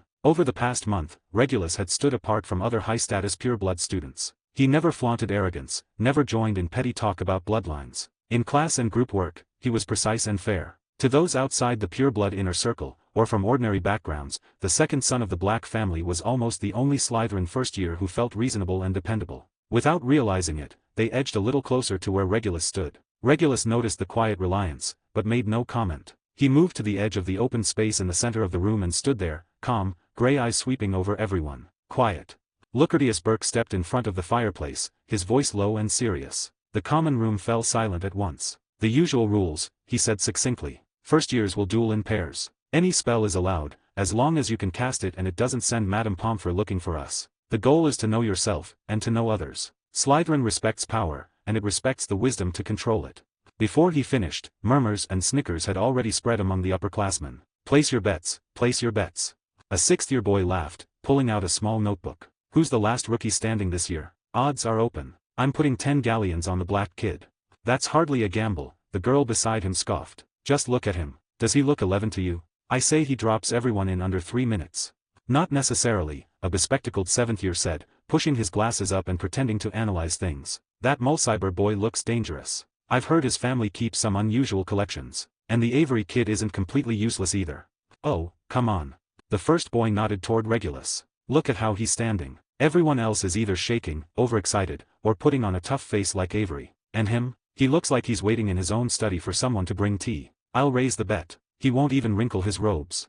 The chatter drifted clearly into the ears of the first years. Cuthbert's face flushed, half with excitement, half with anger. Alex grew even more tense, fingers twisting the edge of his robe. The two half-blood students looked pale. Hermes remained dark and silent, his gaze on Regulus sharpening. And at the center of it all, Regulus himself stood without expression. Now, draw lots for the first round, Narcissa said, producing a small silver cup filled with parchment slips. The results came quickly. Alex was paired with another nervous pureblood boy from a side branch. A half-blood girl drew Cuthbert and went even paler. Regulus drew another pureblood boy, who looked close to tears when he saw the name. Wait.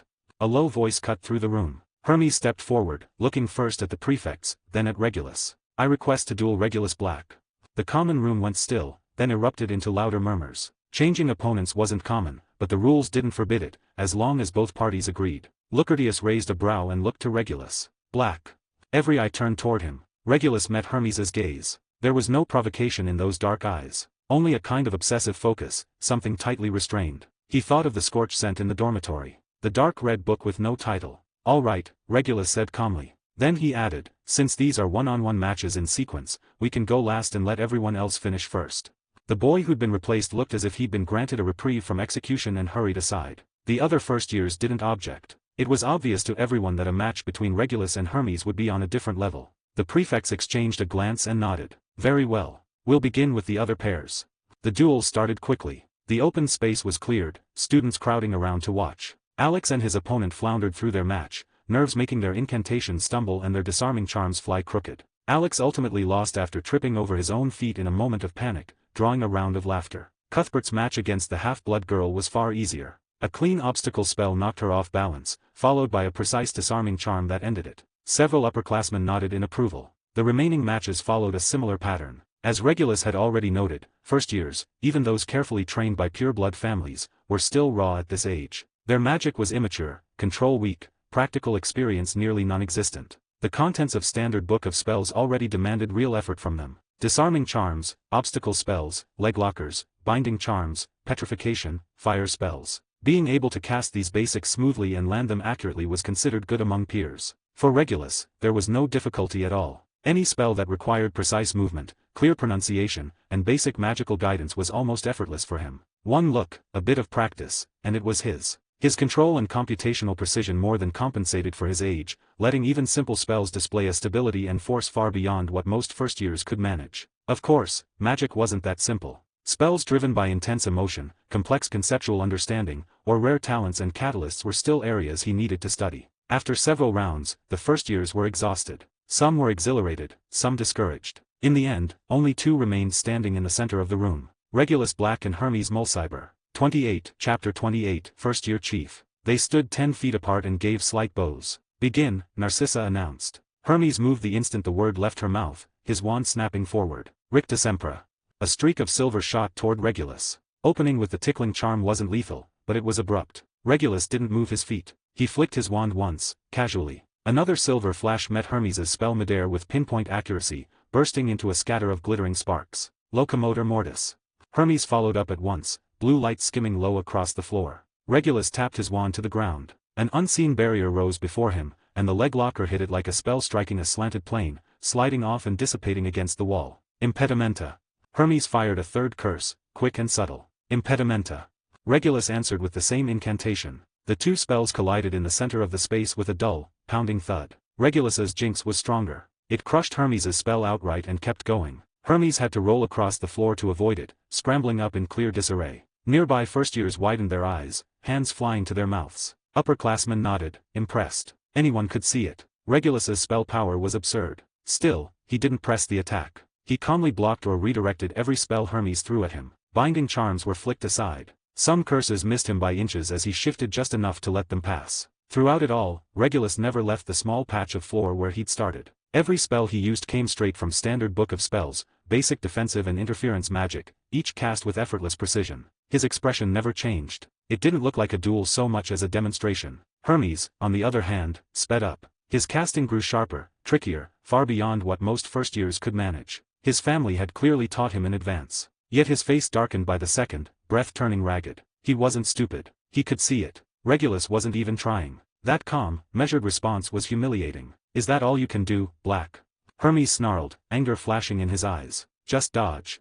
He broke off the rapid exchanges and raised his wand high. His chant dropped lower, harsher, the syllables twisted and difficult. An ominous dark red glow gathered at the tip, the air around it turning cold. Several upperclassmen frowned. Lucretius Burke stepped forward, ready to intervene. Narcissa's brow tightened, fingers already closing around her wand. Too late. Hermes hissed the final syllables. A beam of dark red, nearly black, heavy with pain and malice, tore across the room toward Regulus. Dark magic. It was clearly incomplete, its power greatly weakened, but the nature of it was unmistakable. Gasps rippled through the common room. For the first time, Regulus's calm gaze shifted. So this was it. Hermes was skilled in dark magic. Regulus could feel it clearly. This wasn't the first time Hermes had used that spell on a living person. Family tradition. Regulus abandoned the basic spells. He pointed his wand forward. No gesture. No incantation. The motion was stripped to its bare minimum. A solid silver barrier snapped into place in front of him, crystalline as cut glass, its surface alive with intricate, orderly ripples that flowed without breaking. The dark red beam slammed into it.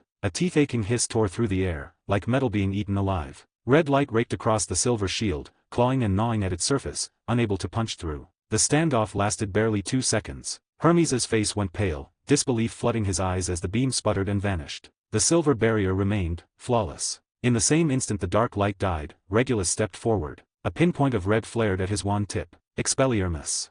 The spell was denser and faster than anything Hermes had cast, a bolt of red tearing through the air and striking him square in the chest. Crack. Hermes's wand flew upward, spinning in an arc, caught cleanly by Regulus's free hand. The duel was over. It was mercy, in its own way. Otherwise, a single leg locker would have been enough to drop Hermes to his knees. From the moment Hermes cast dark magic to the instant Regulus broke it and disarmed him, less than 5 seconds passed. Many students hadn't even finished reacting to the appearance of dark magic. The common room fell into dead silence. Hermes stood frozen, his right hand still clenched as if holding his wand. His body trembled. His face was bloodless, his eyes empty, unable to accept that his most secret, most trusted weapon had been dismantled so easily. Regulus stepped forward and returned the wand. His voice stayed even, without triumph or disdain. Just calm. Good attempt. But the spell structure is unstable, and your magic supply falters. Next time you use it, you should be thinking about killing me, not hesitating. The air seemed to freeze. The word killing, spoken so evenly by an 11-year-old, sent a chill through the room. Upperclassmen reacted first. Lucretius's eyebrows shot up, open appreciation and even delight flashing in his eyes. Nearby, several 5th and 6th-year pure-blood students traded looks, murmuring under their breath. "Did you hear that? Thinking about killing me." Merlin, from a first-year. Elegant. Powerful. And a 7th-year girl from the Caro family licked her lips, eyes bright. No moral panic over dark magic. He knows exactly what it is. That's how a Slytherin should be. The Black family might really produce someone dangerous this time, a boy from the Knot family said, his tone cautious. To them, Regulus had judged dark magic as a technique, critiqued its execution, and ignored its inherent evil. That mindset aligned far more closely with certain ancient pure-blood values than Hermes's half-formed curse ever could. Alex parted his lips, his gaze flicking from Hermes, pale and hollow-eyed, to Regulus, calm as ever. He wanted to say something. It was just a match. This had gone too far. Words like killing did not belong here. Neither did spells that felt this dark. Nothing came out. The words never came. When Regulus's calm gaze swept past him, every naive thought froze in place. Alex dropped his head, staring at the tips of his shoes. Cuthbert felt something else entirely. After the conflict in flying class, he'd thought the gap between himself and Regulus might be bridged with technique and cleverness. Now he understood. The difference was visible, undeniable. He clenched his fists, then slowly let them go, watching in silence. As for Hermes himself, the emptiness in his eyes snapped into focus. He stared at Regulus, humiliation, shock, fear, and a trace of panic churning together. He had hesitated. He hadn't dared, couldn't dare, to cast that spell at full strength in front of everyone. He yanked his wand back, dropped his head, and slipped into the shadows at the edge of the crowd, locking every emotion behind his familiar brooding mask. Ahem. Narcissa cleared her throat, breaking the tension. She and Lucretius exchanged a look. Tonight's welcome had achieved its purpose. There was no need to continue. No suspense left to wring from it. Lucardius stepped forward, scanning the remaining first years. Does anyone wish to challenge Black, or Mulciber? His gaze moved slowly across them. Alex kept his head down. The others shook their heads, avoiding his eyes. Even Cuthbert, who might once have harbored a thought or two, stood in silence. In that case, Lucardius said evenly, the position of first-year chief goes to Regulus Black. Let this be the standard you aim for. 29, Chapter 29, A Letter from Bella. The noise from the Slytherin welcome hadn't fully died down yet. Students were breaking into small groups, voices low as they rehashed the brief but explosive duel. Regulus had just stepped away from the cleared space in the center of the common room, intending to head back to the dormitory, when someone called his name. Regulus. It was Narcissa Black. She stood near the archway leading to the girls' dormitories, alone for once, without the usual cluster of older girls around her. She was clearly waiting for him. A few upper-year boys who had been about to approach the newly crowned chief took the hint and stopped short. Cousin Narcissa. Regulus turned and walked over. He wasn't surprised she wanted to speak with him, only that she'd chosen to do it so soon. Narcissa didn't answer. She simply gestured for him to follow. They left the common room and entered a narrow stone corridor. There were no portraits here, only cold walls and greenish torches burning at regular intervals. Once she was sure they were alone, Narcissa turned. Worry and severity were written plainly across her face. She drew a black sealed envelope from her sleeve. The wax bore a snarling skull with a snake clamped between its teeth, a symbol not yet public, but already quietly recognized in certain circles. Bella sent this for you. Narcissa lowered her voice. She specifically told me to wait until you'd secured the chief position before giving it to you. Regulus took the letter. The black envelope felt faintly cool, with a trace of unsettling magical residue clinging to it. He didn't open it right away. Instead, he looked at Narcissa. She seemed to understand the unspoken question and sighed softly. The situation outside is tightening, Regulus. That man, his influence is spreading fast. It's no longer secret meetings and small-scale trouble. The Ministry of Magic, the Wizengamot, even the Hogwarts board. There are people backing him, or people afraid of him. Some shops in Diagon Alley and Hogsmeade have quietly changed hands. A few editors from dissenting papers have stepped down for health reasons. And 2 officials from the Department of Magical Law Enforcement who publicly questioned the abuse of the Statute of Secrecy were found last month, injured by so-called experimental magic gone wrong, and sent to St. Mungo's. She looked straight at Regulus. He's persuasive and dangerous. Promises, threats, and power, openly displayed. He's weaving a net. Among the pureblood families, the Lestranges are already at the core. The Knotts, the Carrows, the Yaxleys have chosen sides. Many others are waiting, weighing their options. The Malfoys. She drew a steadying breath. The Malfoys as well. Regulus understood. Narcissa herself might not fully agree with Voldemort's vision of conquest and cleansing, but she was about to marry into the Malfoy family. Her position would be bound to Lucius Malfoy's choice, and to the family's interests. She had no room to maneuver. It matched what Regulus remembered of history, only sharper, more detailed. The shape of Voldemort's first rise was becoming disturbingly clear. Thank you for telling me, Regulus said calmly, slipping the letter into an inner pocket of his robes. Narcissa studied his face, as if searching for even a flicker of fear or uncertainty. She found none. In the end, she only said quietly, be careful of Bella. She isn't the same anymore. And be careful of what's written in that letter. You're young, but that won't protect you forever. With that, she gave a slight nod and turned away, her robes whispering against the stone as she left the corridor. Back in the dormitory, Cuthbert, Hermes, and Alex hadn't returned yet. Regulus drew his bed curtains and cast a soundproofing charm before taking out the letter. He broke the seal. A faint scent drifted out, expensive perfume layered over something sharper, burned, almost acrid. The parchment was thick. The handwriting was wild and forceful, the strokes pressing so hard they nearly tore through the page, betraying the writer's agitation. My dearest cousin Regulus. I was delighted to hear that you've already distinguished yourself at Hogwarts, claiming the position of Slytherin chief. It fills me with pride. The noble blood of the Black family runs strong in you. You have not disappointed me, the family, or our lord. This is a magnificent era, Regulus. The old order is crumbling. The rotten Ministry of Magic is controlled by cowards and mudblood sympathizers who defile our birthright and our glory. But dawn is coming. A true king has risen. He will lead us to cleanse this tainted world and rebuild an eternal order belonging to pureblood wizards alone. That is what we deserve. You have shown talent, but it is far from enough. You must grow faster, become stronger and more resolute. Slytherin's little games are only the beginning. The real battlefield lies beyond the castle walls. Our lord requires loyal and capable followers. The Black family must claim the most brilliant place in this new era. Do not be misled by weak sentiment. Do not shackle yourself with false morality. Power is truth, and truth belongs only to the victor. I have already reported your situation to our lord. He is very interested in you. A Black who displays such ability at so young an age has caught his attention. Remember this interest, Regulus. It is a supreme honor, and it should drive you forward. Do not fail it. Be ready at all times, cousin. When the summons comes, prove yourself worthy of the black name, worthy of serving a greater cause. Your loyal and eager cousin, Bellatrix Lestrange. The letter ended. Regulus rested the parchment on his knees, his face unreadable. The fervor, obsession, and hunger for violent power spilling from Bella's words were even stronger than he'd expected. This wasn't simple loyalty. It was devotion twisted into something pathological. The pressure was obvious too. Bella, or rather Voldemort behind her, had no intention of overlooking him just because he was 11.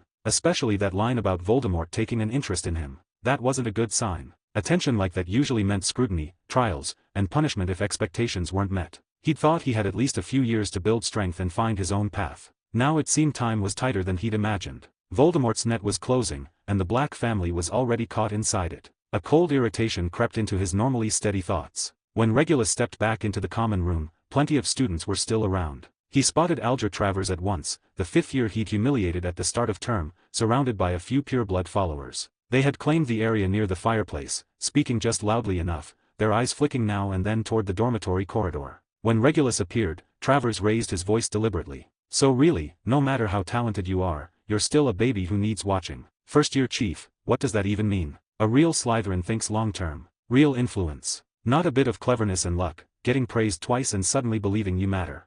His cronies chuckled along. Several upperclassmen who hadn't left yet, including some neutrals, turned to watch, interest lighting their faces. They knew about the earlier conflict between Travers and Regulus. They also knew exactly what Travers was doing, trying to knock the shine off the new chief at the height of his momentum. It was a familiar scene in Slytherin. Cuthbert and Alex were sitting in the sofa area nearby. Cuthbert frowned, eyes moving from Travers to Regulus. Alex looked openly uneasy. Even Hermes, who had been lurking in a corner, shifted and drifted closer, stopping about 5 meters away, watching in silence. Travers, a 6th-year girl said, the same one who had praised Regulus earlier. That's enough. He's only a first year.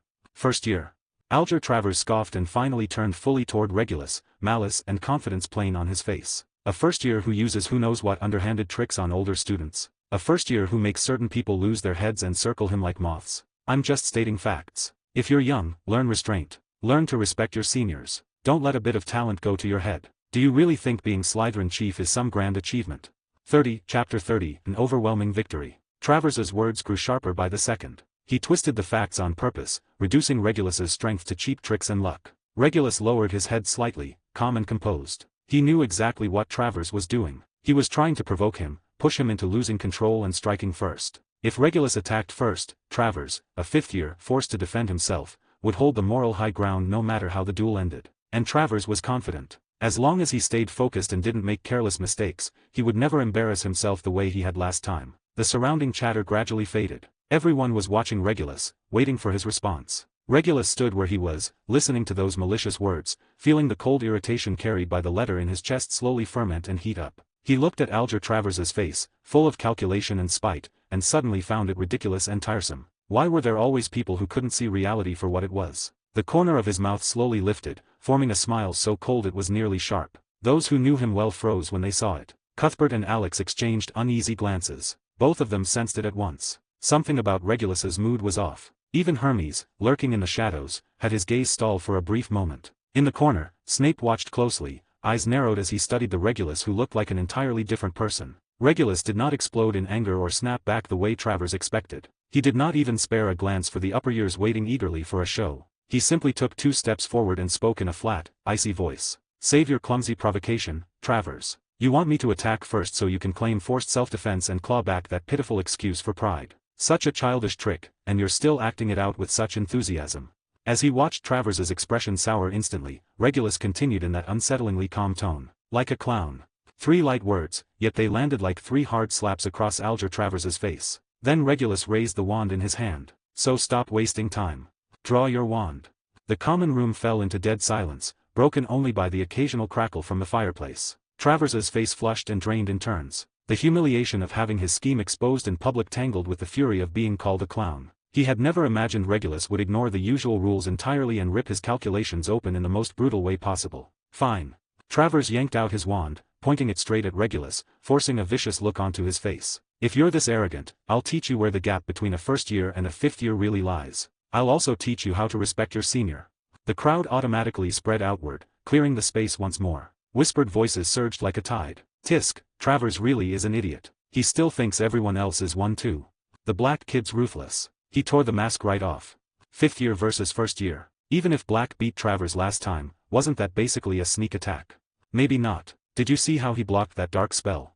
That's different. Mulciber was a 1st year too. Travers has had 5 proper years of training. This should be good. Cuthbert clenched his fists tightly. Alex had already squeezed his eyes shut. Hermes leaned against a stone pillar not far away, his dark gaze locked on the center of the room. Lucretius made no move to intervene. In Slytherin, a private, mutual duel like this was often tolerated as long as it didn't spiral into something irreversible. Start. A thrill-seeking upper year shouted. Alger Travers rushed the attack, lessons from last time firmly in mind, wand already in hand. Stupefy.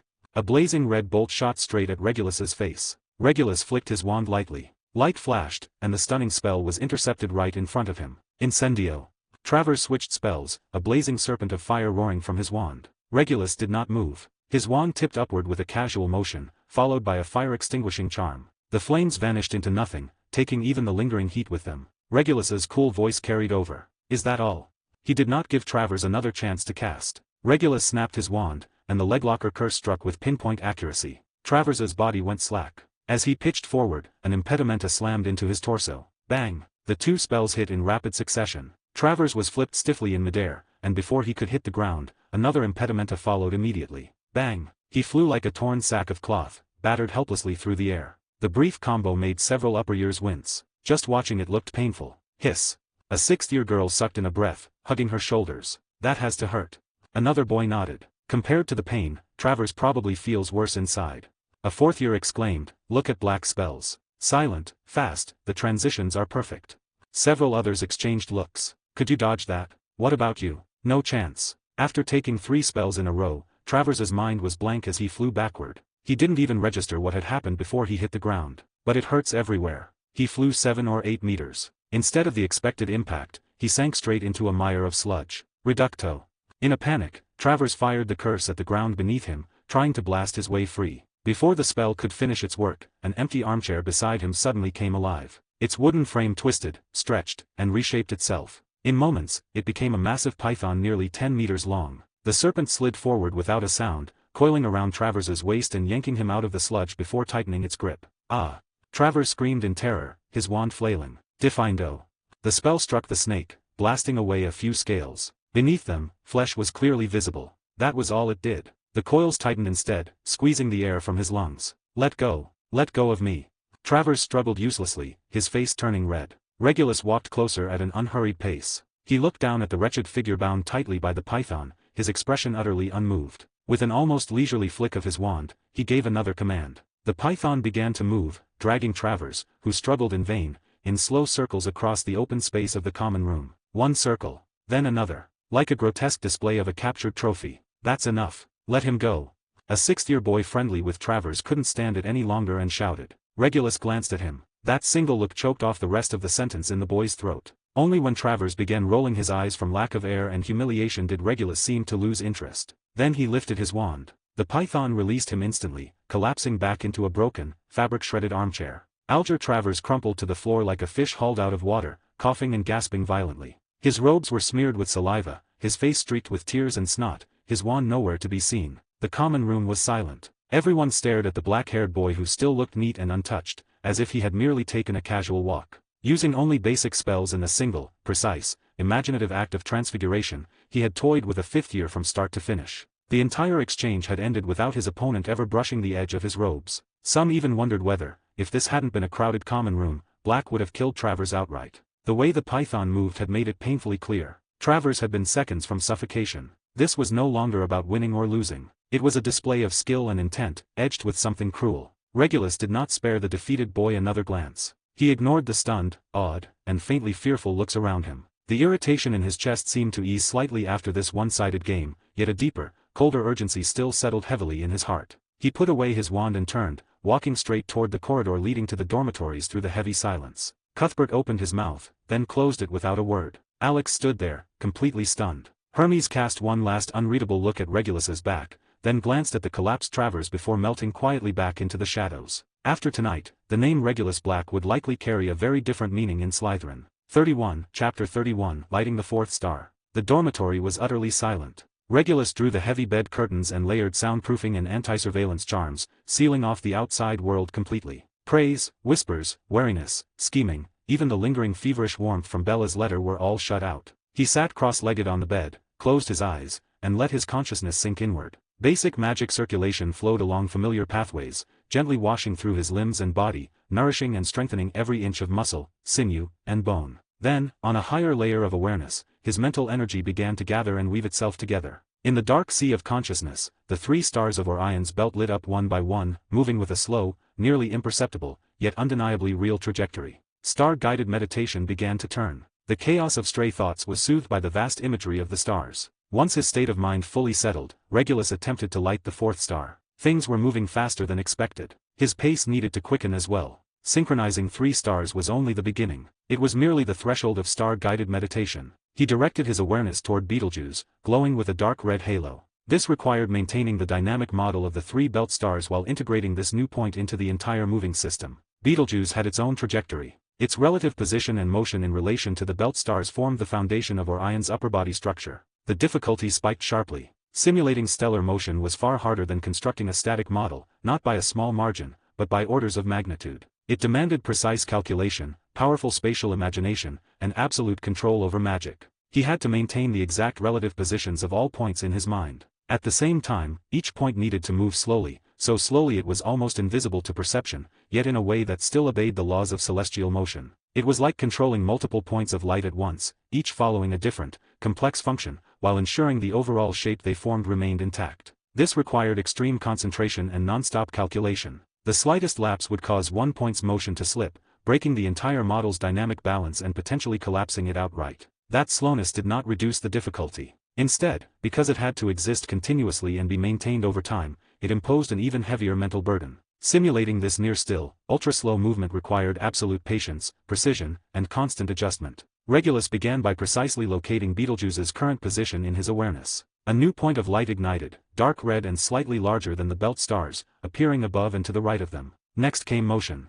Betelgeuse's self-motion data differed from that of the belt stars. Even its direction varied slightly. Regulus had to split off part of his focus to calculate and sustain Betelgeuse's movement while also coordinating its dynamic geometric relationship with the belt stars. Distance, angle, and direction all shifted slowly as each star followed its own path. The moment he added Betelgeuse's motion, the previously stable 3-star model was disturbed. The trajectories of the 3 points grew chaotic, and the entire structure teetered on the brink of collapse. He stopped immediately, reverting to maintaining only the 3 stars. After stabilizing them again, he made another careful attempt. This time, he first added Betelgeuse as a static point, locking in its relative position with the 3 stars. Then, with extreme care, he began to inject the pre-calculated motion into it, bit by tiny bit, while simultaneously making subtle adjustments to the belt star's motion to accommodate this new variable and seek a fresh dynamic balance. It was an exhausting process, both mentally and computationally. His mind felt like a bowstring pulled taut. A faint, persistent pressure throbbed at his temples. Maintaining a 4-star dynamic model consumed far more mental energy than 3. The drain rose almost exponentially. Time passed in silent resistance and constant adjustment. At some point, it felt as though an invisible gear finally clicked into place. Betelgeuse's dark red glow was no longer a jarring addition. Its motion fell into harmony with the belt stars. The simple quadrilateral formed by the 4 stars began to move together in the void of his consciousness, synchronized in a unified, harmonious rhythm. He succeeded. The 4-star dynamic model was complete, at least in its initial form. Regulus maintained the state, carefully sensing the changes. The mental cost was immense, but alongside it came a deeper sense of tranquility and a faint fullness, as though his soul itself had been stretched wider. After lighting the 4th star, the entire meditation state felt more layered and stable. His perception of the ambient magic in his surroundings also seemed just a bit sharper. He slowly withdrew from deep meditation and glanced at the magical timepiece by his bed. From his first attempt to light the 4th star to achieving a stable result, nearly 2 hours had passed. And that was only the time required to add a single star, building on an already mastered 3-star dynamic model. It was easy to foresee what lay ahead. As the model incorporated more stars, the dynamic relationships between them would grow increasingly complex. Each additional star would demand exponentially more time, calculation, and mental strain to integrate into the overall system. At the same time, it was equally clear that as the depth of meditation increased, his mind would be tempered by sustained high-intensity training. It would grow tougher and more vigorous, while his computational ability and spatial imagination steadily improved. In turn, this would gradually accelerate the process of lighting future stars. It was a spiraling ascent, slow and arduous at the start, faster later once the foundation was firmly laid. Yet the greatest challenge was not lighting more stars. It was fixation. Dynamics were the core of this method and also its greatest difficulty. Each meditation required him to recalculate, rebuild, and maintain the entire dynamic model. It could not be solidified into instinctive magical pathways the way fixed meditation diagrams could. To reach a state where this moving star model persisted naturally, whether walking, sitting, or lying down, was unimaginably difficult. Fixation usually meant immobility, yet what he sought to fix was a system in perpetual motion. This demanded that the deepest layers of his mind form an active structure capable of automatically processing complex dynamic changes and making continuous micro-adjustments on its own. The road ahead was long, but the light was already visible. Regulus closed his eyes again, choosing not to challenge the fifth star. Tonight's success with 4 stars was already a breakthrough. He needed consolidation, to make this 4-star dynamic model more stable, more natural. News that Regulus had utterly crushed fifth-year Alger Travers spread suddenly and shocked everyone, exploding through Slytherin and even the wider pure-blood circles of Hogwarts. Slytherin revered power, and it also revered the intelligence to wield it. When the two combined and were displayed in such dramatic fashion, the impact was immense. Overnight, Regulus's standing within Slytherin underwent a subtle yet fundamental shift. Upper years no longer looked at him with the casual appraisal reserved for a promising junior. There was now genuine attention, and even a hint of wariness. No one said anything foolish anymore. Pure-blood students who had kept their distance from the Black family due to factional politics or the serious incident began reassessing the young heir. The Black family might really be on the rise this time,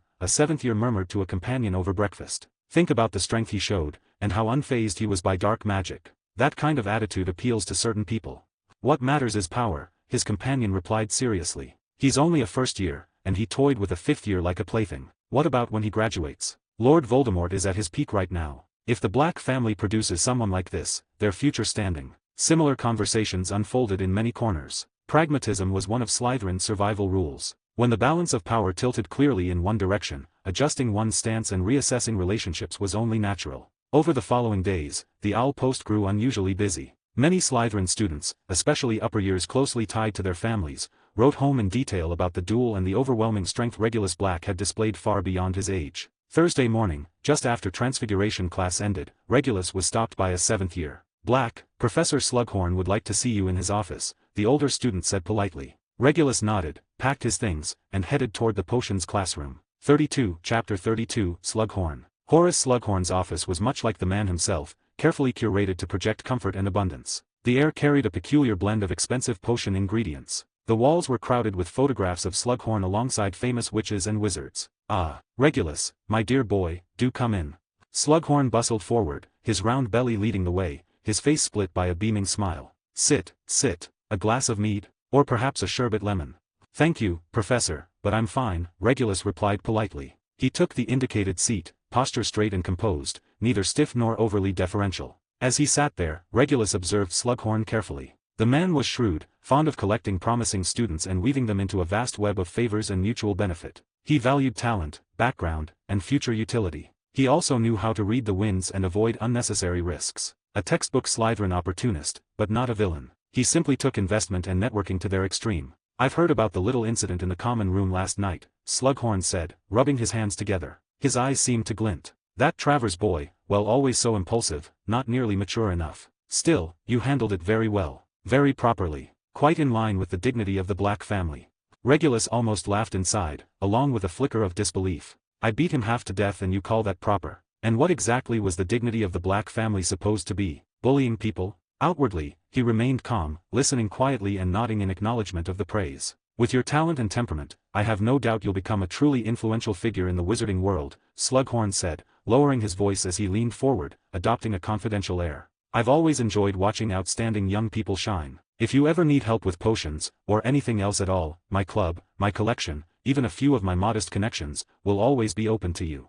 Regulus understood perfectly. Slughorn was carefully avoiding Voldemort's name, but he was clearly optimistic about Regulus's prospects in the coming era and willing to invest early. Regulus showed a touch of age-appropriate humility. Thank you very much for your confidence, Professor. Actually, there is a rather obscure direction in potions that I've been curious about. I was hoping for your guidance. Oh. Slughorn's eyes brightened further. Do tell. I came across some descriptions in a few very old family fragments concerning ritual practices, Regulus said, choosing his words with care, sounding like a student driven by curiosity. The officiants would sometimes draw complex totems or runes directly onto the skin. Supposedly, this allowed brief contact with certain forces. I was wondering whether such external applications could be achieved through potions instead. For example, could potion ingredients with specific effects be processed into a form that can safely adhere to the skin and release its effects slowly over time? Slughorn stroked his double chin, clearly intrigued. An interesting idea. Very old, very niche. Directly inscribing magical runes is extremely dangerous, but using potions as a medium. There are records. Ancient northern witches used ointments brewed from dragon blood, powdered troll heart, and frost crystal flowers to gain strength, though the side effects were severe. If you want something safe, long-lasting, and targeted that would involve ingredient stability, skin permeability, controlled magical release, and also preventing magical conflict and backlash, it's quite a complex topic, my boy.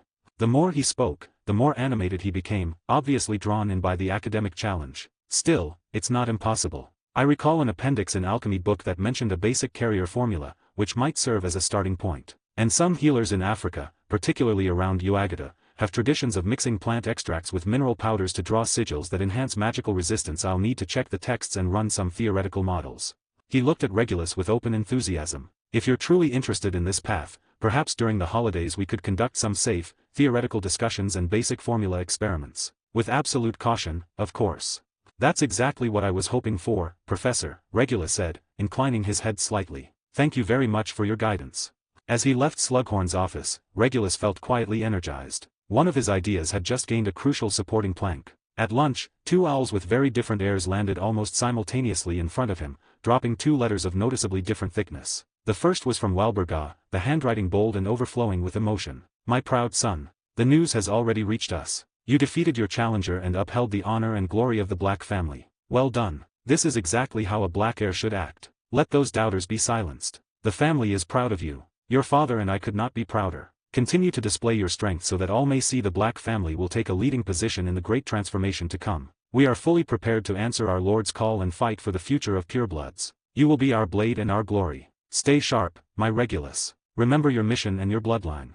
The words brimmed with unrestrained fervor, pride, and devotion to Voldemort's cause. Regulus folded the letter calmly. The second was from Orion, the writing steady and restrained. Regulus. I have heard of your recent performance. Be mindful of restraint when displaying your abilities. Do not make enemies lightly. Slytherin relationships are complex. Power is the foundation, but adaptability and judgment are what allow one to endure. The situation outside is growing increasingly tense, and matters at home are complicated. Your mother is highly motivated at present. You should be clear in your own mind. Focus on your studies and on strengthening your abilities. Hogwarts is still relatively stable for now. Make good use of its resources. I have updated your access to the family library. You may now consult shelves 7 through 12. Knowledge brings not only power, but wisdom.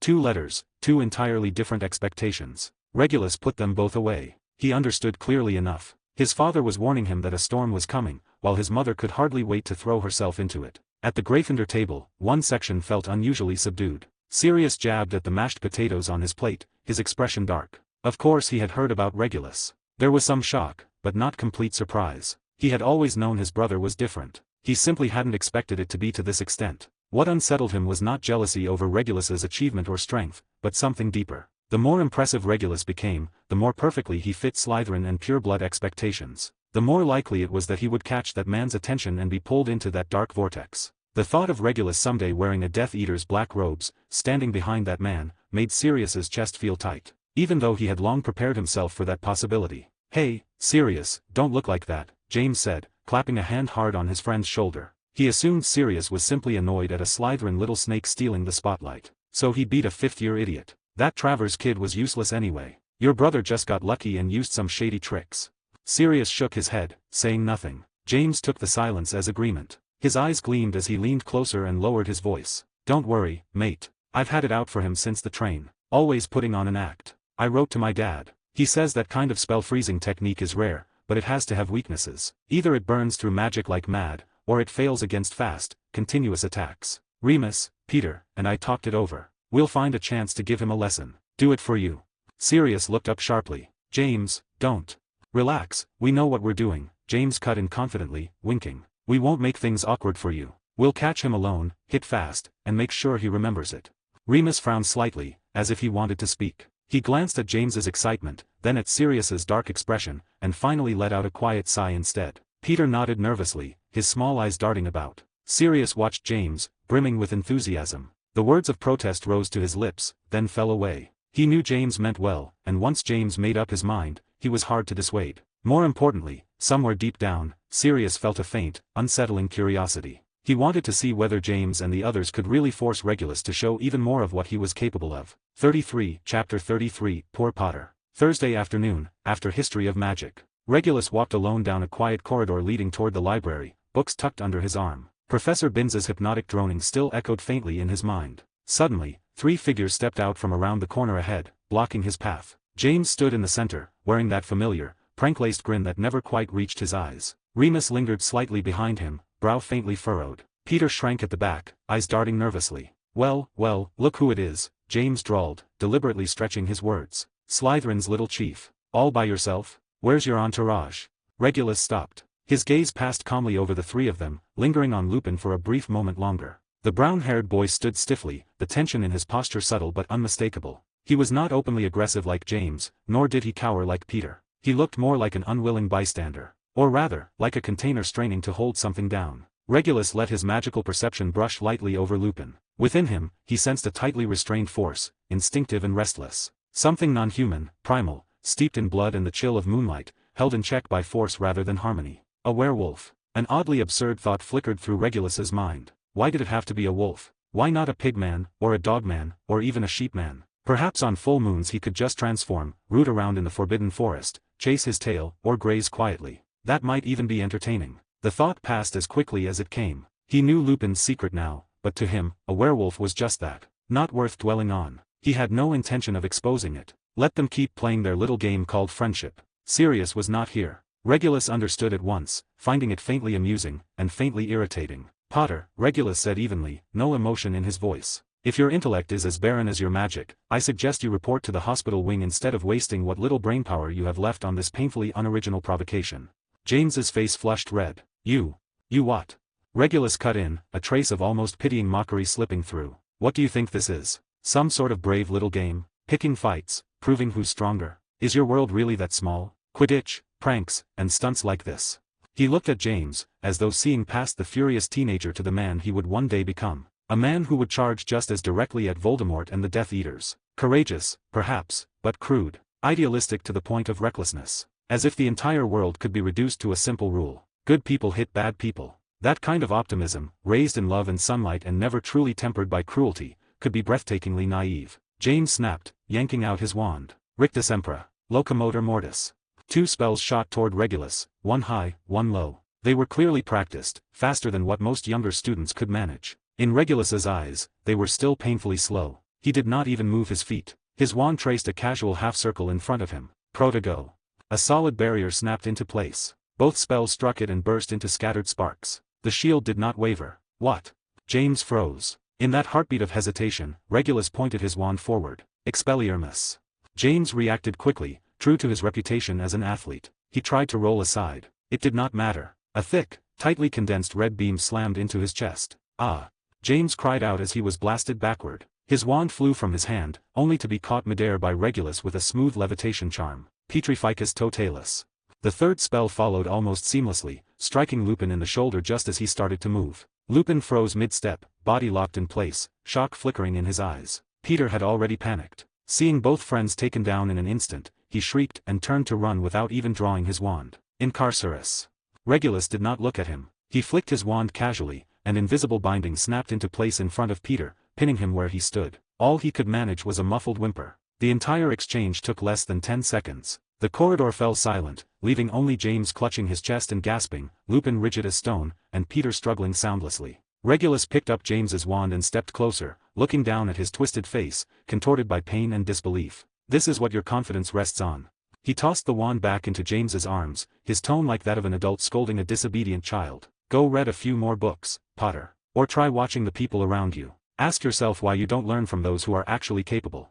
He turned to leave. Footsteps sounded hurriedly from the far end of the corridor. Regulus paused, then lifted the spells on Lupin and Peter. Lupin staggered, bracing himself against the wall. Peter collapsed onto the floor, gulping air. James Potter, what have you done now?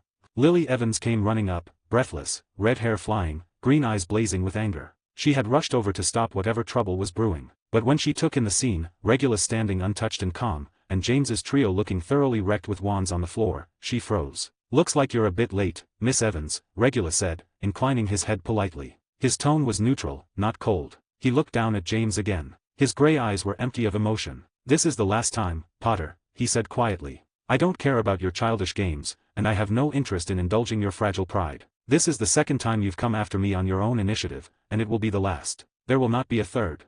James jerked his head up, fury burning in his eyes. He wanted to shout back, to curse him out. The pain in his chest, and the memory of being utterly crushed without the slightest chance to fight back, slammed shut his throat. He understood the warning. If he tried again, it would not end as lightly as this. Regulus said nothing more. He turned to Lily, whose expression had grown complicated. "I was heading to the library to look up some potion materials. Care to join me?" Lily glanced at James, who was clearly shaken despite his stubborn silence, then at Regulus, composed and unruffled. After a moment's hesitation, she nodded. "All right. I've got a potions essay to work on anyway." They walked off together toward the library. James stood there watching their backs, his face pale and flushed by turns, feeling a complete, crushing sense of defeat for the first time. Remus leaned against the wall, staring after Regulus, a tangle of emotions churning inside him. There was even a thread of guilt. Twice now, they had been the ones to provoke him. And Regulus Black, a thoroughbred Slytherin, had never been known for bullying the weak or using underhanded tactics. Compared to that, they, especially James, relied on numbers and superior spell work to torment people they disliked, laughing it off afterward as a joke. Remus stepped forward and hauled James to his feet. Peter scrambled up on his own, eyes still wide with fear, clearly shaken by how decisively it had all ended. James looked awful, as if he had lost something precious. He gripped his recovered wand so tightly his knuckles turned white. His mind replayed those few seconds over and over. His spell stopped cold. His wand ripped away. Remus petrified. Peter bound. He had heard the warning. Even so, he had to reclaim his pride. He had to wash away today's humiliation. But that would require better planning, greater power, or a more favorable moment. At the very least, he could not charge in head-on like today again. The thought made his chest feel tight with frustration, his expression dark enough to sour the air. "Let's go," James finally ground out through clenched teeth. He shrugged off Remus's hand and stormed toward Gryffindor Tower, steps heavy and fast. Remus and Peter exchanged a glance and hurried after him. Chapter 34, Bloodlines, Stances, and Reality. In a quiet corner of the library, candlelight cast a warm glow across thick, time-worn pages. Lily Evans finally gave in. She set aside the heavy potions book in her hands and looked up at Regulus across the table, her green eyes intent. "I heard about the duel in the Slytherin common room," she said softly. "Against a fifth year." Her tone carried pure curiosity, free of bias or accusation. "They said you only used basic spells, but the results were completely different. Like we weren't even studying from the same textbooks. How is that possible?" Regulus lifted an eyebrow, mildly surprised she had brought it up. On second thought, it made sense. Details of internal Slytherin affairs rarely leaked. That was an unspoken rule, especially when it came to things like dark magic appearing at welcome gatherings. But Travers picking a fight and losing badly was excellent gossip, and no one felt any urge to shield him. Regulus met her gaze. He could tell that Lily's curiosity held no probing or hostility, only a genuine fascination with magic itself. That made him willing to explain a little more. "The spells themselves are straight from the books," he said calmly. "The difference lies in how you use them. So there's a trick to it. Understanding, proficiency, the body, and awareness." Regulus raised his wand and cast a silencing charm around them. Then he continued. "Understanding means grasping the essence of a spell. What kind of magical force it draws on, what substance or energy it acts upon, and what change it is meant to produce. Proficiency comes from countless repetitions, until the spell becomes almost instinctive. Incantation, wand movement, and magical output all synchronized, without waste or hesitation. The body matters too. Duels are not fought standing still and reciting spells. You need to move to evade attacks, adjust angles to gain better casting positions, and keep your balance so you can respond at any moment. A strong physique and quick reflexes are part of combat power."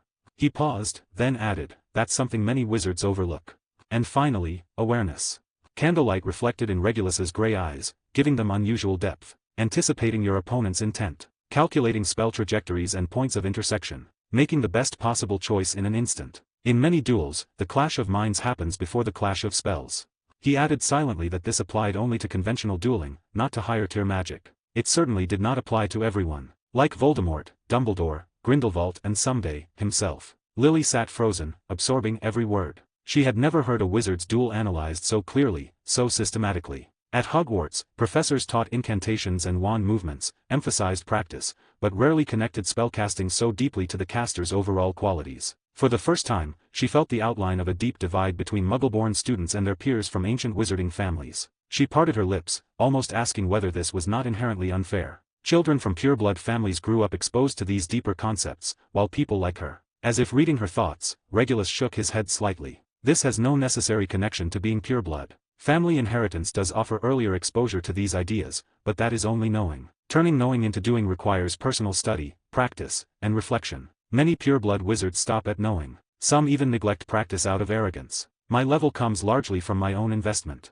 His words were like cold water, dousing the vague resentment stirring in Lily's chest. She suddenly remembered that Professor Slughorn had praised both her and Severus for their talent. They had achieved their results through effort as well. Resources might be unequal, but diligence and intelligence were available to anyone. Regulus was not defending pure-blood monopoly. He was emphasizing the decisive role of individual effort, which made his stance easier to accept. Lily nodded slowly, thoughtful. Still, she could not help wondering how many other purebloods would ever say something like this to her. The conversation drifted deeper. After a moment's hesitation, Lily voiced a question that had been circling her mind for some time. Lately, the atmosphere at school feels strange. Especially in Slytherin, and some upper-year pure-blood students in other houses. They whisper about that person, or that great wizard, with this kind of fervor. Is something happening outside?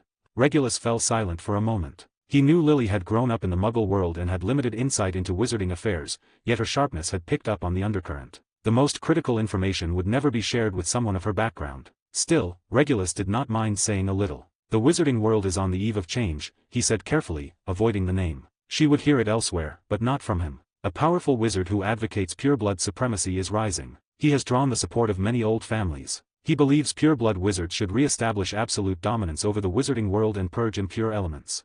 Lily's eyes widened. That's absurd. Just because of birth. Whether it is absurd depends on one's stance, Regulus replied evenly. For many ancient families, they control most of the wizarding world's wealth, knowledge, and power. That position has lasted for centuries, even millennia. They see it as a natural right granted by bloodline. The growth of half-bloods and muggleborns threatens to dilute and undermine that purity and those privileges. That wizard's ideology speaks directly to their anxiety and ambition. He looked at Lily seriously. The purebloods you know from other houses, like the Potters, Longbottoms, Pruitts, and Weasleys, may be more open-minded, or more content with the status quo. But Slytherin, and many families closely tied to it, are different. Lily bit her lip and looked at him, her voice barely above a whisper. And you must support that view too, right? You're a black. That's practically synonymous with pureblood. Regulus did not answer immediately. He turned to the window, gazing into the deepening night beyond the castle walls, as if seeing the turmoil Hogwarts shut out. Bloodline, he said slowly, is like an old key. It can open certain sealed doors, grant access to resources and perspectives others cannot reach. It represents tradition and vested interests. I will not deny that I benefit from it and make use of what it offers.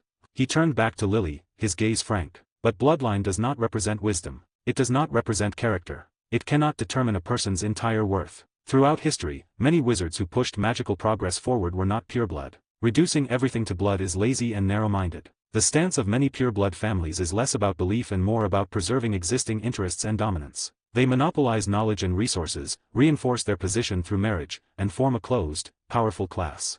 At that point, he could not help adding a private aside in his mind. In his previous life, he had owned a purebred dog. It was pretty and delicate, but not noticeably smarter than the mixed breeds on the street. Listening to this almost ruthless analysis, Lily felt shaken. She had not expected someone from the most illustrious pureblood family to view pureblood status this way. There was no fanaticism, no defense. Only a calm examination rooted in history and interests. It made her reconsider whether Regulus Black truly fit the mold of a typical pureblood boy. If she asked, he would tell her that he could be, or he could not be. For a while after that, they returned to their books. Regulus searched through texts on dermal potion carriers, magical slow-release matrices, and the stability of runic engraving media. The material he was reading went beyond ordinary OWL level and even touched on NEWT topics. At first, Lily was merely curious about what he was looking for. But when Regulus occasionally murmured questions about dense passages or offered incisive commentary, she was once again stunned by the depth of knowledge of someone her own age. She suspected that Regulus was researching a niche and highly advanced subject. What are you studying?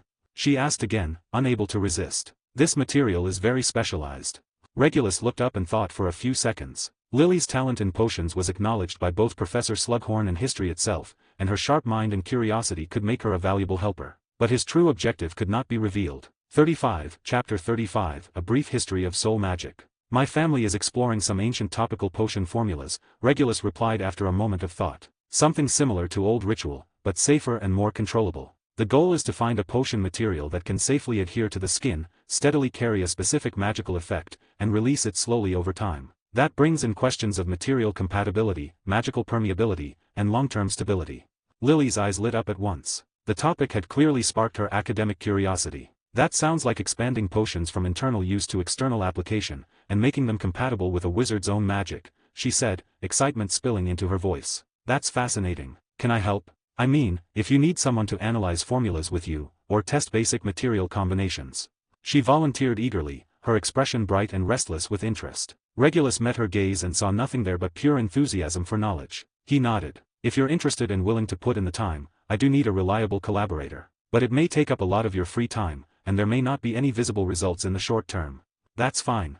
Lily said without hesitation. Being able to work on something like this is a reward in itself, and... She paused, her tone turning sincere. Thank you for being willing to talk to me about all this. About magic, about what's happening outside, and even that essay method you showed me before. It makes me feel like we're friends, right? Friends help each other. Regulus inclined his head slightly, his voice gentler than before. Yes, friends. I appreciate your help. And if you ever need my perspective or assistance with magic or anything else, just ask. Friendship was never about one-sided giving or taking. It was an exchange and sharing of value. Lily understood. She nodded firmly, a clear smile spreading across her face. When they parted, Regulus added seriously, there's no need to tell anyone else what I said. Lily understood the implications. She nodded solemnly. I promise.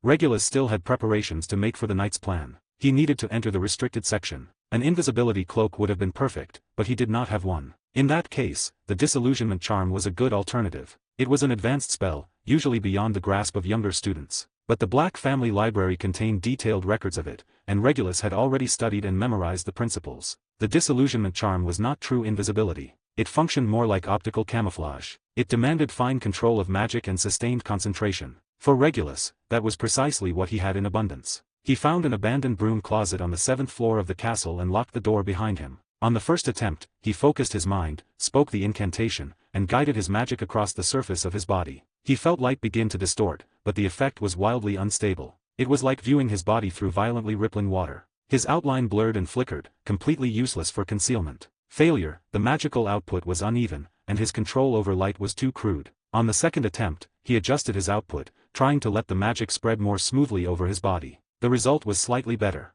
His body resembled a patch of badly tinted chameleon skin, clashing with the texture of the surrounding walls. The slightest movement gave him away. Still a failure. His simulation of environmental color and texture was not precise enough. Third attempt. Fourth attempt. He kept adjusting everything. The incantation, the wand movement, the fine details of magical output. He refined how he perceived the surrounding environment, light, and shadow, and how he imitated them. On the 5th attempt, he closed his eyes and guided his magic like the finest brush, painting light and shadow across his body to perfectly match the background. When he opened his eyes, the hand he raised before him had almost vanished. Only an outline remained, perfectly aligned with the brickwork behind it. As he moved slightly, the texture shifted in sync. Success. Even so, for Regulus, this level was not enough. Madame Pants relied on sight, perhaps, but what about magical detection? Or even Muggle thermal imaging? Would this hold up? A new idea took shape. Could he construct an ultra-thin isolating layer of magic over his body, one that not only distorted light but also blocked heat, scent, and even magical fluctuations?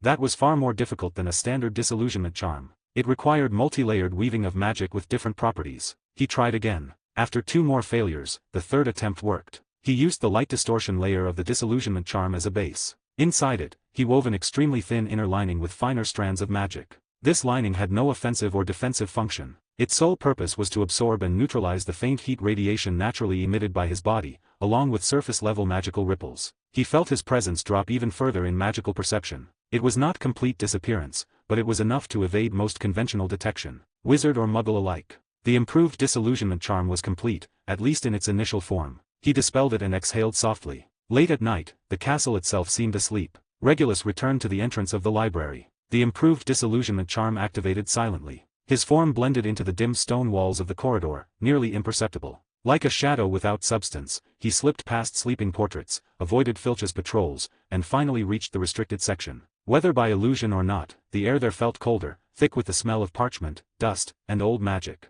He went straight to a familiar spot, a bottom corner shelf, and found the book he wanted. A Brief History of Soul Magic. Protective charms had been placed on it. Forcing it open or removing it would trigger alarms and might even damage the book. That was no obstacle. He did not need to take it. He extended his right hand, hovering about an inch above the spine, and closed his eyes. His already formidable mind, honed through relentless refinement, surpassed ordinary limits. He expanded his magic like an invisible scanner and began to read. Regulus sensed every trace of magic left on the pages. The author's thoughts and knowledge, infused during the act of writing, had been fixed into the parchment. This method placed an immense strain on the mind and could not perfectly reproduce every detail or nuance of prose. For his current needs, it was enough. Dense, obscure knowledge flooded his consciousness. The nature of the soul and the source of magic. Factors affecting soul stability. Manifestations and consequences of soul damage. Then came the core topic. Soul-splitting theory. As his magic reached that section, it grew especially focused. The book described the feasibility of this forbidden act. Through acts of extreme evil, powerful dark magic, and the utmost blasphemy against life and death, a complete soul could be forcibly torn apart. A fragment would be separated and sealed into a specific vessel. As long as the Horcrux remained intact, even if the physical body was destroyed, the main soul would not truly die. It could persist in some form and potentially rebuild a body through dark rituals. The book issued stern warnings about the horrific consequences. A divided soul would be permanently incomplete, unstable, racked with pain and twisted desires. The process of creating a Horcrux would irreversibly corrode the caster, making them colder, more unhinged, and less human. Moreover, the subtle connection between Horcrux and main soul could itself become a vulnerability. Regulus felt a chill run through him. This confirmed just how dangerous and vile the path Voldemort had chosen truly was. At the same time, another idea became clearer. Soul stability might be the key to safely approaching, or even wielding, dark magic. If a soul were strong and stable enough, like a fortified castle, could it resist the corrosive damage of dark forces? The book mentioned that a handful of powerful, resolute dark wizards seemed to support this theory. They used dark magic frequently without apparent harm. He thought of Dumbledore and Grindelwald. At their level, what difference did dark magic or light magic make? Used was used. Were there consequences? Apparently not. At least, the original novel never mentioned any. Voldemort, on the other hand, had clearly split his soul too early and too often in his pursuit of immortality. He had destroyed the very foundation of his own stability, leading to his eventual madness and inhumanity. Regulus skimmed the remaining chapters. Soul attachment, involving possession and curse transmission. Soul confinement and the origins of ghosts. Finally, he stopped. Tonight's gains far exceeded his expectations. He had not only confirmed the nature and danger of Horcruxes, but also clarified the importance of soul stability when venturing into the dark domain. At the same time, the additional knowledge about souls opened countless new lines of thought. 36, Chapter 36, Sweet-Talking Kids. Sleep after meditation was remarkably effective. When Regulus woke, his mind was clear and alert, his energy abundant. Strength filled his limbs, solid and grounded. Even his breathing felt different, as if magic flowed through him more smoothly with every breath. The kind of progress he could sense almost constantly was intoxicating. Regulus knew this was likely an early-stage surge, the result of his body and mind responding to the unprecedented, systematic stimulation of the star-guided meditation. He also understood that this kind of rapid growth would not last forever. Both body and soul had limits. Once potential was initially unlocked and the foundation reinforced, progress would slow, eventually reaching a stubborn bottleneck. At that point, moving forward might require a qualitative transformation, or the discovery of a new and even more efficient path. For now, though, the road had to be walked step by step, and he allowed himself to enjoy this phase of rapid accumulation. Wednesday afternoon, right after Charms class, Regulus was holding his books and preparing to head to the library when Cuthbert called out to him. "Regulus," Cuthbert said. His voice held less of its usual casual arrogance. "Can we talk back in the dorm? There's something I need to discuss." Regulus glanced at him and nodded. "All right." When they returned to the Slytherin dormitory, Alex and Hermes were both absent. Cuthbert closed the door. His expression carried a seriousness that did not quite fit his age, mixed with an awkward, distinctly adolescent tension. He cleared his throat before speaking. "My father wrote to me last night." Regulus listened quietly, already having a rough idea where this was going. Cuthbert paused, as if choosing his words, then seemed to steel himself and blurted everything out in one breath. He said, "The atmosphere in the Ministry of Magic has been very subtle lately. A lot of old families are adjusting their strategies again. He's heard about how you've been performing at Hogwarts. He specifically mentioned your interaction with that fifth-year, Travers. He thinks that with an heir like you, the Black family could play a more important role in the coming changes. He wants me to stay on good terms with you."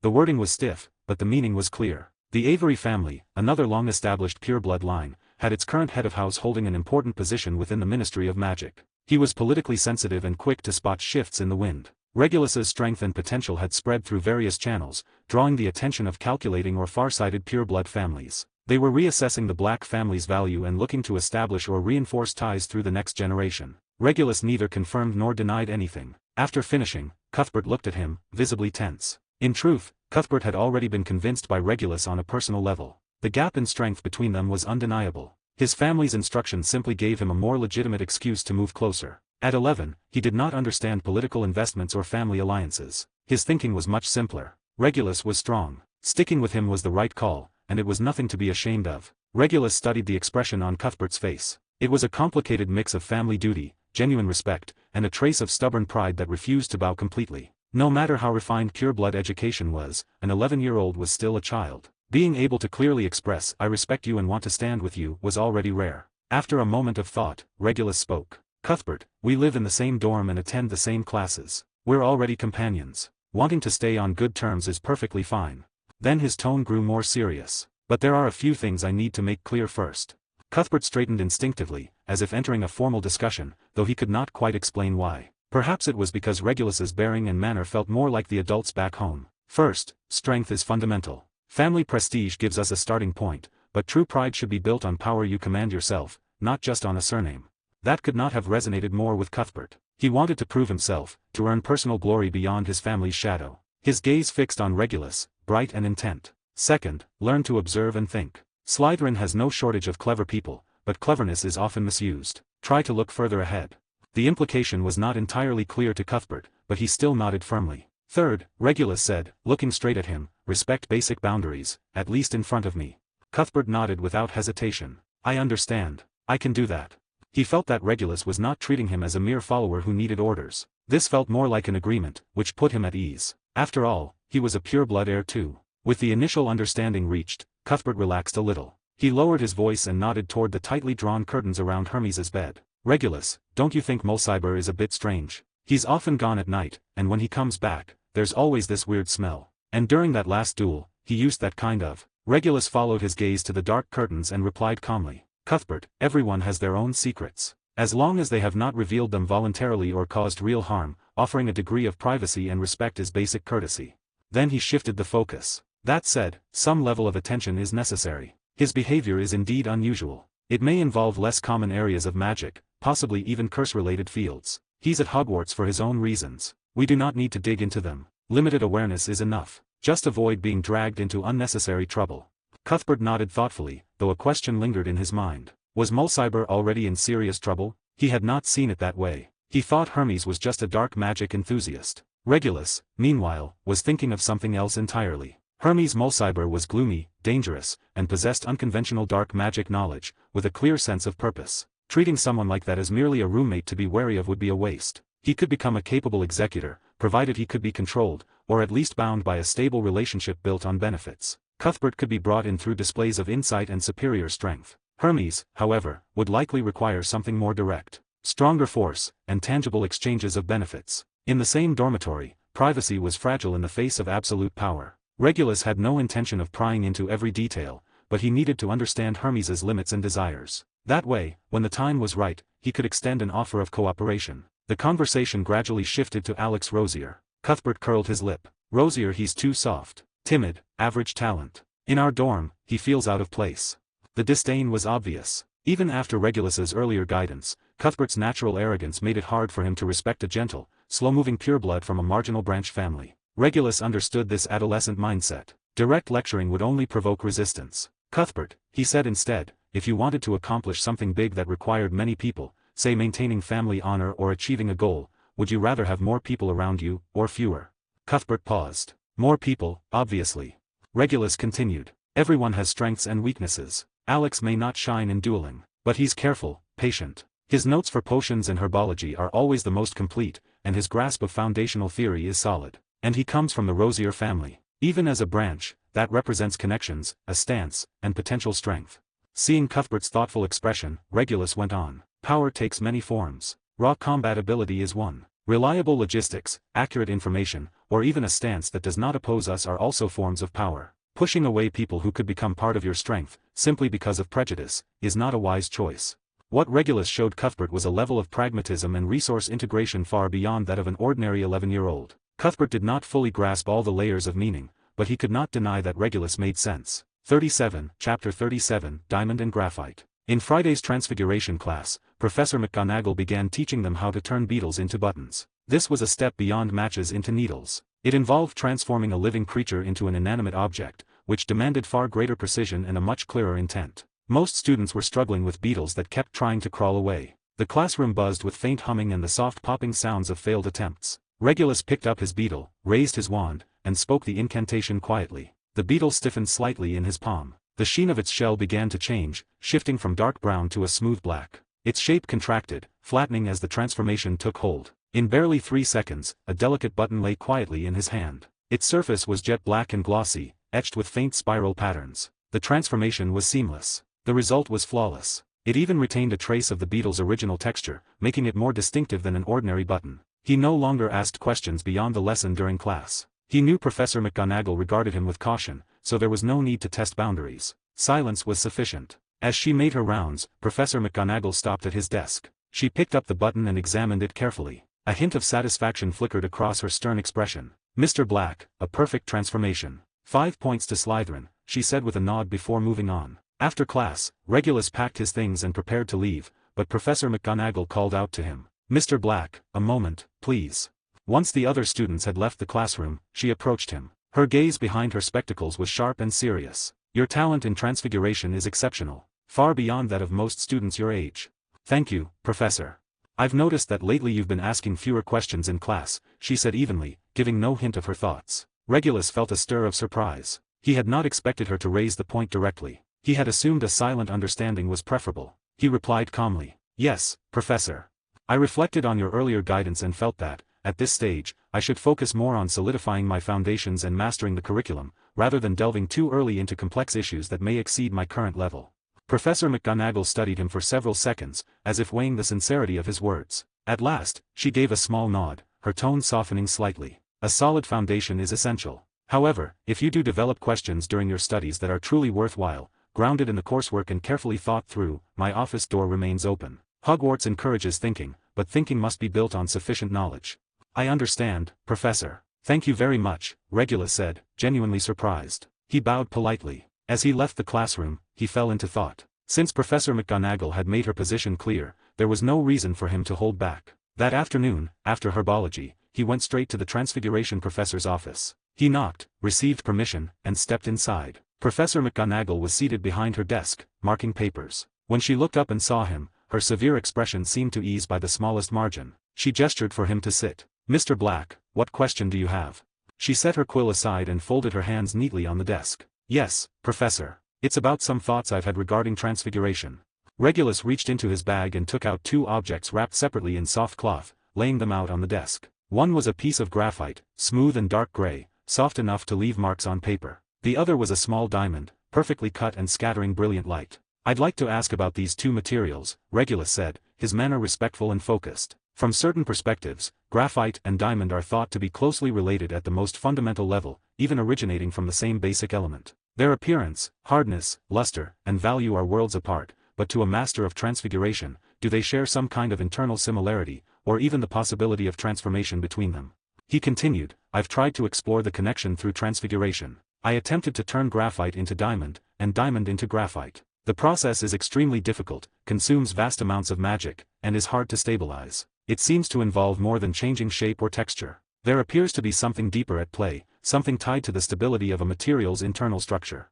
Regulus knew perfectly well that the difference lay in atomic arrangement and bonding orientation, but that was not something he could reasonably present to Professor McGonagall. What he wanted to understand was how 2 substances with such drastically different properties, yet composed of the same base material, were perceived by a Transfiguration master, and how, in magical terms, they might be transformed. This question clearly lay beyond the textbook. It brushed against the edges of advanced Transfiguration and even alchemy. Professor McGonagall's eyes brightened behind her spectacles. She looked at Regulus with evident surprise, as if she had not expected a first-year to think along these lines. A very profound and unusual question, Mr. Black, she said, unmistakable approval in her voice. Graphite and diamond. Very few people, especially at your age, consider Transfiguration from the perspective of a material's fundamental origins. Normally, we focus on turning matches into needles or beetles into buttons, on changes of form and function, not on whether 2 seemingly unrelated substances might share a common source.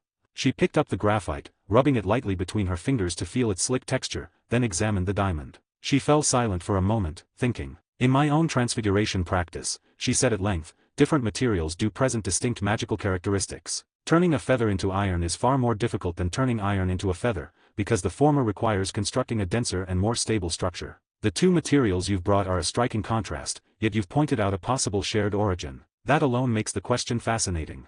She continued, I have not specifically studied transformations between these two, but from a magical perception standpoint, diamond feels far more rigid, condensed, and orderly than graphite. Graphite, by contrast, feels loose, layered, and prone to slipping. To turn graphite into diamond may require far more than increasing hardness or altering luster. It is more like rebuilding a pile of loose, sliding sheets into a crystal palace where every part is tightly connected. The difficulty far exceeds ordinary changes of form. That's exactly what confuses me, Professor, Regulus said, picking up the thread. In my attempts, I sense that they share the same most basic substance, but the way it's arranged is completely different. As you said, graphite is loose and layered, while diamond is a fully three-dimensional structure where every point is tightly linked. What Transfiguration must accomplish is likely not just a change in appearance. It's a complete rewriting of that fundamental internal structure, forcing one stable state to reconstruct itself into another that is entirely different, yet equally, or even more, stable. Professor McGonagall listened intently, a thoughtful light gleaming in her eyes. Regulus's description offered a highly illuminating perspective, one that approached Transfiguration through the internal rules and patterns of material structure. An excellent insight, Mr. Black, she said at last, allowing herself a faint smile. It reminds me of certain advanced magic involving true material transmutation, even the Philosopher's Stone. She lifted her wand, and the piece of graphite rose gently from the desk. Let's test this idea.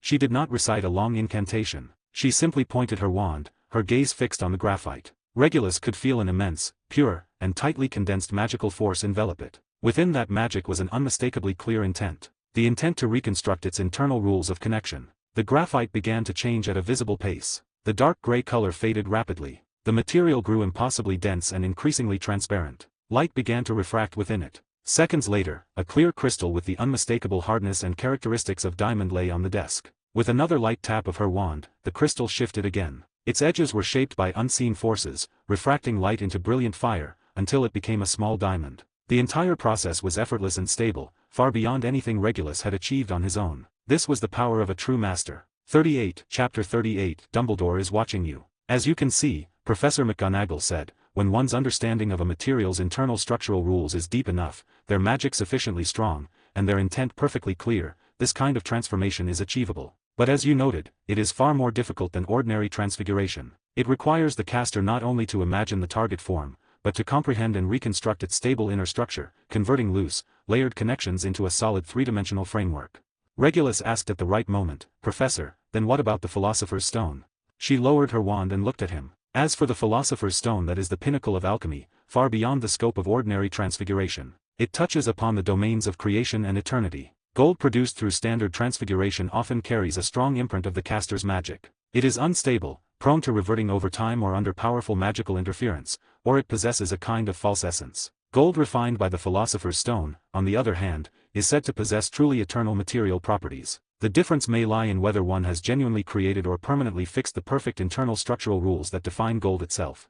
The discussion benefited Regulus immensely. Professor McGonagall's perspective leaned toward an intuitive understanding of magic and will. His own approach incorporated ways of thinking rooted in modern science. Where the two intersected, his understanding of transfiguration suddenly became much clearer. Your talent and depth of thought in transfiguration are truly impressive, Mr. Black.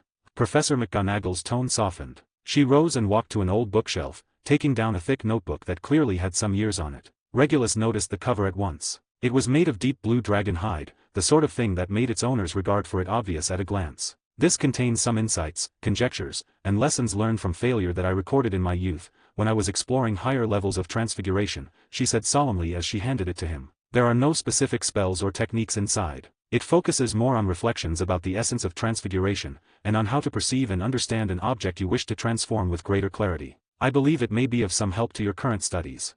Regulus accepted the notebook with both hands. He could feel the gentle warmth of residual magic in the cover, as well as the accumulated wisdom of decades belonging to a rigorous scholar. The value of this gift was beyond measure. Thank you very much, Professor McGonagall, he said earnestly. I hope it will guide you toward the right path, Professor McGonagall replied, her gaze deep. Transfiguration is one of the most direct expressions of magic's power to alter reality. A strong will can reshape matter, but you must always remember that will itself must be guided by wisdom and morality. Never forget that we study magic to understand the world, not merely to dominate or distort it.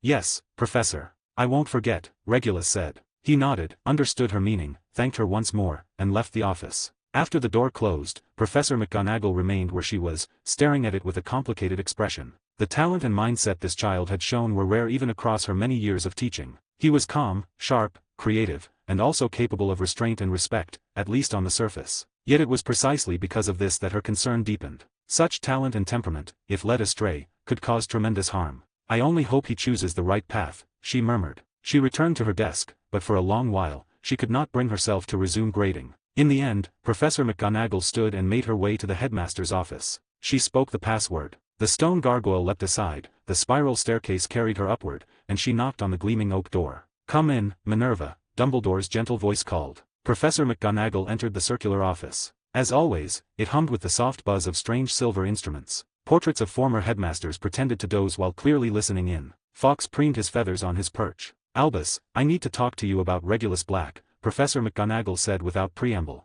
Dumbledore looked at her over his half-moon spectacles, interest flickering in his blue eyes. "Ah, young Mr. Black. I take it he has once again presented my deputy headmistress with a transfiguration problem she found challenging." "It's more than that," Professor McGonagall said, settling into her usual straight-back chair, her expression grave. "His talent is exceptional. His understanding of transfiguration far exceeds his age, even brushing against areas I rarely examine in depth myself. More importantly, his way of thinking is highly unusual, structured, precise, and his perspective is elevated. This child is not ordinary, Albus." She went on to recount in detail their discussion about graphite, diamond, and the internal structural rules of matter. Dumbledore listened quietly, his hands folded before him. "And there's more," Professor McGonagall continued, frowning. "I've noticed certain patterns in his behavior. He no longer asks overly advanced questions in class. He presents himself as an exemplary student focused on solidifying his foundations. But I had the house elves keep an eye out, and it turns out he often practices highly refined magic alone in secluded parts of the castle, including nonverbal spells and extremely precise transfiguration. That is far beyond what someone his age should be capable of. Some of it even surpasses the spellwork of adult wizards. He's had academic exchanges with Lily Evans of Gryffindor in the library, and has even taught her methods of Muggle academic writing. With his classmates, he maintains a surface-level distance, but the boy named Cuthbert Avery seems to be starting to follow him. Regulus's response has been a measured acceptance and guidance, not simple exploitation." Dumbledore nodded slightly. "Yes, Minerva. I've noticed these things as well." "You knew?" Professor McGonagall looked at him. "Of course you did. How could you not?" "This castle," Dumbledore said with a smile, his gaze sweeping over the supposedly sleeping portraits, "has many eyes and ears. And I do take a special interest in young Mr. Black. From the day he arrived, the Sorting Hat passed along some intriguing impressions. It said that he looks to the stars, beyond mundane conflicts, yet still chose the path of Slytherin." He paused, his voice calm and perceptive. "He is different from his brother, Sirius. Sirius's rebellion is fire, bright, fierce, and direct. Regulus, on the other hand, appears calm on the surface, but may harbor complex thoughts and unknown intentions beneath. His hunger for knowledge is genuine. His pursuit of power is clear. Yet he seems to operate by his own standards and internal logic." "That's exactly what worries me," Professor McGonagall said. "He has talent, ideas, and the ability to conceal and calculate. If he were to be drawn to dark ideologies, we cannot choose our students' paths for them, Minerva," Dumbledore said gently but firmly. "All we can do is offer knowledge, set examples, and intervene to guide or correct when necessary. So far, Regulus Black has shown no behavior that crosses any lines. His interactions with Lily Evans are based on mutual respect and friendship. His way of restraining Cuthbert Avery resembles guidance rather than indulgence. His exploration of transfiguration is deep, yes, but it has not entered dangerous territory." He looked out at the darkening sky, his gaze distant. "Voldemort's shadow is drawing closer. Many ancient families are making their choices, and the Black family will not be able to stand apart. Regulus stands in the middle of it all. Every choice he makes will affect not only himself, but possibly many others. We cannot foresee the future, but we can observe, and we can prepare." "Do you think he will be different?"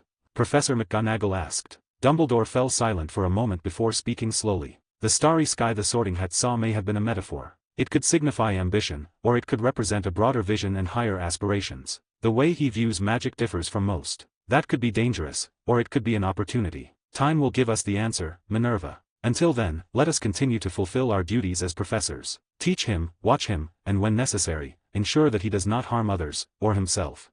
The conversation ended. Professor McGonagall's unease had not fully faded, but the headmaster's words brought her some measure of calm. At the very least, Dumbledore was watching that child as well. 39, Chapter 39, My Own Understanding of Transfiguration. Back in the dormitory, seated at his desk, Regulus gently ran his fingers over the cover of Professor McGonagall's notebook. He flipped through a few pages. Just as she had said, there were no concrete spells inside, only dense reflections on the essence of transfiguration. One section discussing gradients of difficulty in material transformation caught his attention. Professor McGonagall argued that the difficulty of transfiguration was not determined solely by an object's complexity. It was far more closely tied to the inherent stability of a material's internal structure, as well as the strength of its form memory.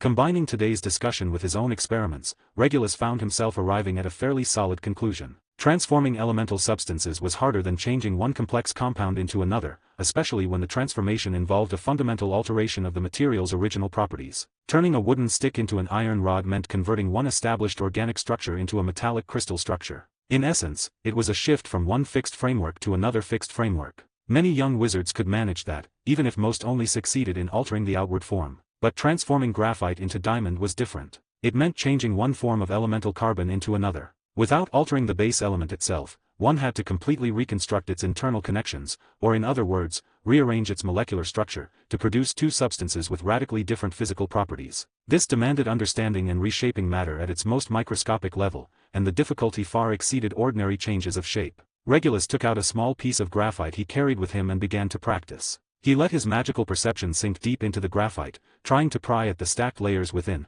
forcing localized distortions and cross-links to form a tiny region of increased hardness and altered luster. The process was brutally difficult. Graphite's loose, layered structure had a peculiar tendency to slip. When magic interfered, entire layers often shifted together, making localized reconstruction nearly impossible. One careless moment could destroy the overall integrity, reducing it to nothing more than fluffy carbon powder. He had to exert extraordinarily fine control, like wielding the most delicate carving blade, engraving and welding at the molecular level. It gave him a deeper appreciation for wizards and magic alike. Wizards might not have developed a scientific system based on experimentation and mathematics the way Muggles had to understand the world and matter at the microscopic scale, but they were by no means inferior. Professor McGonagall, with only brief observation, could accurately discern the internal differences between graphite and diamond. That kind of intuitive perception of a material's essence was something Muggle technology still struggled to approach. Of course, Regulus himself was a special case. His foundation in basic sciences from a previous life, combined with an unusually sharp magical perception after his rebirth,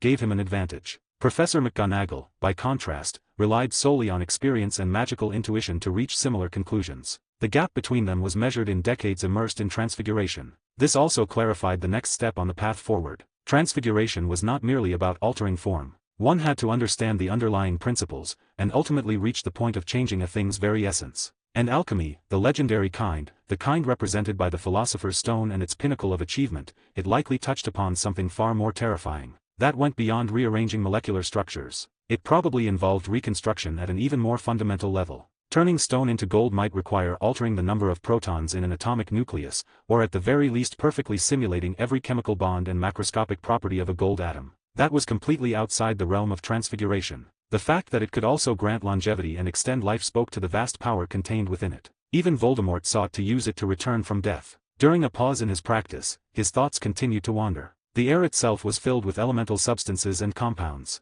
Nitrogen, oxygen, carbon dioxide, water vapor, noble gases. Yet most wizarding magic, whether defensive spells, offensive spells, or everyday charms, did not deliberately filter or block the subtle changes in these invisible components of the air. It was not because it could not be done. The difficulty was minimal. It was simply something people instinctively ignored. Take oxygen, for instance. A sudden idea surfaced. What if the elemental oxygen in the air surrounding a human body were instantly transformed, through transfiguration, into another oxygen-based substance the body could not use? Ozone, for example. Or conversely, other substances could be transformed into oxygen, inhaled, and then reverted after gas exchange. Glass fibers, asbestos, radioactive elements. Anything would do. The key lay in extremely precise identification and instantaneous conversion of a specific elemental substance. For now, it was only theoretical deduction, but the direction was certainly correct. While Regulus was immersed in microscopic transfiguration and dangerous extrapolations, the dormitory door opened, and Cuthbert Avery returned. He saw Regulus seated at his desk, a small, twisted object hovering in front of him. At the tip of Regulus's wand flowed a fine, tightly condensed light. It was clearly some form of magical practice. Transfiguration. The "hey" that rose to Cuthbert's lips was swallowed immediately. He considered himself on Regulus's side now and understood that interruptions were unwelcome. He moved quietly to his own bed and set his books down. Not long after, Alex came back as well, arms full of books, his face relaxed after finishing his homework. He spotted Regulus and instinctively went to greet him, but the moment he opened his mouth, Cuthbert raised a finger sharply to his lips, shot him a fierce look, then tilted his chin toward Regulus. Alex startled and clapped a hand over his mouth. Following Cuthbert's gaze, he saw Regulus deep in practice. He fell silent at once and carefully made his way to his bed, feeling oddly reassured. Cuthbert still carried himself with that familiar arrogance, but this time he had only stopped Alex with a gesture instead of knocking him down with Petrificus totalis or stupefy. Alex could not help but feel that the atmosphere in the dormitory truly had changed. Before, Cuthbert had been domineering,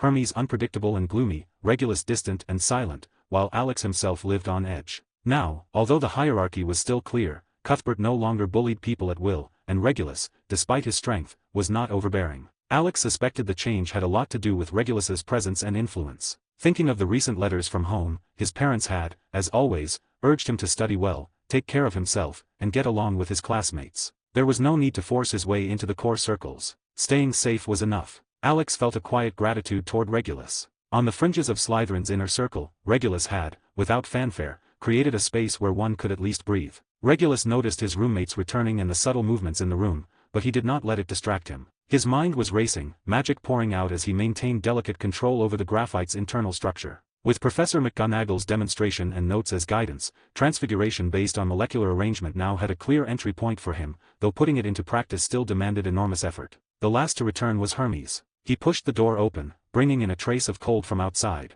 His gaze went first to Regulus practicing, then to Cuthbert's faintly provocative gesture of restraint, and Alex's cautious posture. A nearly imperceptible curl of mockery tugged at Hermes's lips. He had little regard for Cuthbert's eager submission and even looked down on it. He had lost to Regulus in the chief duel and been shocked when his immature magic was effortlessly neutralized, but deep down, his confidence remained intact. He believed he still had many cards left unrevealed. Those were the true sources of power. At school, many methods were inconvenient to display. Outside the castle, in an unrestricted fight to the death, Hermes believed that with the truly dark magic passed down through his family, he might not lack the chance to kill Regulus. Several spells flashed through his mind, inherited or obtained through secret channels. Chapter 40, Transfiguration, Mate. Hermes took one look at the odd little object in Regulus's hand and wrote it off. Sure, fundamentals mattered. He could admit that much. Regulus's basics were terrifyingly solid. But Hermes had his own stubborn belief. Real combat came down to one thing: whether you had magic strong enough to decide life and death in one move. The transfiguration and classroom spells they learned at school were flashy tricks at best when real dark magic showed up. He could not see what Regulus was even practicing, let alone the danger buried in that tiny, precise restructuring of matter. To Hermes, it was just making a stone a little harder or shinier. So what? What were you supposed to do in a duel, being someone with a polished rock? Ridiculous. Cuthbert tried to signal him to shut up. Hermes ignored him and made his footsteps deliberately heavy. He walked to his bed and dropped an old blank-covered book onto the bedside table. Thump. The dull impact sounded extra loud in the quiet dorm. That finally dragged Regulus out of deep focus. He let the magic around the graphite disperse. The stone returned to normal and fell back to the desk. Then he looked up. Gray eyes, calm and flat, landing on Hermes. Need something? Regulus asked. Hermes turned and leaned on the bedpost, his usual gloom now edged with a little provocation. Not really. Just seems like a waste, some people spending their time on flashy little tricks. Real power isn't molding rocks into pretty shapes. The jab was obvious. Cuthbert frowned. Alex lowered his head and said nothing. Regulus answered evenly, your view of power is extreme, and way too narrow. You only notice destruction and pain. You miss the strength inside the rules this world is built on. And perspective. He shook his head. You probably don't know this, but the wizard most widely recognized as the strongest today, Albus Dumbledore, is also a top-tier transfiguration master. Hermes's expression tightened. Of course he knew the name Dumbledore. What Dumbledore specialized in was something a dark magic-obsessed first year had never cared to learn. One more thing. Regulus stood. At some point his wand had already slipped into his hand. He happened to need a live target for a thought he'd just formed, and Hermes had handed him one. You don't think much of my magic, Regulus said. Coincidentally, I don't think yours is impressive either. Before the last word fully landed, Regulus lifted his wand and pointed it at Hermes. Hermes reacted fast, reaching for his own wand to block or counter. Regulus was faster. Or rather, the way his spell worked ignored what Hermes expected a spell to look like. There was no flash, no sound, nothing at all. Hermes suddenly felt his breathing lock up. The air entering his nose and mouth lost every property that made it breathable. It was like sucking in something useless, something that would not interact with his lungs, would not give him even a trace of oxygen. His eyes flew wide. His mouth opened as he tried to drag in more air, but it did nothing. The panic came fast, then faster. He tried to speak, to demand what Regulus had done, but no sound came out. He tried to raise his wand, but oxygen starvation blurred his thoughts and made his arms feel like lead. And he could not cast nonverbal spells. He stared at Regulus in raw terror. Regulus held his wand steady, expression blank, like he wasn't looking at a person at all. This was an extension of Regulus's earlier idea. He had not attempted complicated elemental conversion. At his current level, that would be too slow. What he did was rougher and more direct. He did not define a precise end state. He only set a condition. Using broad, non-targeted transfiguration, he forced a high-output magical intervention and turned the gas in that area into something unbreathable. At this stage, it was more practical than converting oxygen directly into poison. He wasn't trying to kill anyone. Cuthbert watched with shining eyes. He didn't understand the mechanism and wasn't even sure this counted as dark magic, but that only made Regulus look more terrifying to him. If he couldn't understand it, it had to be a higher level. Alex, meanwhile, had gone pale. He clapped both hands over his mouth, afraid to make even a sound. He just started feeling like dorm life was getting better. In a blink, it turned into this. They were first years. This wasn't a normal classmate scuffle. It looked like the beginning of a killing. He watched Hermes's face shift from red to blue, eyes bulging, body twitching, and fear flooded his chest. Hermes's panic peaked. He couldn't breathe. He couldn't cast. Under the crushing combo of suffocation and terror, his magic wouldn't gather at all. Death felt close. Close enough to touch. He desperately tried to identify the spell.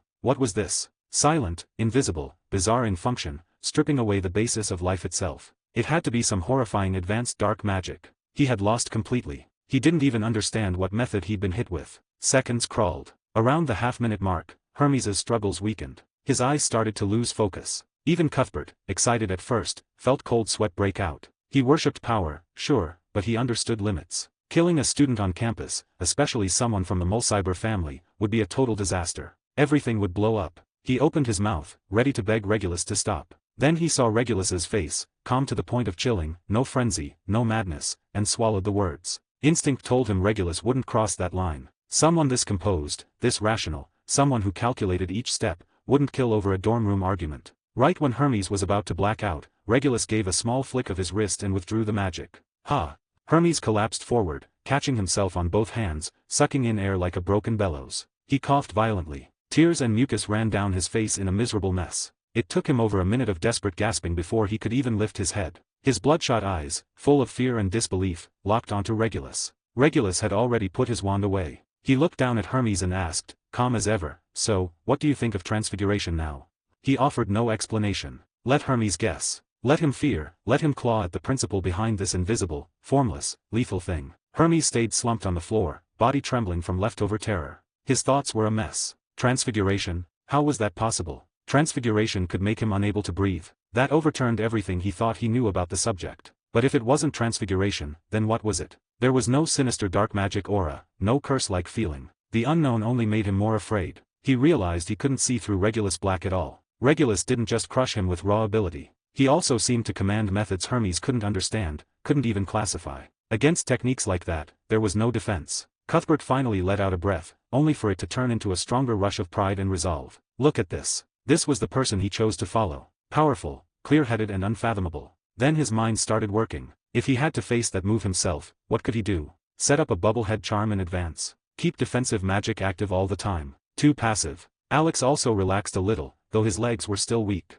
Seeing Hermes collapsed on the floor and Regulus standing there perfectly calm, he finally understood who the real danger in this dorm was. Silently, he promised himself he'd watch every word and action from now on, and never provoke Regulus. Regulus ignored the mess of thoughts around him. He sat back down at his desk, mind still turning. That short test confirmed one of his assumptions. Manipulating the basic substances present everywhere in the environment was a blind spot in most wizards' thinking, and a direction with huge offensive potential. But what if he pushed it one step further? 41, Chapter 41, Stacking Passives. Regulus had a rather dangerous idea. A fatal strike against all carbon-based life, wizards included. What kind of compound was almost universally lethal to carbon-based organisms, and could be produced on the spot through transfiguration? Cyanide. Whether hydrogen cyanide gas or cyanide ions, both were extremely toxic. They rapidly inhibited cellular respiration, required only a tiny lethal dose, and took effect with terrifying speed. The air contained nitrogen and carbon. Water vapor provided hydrogen. In theory, if one's magical control were absurdly precise, it would be possible to instantly isolate nitrogen, carbon, and hydrogen atoms from the surrounding environment, forcibly assemble them into hydrogen cyanide molecules, and deliver them straight into a target's respiratory system. That demanded more than control over molecular arrangement. It bordered on the delusion of atomic-level manipulation, along with real-time elemental identification and synthesis path calculations on the level of a supercomputer. At present, it was pure fantasy. But the magical world never lacked miracles that turned the impossible into reality. At the very least, this line of thought pointed to the heights Transfiguration might reach under extreme conditions. At that level, it would no longer be a support discipline in combat. It would become the most concealed and most lethal of weapons. If struck, a highly skilled wizard might have a chance at emergency self-rescue. A mediocre one would almost certainly die. Of course, that was unimaginably far away, perhaps even unattainable forever. Still, it was a direction worth moving toward. Hermes struggled to his feet, bracing himself against the bedpost, head lowered, no longer daring to look at Regulus. The arrogance in his heart had been completely shattered,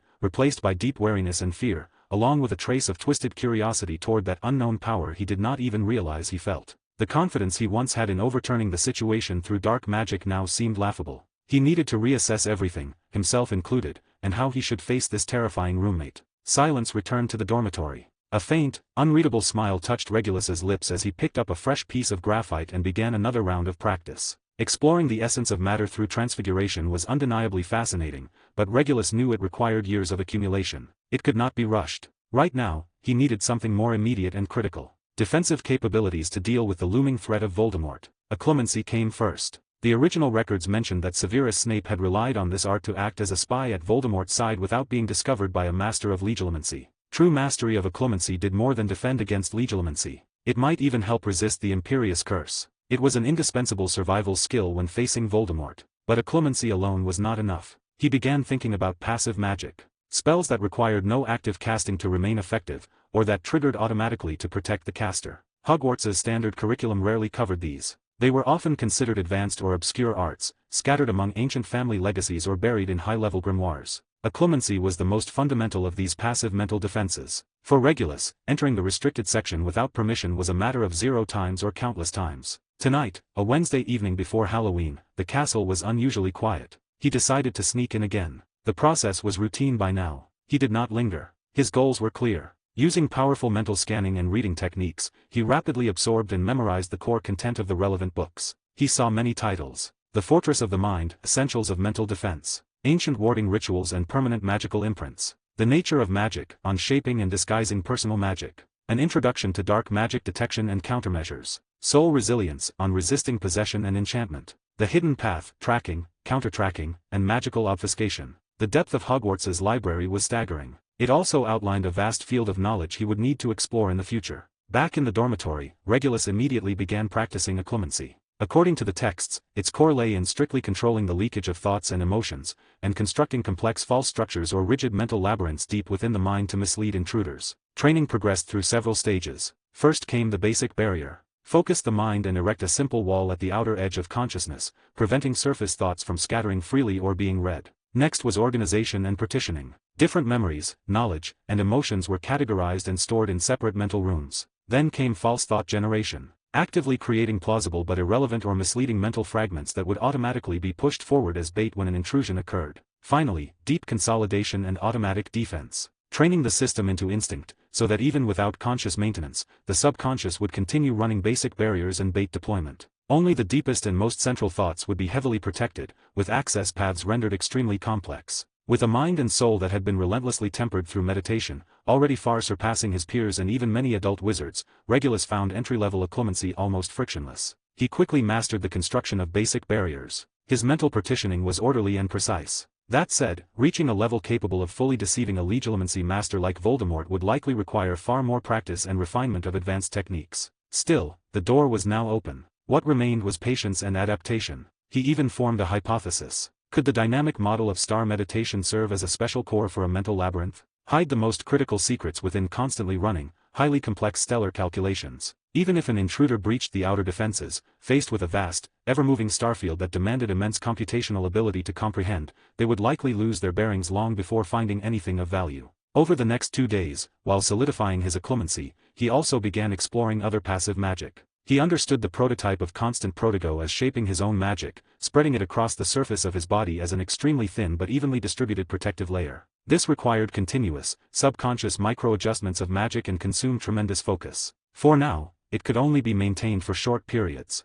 Danger sense, combined with his already sharp magical perception, became another focus. He consciously trained himself to notice even the faintest hostility in his surroundings directed toward him. Every passive spell was difficult to learn and master. They did not pursue explosive power. Instead, they demanded exquisite control over one's magic and mind, along with long-term, gradual transformation. But their advantages were obvious. Once established, they became instinctive, always on armor and radar, offering early warnings before danger struck. They provided an automatic buffer when attacked, and protected the deepest secrets when someone attempted to pry. For someone who needed to maneuver within the dark faction, their importance rivaled that of any powerful offensive spell. Friday afternoon, potions class ended early. Regulus headed toward the library as usual, but in a secluded corridor connecting the dungeon classrooms to the main stairwell, he heard familiar jeers and laughter. James Potter, Sirius Black, Peter Pettigrew, and Remus Lupin, who looked like he was trying to intervene with little success. They had Severus Snape surrounded. Snape's robes had been splashed with some kind of sticky potion residue that continued to emit a foul smell. His hair was soaked, clinging to his face. His expression was dark enough to drip venom. His wand was clenched tightly in his hand, but facing 4 opponents, especially with James and Sirius flanking him on either side, he was clearly isolated. Well, look who it is. Our dear Snivelus conducting another one of his potion experiments. James jeered loudly, planning a new stink attack this time. Let me go, Potter, Snape hissed, the words forced out through clenched teeth. Let you go? We're just kindly helping you clean that unidentified filth off your robes. It's really disgusting, just like you. Sirius lounged against the wall, wearing that familiar grin filled with rebellion and prankish delight. Regulus stopped, not stepping forward right away. He simply watched in silence. 42, Chapter 42, Snape, I want you working for me. The first to notice Regulus was Remus Lupin. Almost instantly, Lupin sensed something dangerous. He turned and spotted Regulus standing quietly at the far end of the corridor. His expression shifted, and he immediately jabbed James in the side with his elbow to stop the non-stop chatter. Regulus raised an eyebrow slightly. A beast's intuition. James followed Lupin's gaze. The grin froze on his face. By reflex, he tightened his grip on his wand, a flicker of alarm flashing through his eyes along with a forced show of hostility. Peter was even worse. He practically jumped behind Lupin, using him as a shield. Sirius looked over as well. When the 2 pairs of gray eyes met, the careless, mocking smile on Sirius's face slowly faded. The brothers stood a dozen feet apart, staring at each other in silence amid the corridor's lingering malice and laughter. Sirius's thoughts drifted. He remembered James storming off earlier, swearing to get even for him and teach Regulus a lesson, only to return later looking as if his soul had been wrung dry. He remembered Lupin's low, shaken description of that fight. He remembered their childhood too. A quiet little brother who always stayed close to their mother, yet somehow managed to do things Sirius had to struggle desperately to achieve. And since starting at Hogwarts, he kept seeing Regulus everywhere. In the library. In the corridors. On the way to class. Always alone, arms full of thick books, moving at a brisk pace. He seemed to be studying all the time. Or heading off to study. The thought surfaced without warning. It was nothing like his life, or James's. Quidditch, pranks, sneaking around the castle in search of secrets. A completely different world. He used to think Regulus's way of living was boring and rigid. Proof of being shackled by the family. But now, after what had happened to James, and with the pressure Regulus radiated just by standing there, Sirius found himself thinking differently. Had the gap between them really grown this wide without him noticing? Not just a suffocating difference in magical strength, but a gap in choices, in direction, in how much each of them had invested in their own path. Enjoyed the show enough? Sirius asked. His voice sounded rougher than usual, though it still carried that familiar, stubborn refusal to back down. He did not meet Regulus's eyes. Instead, his gaze slid to the stone wall beside them. Only then did Regulus start walking forward. He did not look at James. He did not look at Snape, or anyone else. He stopped between the 2 sides and fixed his eyes on Sirius. Picking on someone who's alone is how you prove your courage and find your fun.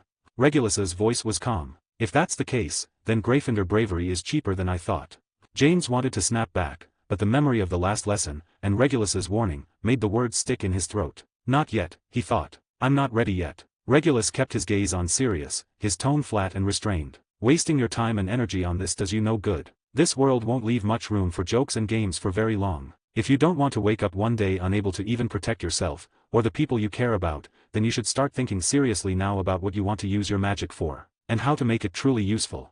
Sirius did not hear condescension in Regulus's words. It sounded more like a reminder grounded in fact. There was even something complicated beneath it that he could not quite name. A warning given because of blood. Sirius's heart clenched. He wanted to shout back. To say he did not need lectures from a Slytherin, from this traitor of a brother. To say he lived free and happy, and that he would protect the people who mattered to him in his own way. But the things Regulus mentioned crashed into his overheated mind like chunks of ice, cutting through rebellion and loyalty alike. He thought of the tension at home, growing heavier by the day. Of the vague hints in his parents' letters. Of Bellatrix, slipping further and further into madness. Maybe Regulus was right. That thought only made him more irritated, more defiant. My business is none of yours, Sirius shot back stiffly. Then he turned to James and the others. Let's go. This is pointless.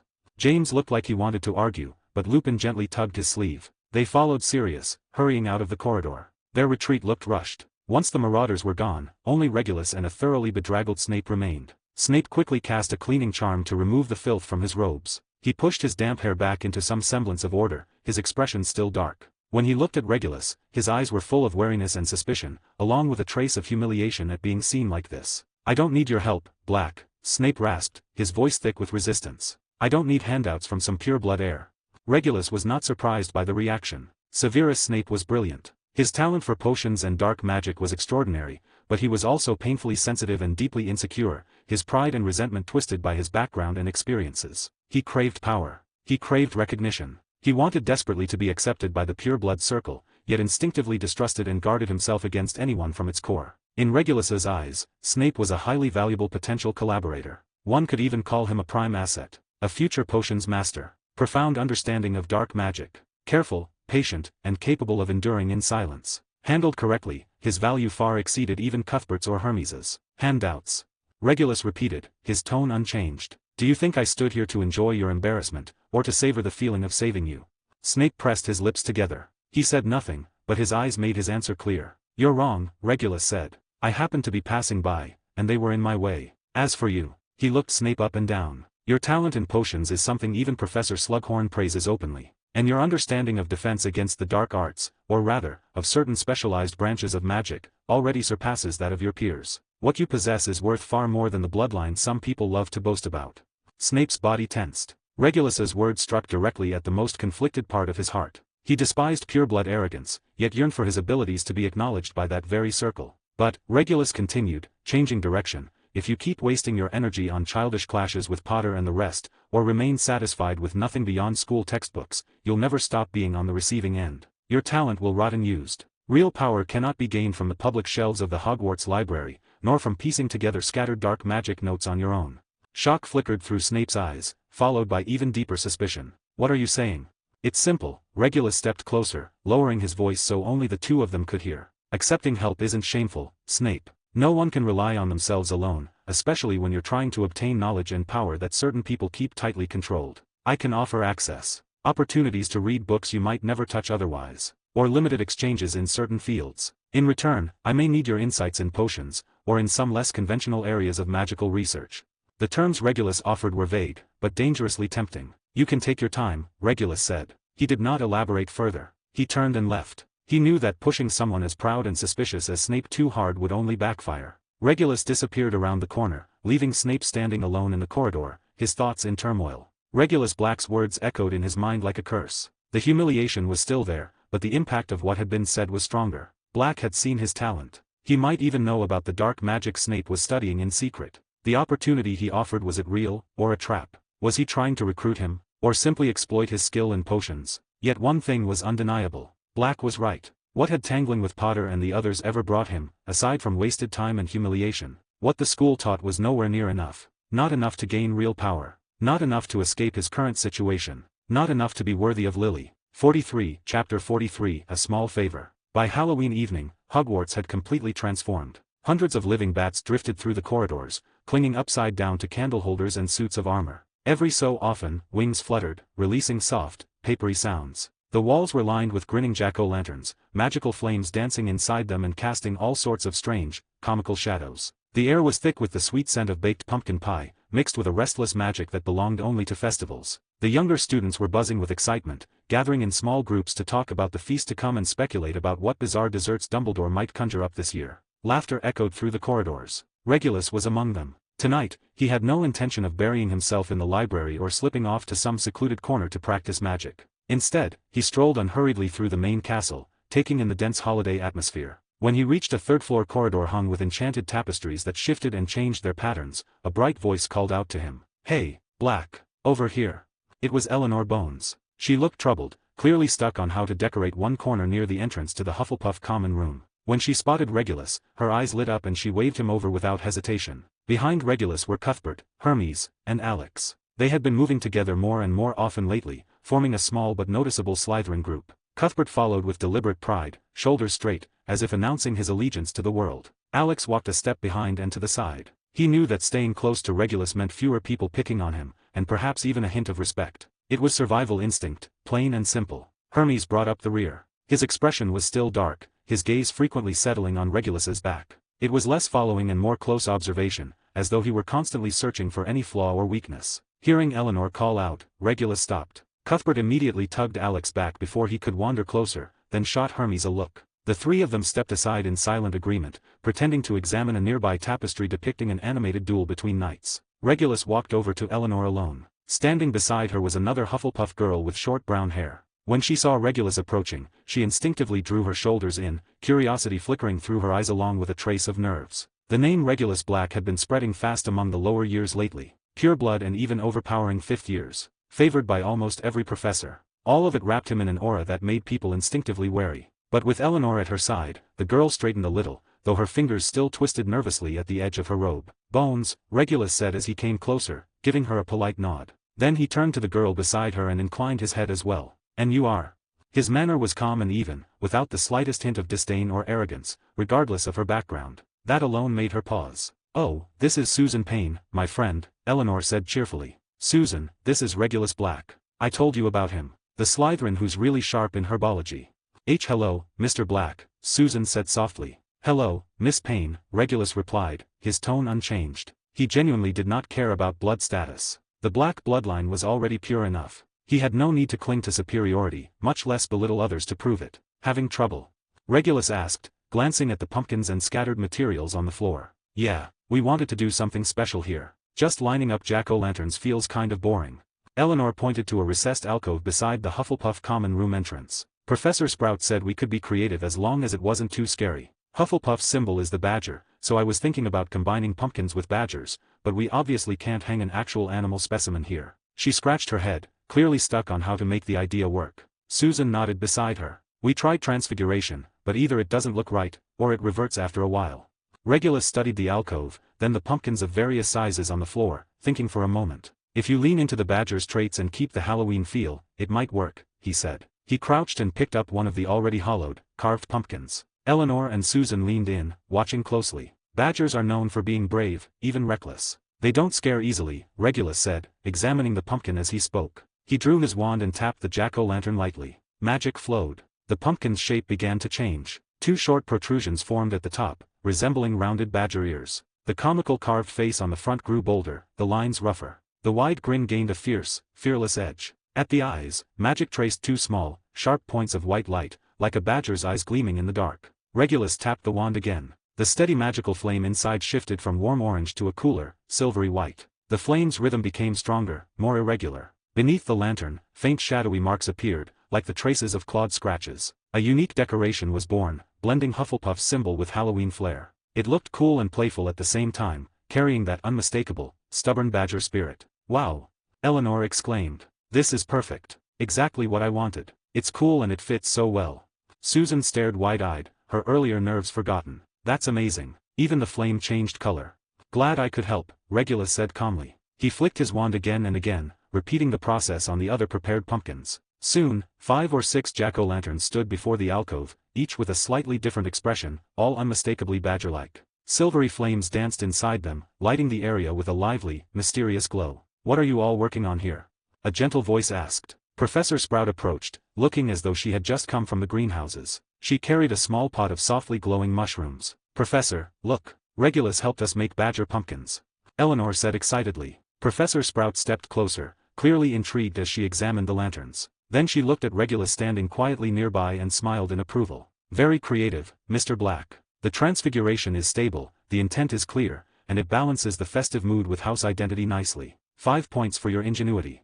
Thank you, Professor. It was nothing, Regulus said, dipping his head slightly. After a brief exchange about flame stability, Regulus excused himself and left. Watching his retreating figure, Susan finally murmured to Eleanor, he's not really like the rumors, is he? His magic is incredible. That transfiguration alone feels like something a lot of third years in our house couldn't manage. And he's polite too. Not like some Slytherins. Eleanor smiled as she looked at the badger pumpkins. Of course he's different. I told you before. He thinks differently from most people. As for his magic. She lowered her voice. Some of the things I've heard might be even more impressive than what he shows.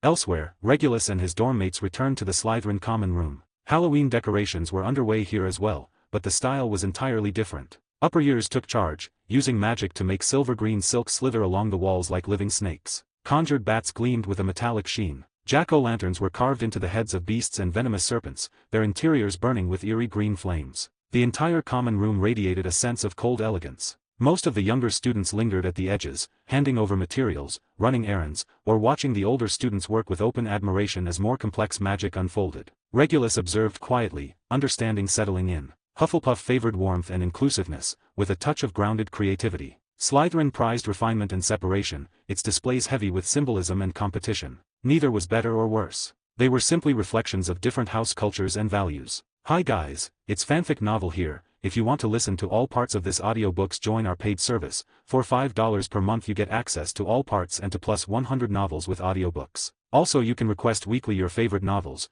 What are you waiting for? Contact me now at Telegram or Discord. 44, Chapter 44, The Bloody Baron. The Halloween feast arrived right on schedule. Dark clouds rolled across the enchanted ceiling of the Great Hall, thunder flashing and lightning splitting the sky, yet none of it disturbed the celebration below. The long tables were piled high with food. Sausages leapt into waiting plates on their own, purple drinks bubbled cheerfully, and desserts shaped like all manner of horrors somehow tasted wonderful. Regulus sat midway down the Slytherin table, eating in silence. Cuthbert was beside him. Alex sat a little farther away. Hermes sat across from them, alone, methodically cutting his steak without a word. The mood was calm enough, until a second-year Slytherin swayed over with a goblet in hand. Rabaston Lestrange. Rodolphus Lestrange's younger brother. Bellatrix's brother-in-law. The Lestrange family had long been one of Voldemort's most fanatical inner supporters. That fact was barely a secret anymore. Rabaston clearly took pride in it. His face always carried a blend of zeal and arrogance. He had obviously drunk more than his share of pumpkin juice, perhaps with something mixed in. His cheeks were flushed as he came to a stop near Regulus's table.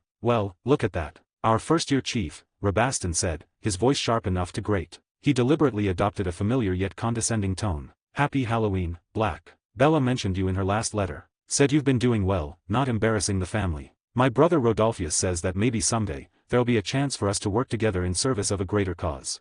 Cuthbert frowned at once and set his cutlery down. Alex lowered his head, shoulders tight with nerves. Hermes paused as well, his gloomy gaze sliding toward Rabaston. Regulus lifted his eyes and gave Rabaston a brief look. He said nothing. He simply picked up his napkin and wiped the corner of his mouth. That single glance was enough. Cuthbert understood immediately. Lestrange, this is a dinner table, Cuthbert said coolly, his voice steadier than usual. Family letters and private matters are better discussed somewhere else. Rabaston clearly had not expected a response from Cuthbert of all people. He froze, then scowled. I'm talking to Black, Avery. Black is eating, Hermes said instead, his voice low and rough, edged with his usual chill. And that great cause you're so eager to show off. A lot of people here wouldn't understand it. Bragging too early tends to bite back. That landed like a blade. Rabaston's face darkened. Two of his dorm mates stood nearby, both purebloods, though their families carried less weight than the Lestranges. One looked like he wanted to smooth things over. The other watched with detached interest. The air grew awkward. Come on, Rabaston. It's a feast. Rabaston glanced at Regulus, who had already gone back to eating without a shred of reaction. He looked again at Cuthbert's hard stare and at Hermes's cold, unblinking gaze. He knew he would gain nothing here. Worse, he might humiliate himself. With a sharp huff, he turned and stalked away. Regulus never looked at him again, as though the interruption had been nothing more than a buzzing insect passing by. As he cut his food, his thoughts moved quickly. The Lestrange brothers, Rodolphus in particular, were Voldemort's most devoted followers. Bellatrix's future husband. Fanatical executioners in the making. Rabaston, shaped deeply by his family, had passion to spare but little judgment, his reckless and impulsive nature making him the perfect expendable enforcer. Someone like that could be useful in very specific situations, like dangerous tasks or operations meant to draw attention. After that, fate would take its course. For those destined to fall into the abyss and drag others with them, Regulus felt no unnecessary sympathy. The feast rolled on. Laughter filled the great hall. Platters overflowed. Baked pumpkin pie scented the air. Sugared spiders crawled across plates. Dumbledore rose from his seat. He wore deep purple robes embroidered with silver stars, and behind his half-moon spectacles his eyes shone warmly. Happy Halloween, everyone, he said, his voice clearly amplified by magic. Tonight, we've invited a special group to entertain us. He clapped his hands lightly. Doors along one side of the hall swung open. 3 witches and wizards in bright costumes entered, followed by several small, well-trained magical creatures. At the front was a short, round witch. She bowed to Dumbledore, then turned to the students with a broad smile. "They'll be showing us a few magical tricks."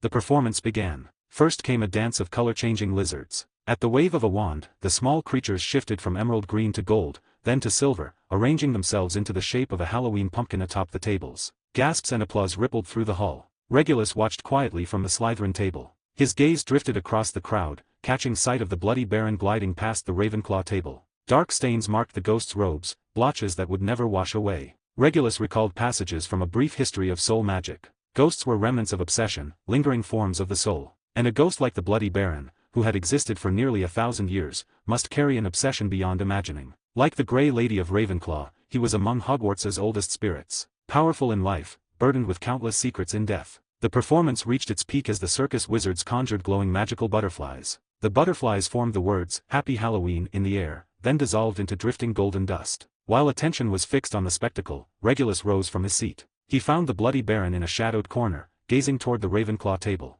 The Baron's eyes passed through the noise and color, fixing on the Grey Lady's wavering figure. His expression was impossible to read. "Baron," Regulus said, stopping at a respectful distance. The ghost turned slowly. "A child of the Black family," the Baron said. His voice was dry and hollow. Regulus felt a stir of surprise. The Baron knew him, or at least recognized his bloodline. That was fine. Familiarity made questions easier. "I've read some records in my family's collection," Regulus said, getting straight to the point before a refusal could come. "There are things I wanted to ask you. They say ghosts are formed from obsession, from memories and emotions that refuse to fade. But why do some witches and wizards become ghosts while others do not? It doesn't seem like a choice." The Baron's lips twitched. It might have been a smile, or it might have been pain. "A choice." His tone carried a bitter mockery. "You think becoming a ghost is a choice? No, child. It is failure." "Failure?" Regulus pressed, encouraged by the ghost's willingness to speak. "An inability to let go," the Baron said, his gaze drifting back to the Grey Lady. "An inability to finish something, to accept it, or to face certain truths. So we remain, trapped between life and death." Regulus recalled the book's discussion of soul integrity. A whole, healthy soul should pass on to the next stage, whatever that stage might be. No living person knew. A ghost, in that sense, truly was a failed state of the soul. "Then what is the difference," Regulus asked, "between a ghost soul and a living one, aside from the lack of a body?" The Bloody Baron turned fully toward him. For the first time, something stirred within those empty eyes. "You are direct," the Baron said slowly, his voice like leaves scraping stone. "Unlike other students. They either fear me or pretend I do not exist. A living soul is whole and moving. It changes. A ghost soul is frozen. Like an insect trapped in amber, it remains locked in the moment of death, unable to become anything else." Regulus caught the implication at once. So a ghost's strength comes from that frozen state, from the nature of that fixation itself. The Baron was silent for a long time. "Yes. Frozen means stable, difficult to destroy. A living soul can be wounded, broken and torn apart. A ghost soul has already shattered once, shattered just enough. It did not disperse completely, but it lost the ability to change. Because of that, it is very hard to harm again." The word sent a tremor through Regulus's thoughts. A soul being torn apart. That was the essence of creating a Horcrux. Voldemort had split his soul into fragments and sealed them in vessels. In a sense, did that place him closer to a ghost than to a living person? Both were unnatural states of the soul. Choosing his words carefully, Regulus offered part of the truth. "I've read books about the soul, about how it can be torn, and how those pieces can be preserved." Then he asked, "If someone's soul has already been damaged, how can the remaining part be protected from further harm?" 45, Chapter 45, Snape draws closer. The Bloody Baron looked at Regulus with an unreadable expression. In that instant, Regulus felt as though many things had been seen through. A complete soul is the best defense. Just when Regulus thought there would be no answer, for reasons unknown even to himself, the Baron finally spoke. "But if you're asking about a soul that's already been damaged, then fixation may be one way. A deliberate act of stabilization. Locking the injured portion in place so it stops fracturing further, like setting a broken bone with a splint." "How?"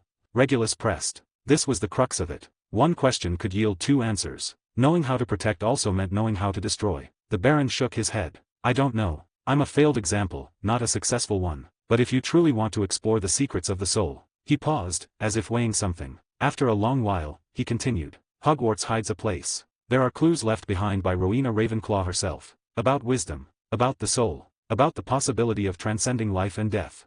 "The room of requirement? The come and go room?" Regulus asked. That was the place most closely tied to Ravenclaw in his memory. The Baron did not answer directly. He spoke on as if to himself. When you are truly ready, the castle will open a path for you, but for now you are too young. Knowing too much is dangerous." With that, the bloody Baron dissolved completely into the shadows, leaving only his final whisper hanging in the air. "Be careful of your thirst for knowledge, child of the Black family. It will lead you to places you do not expect, and into dangers you did not foresee." Regulus stood there for a long time before turning away. By the time he returned to the Slytherin table, the performance had ended and the feast had shifted into free mingling. He had just sat down when several upper-year students approached. The first to speak was Evan Rosier, a 7th year and Alex's distant cousin. Holding a goblet, he wore a polite smile. "Regulus, happy Halloween. Alex mentions you often. You've got quite a presence among the lower years." "I'm only doing what needs to be done," Regulus replied, keeping to proper social courtesy. A 6th-year boy beside Rosier let out a soft laugh. Regulus remembered his name. "Wilkes. Schoolyard scuffles are nothing. The real magical world is outside, and out there, no one cares how well you perform at school." Wilkes's tone carried open disdain. With several members of his family already holding posts in the Ministry of Magic, he clearly viewed school achievements as meaningless. There was no reason to waste words on someone like that. Regulus ignored him. The third to step forward was a 7th-year girl, Alecto Caro. She was far more direct. "My brother Amicus admires how you handle Travers. He said that when you go to intern at the ministry, he can introduce you to some like-minded people." Regulus understood her meaning at once. The Caro siblings were openly aligned with Voldemort. "Thank you," he replied evenly. "I look forward to that day."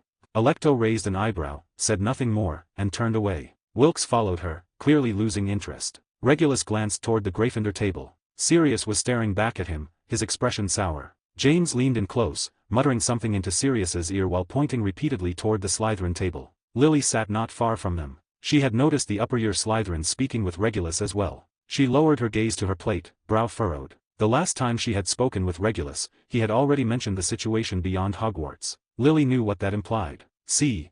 James's voice carried over, deliberately loud. "Those Death Eater wannabes are already trying to recruit him. I'd say he won't even need to graduate before joining them." "Potter."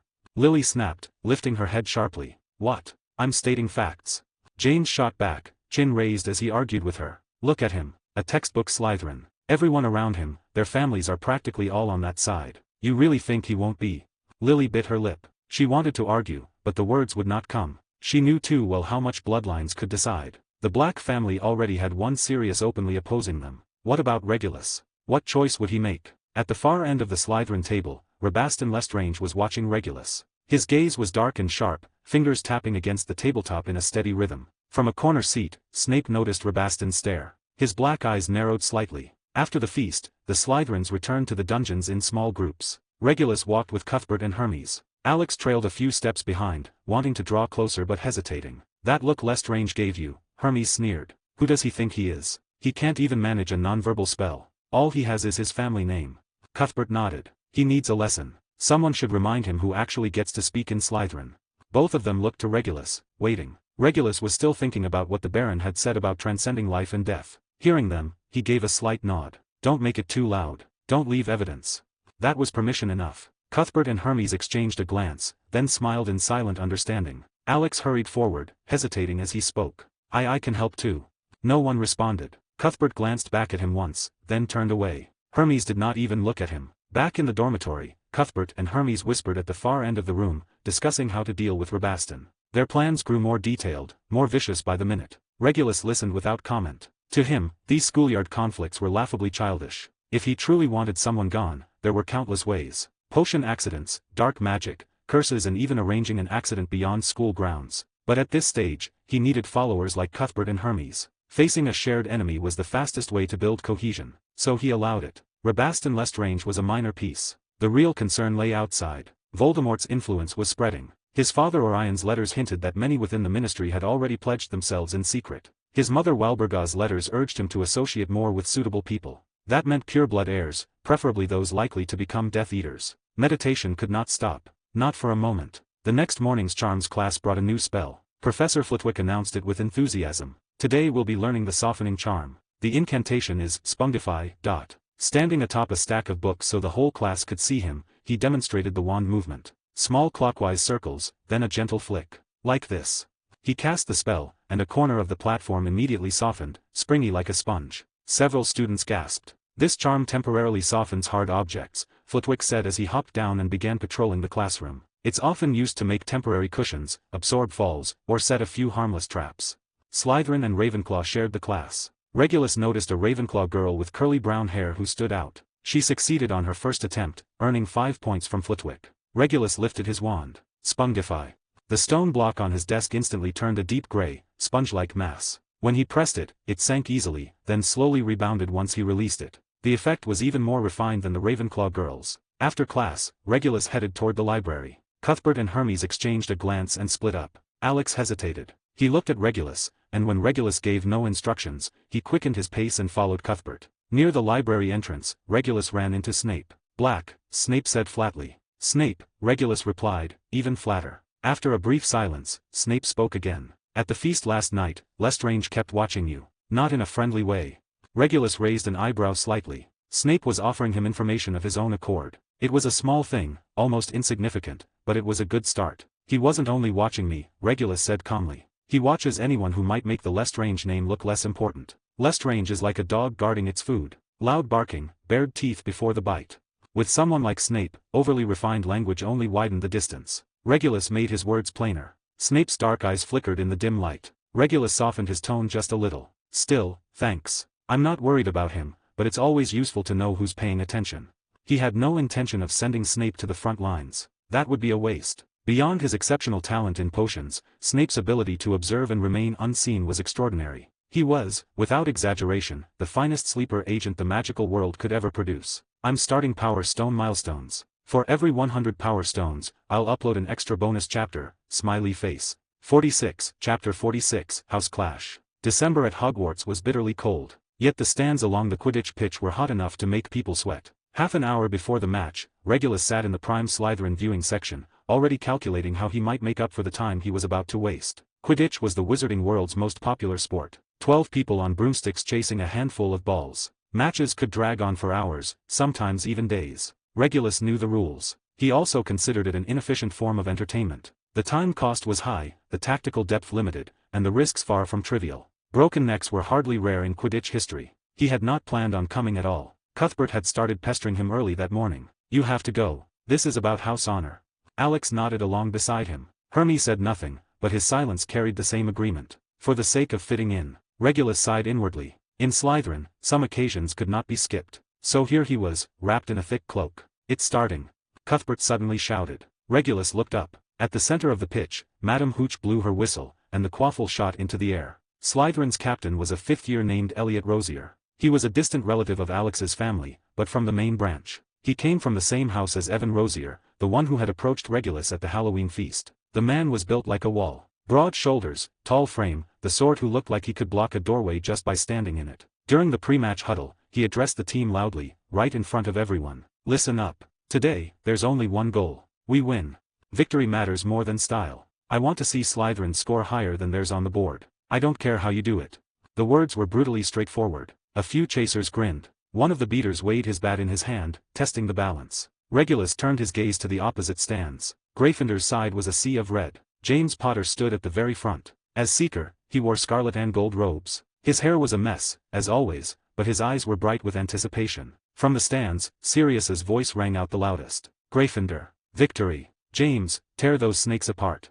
His shout carried across half the pitch. Several younger Slytherins glared back and yelled in response, throats strained. The older students did not even bother to look his way. Sirius was practically hanging over the railing, arms flailing like he was about to take off. Peter Pettigrew huddled behind him, shouting too, though much more softly. Remus Lupin stood a little farther back. He wore a smile, but did not raise his voice. The professors sat on the central viewing platform. Dumbledore occupied the middle seat, eyes calm behind his half-moon spectacles as he watched the pitch. Professor McGonagall sat close beside him. Having taught Gryffindor for many years, she never missed a house match. A seasoned Quidditch fan. On the other side, Slughorn was chatting animatedly with Professor Flitwick, his plump fingers gesturing through the air. Professor Sprout had brought a bag of sweets and was handing them out to the younger students nearby. Professor Binns was absent. Ghosts, apparently, had little interest in Quidditch. Regulus swept his gaze across the field, already reading Slytherin's strategy. It was obvious enough. Use fouls to slow the pace, wait for Gryffindor to make mistakes. It could win games.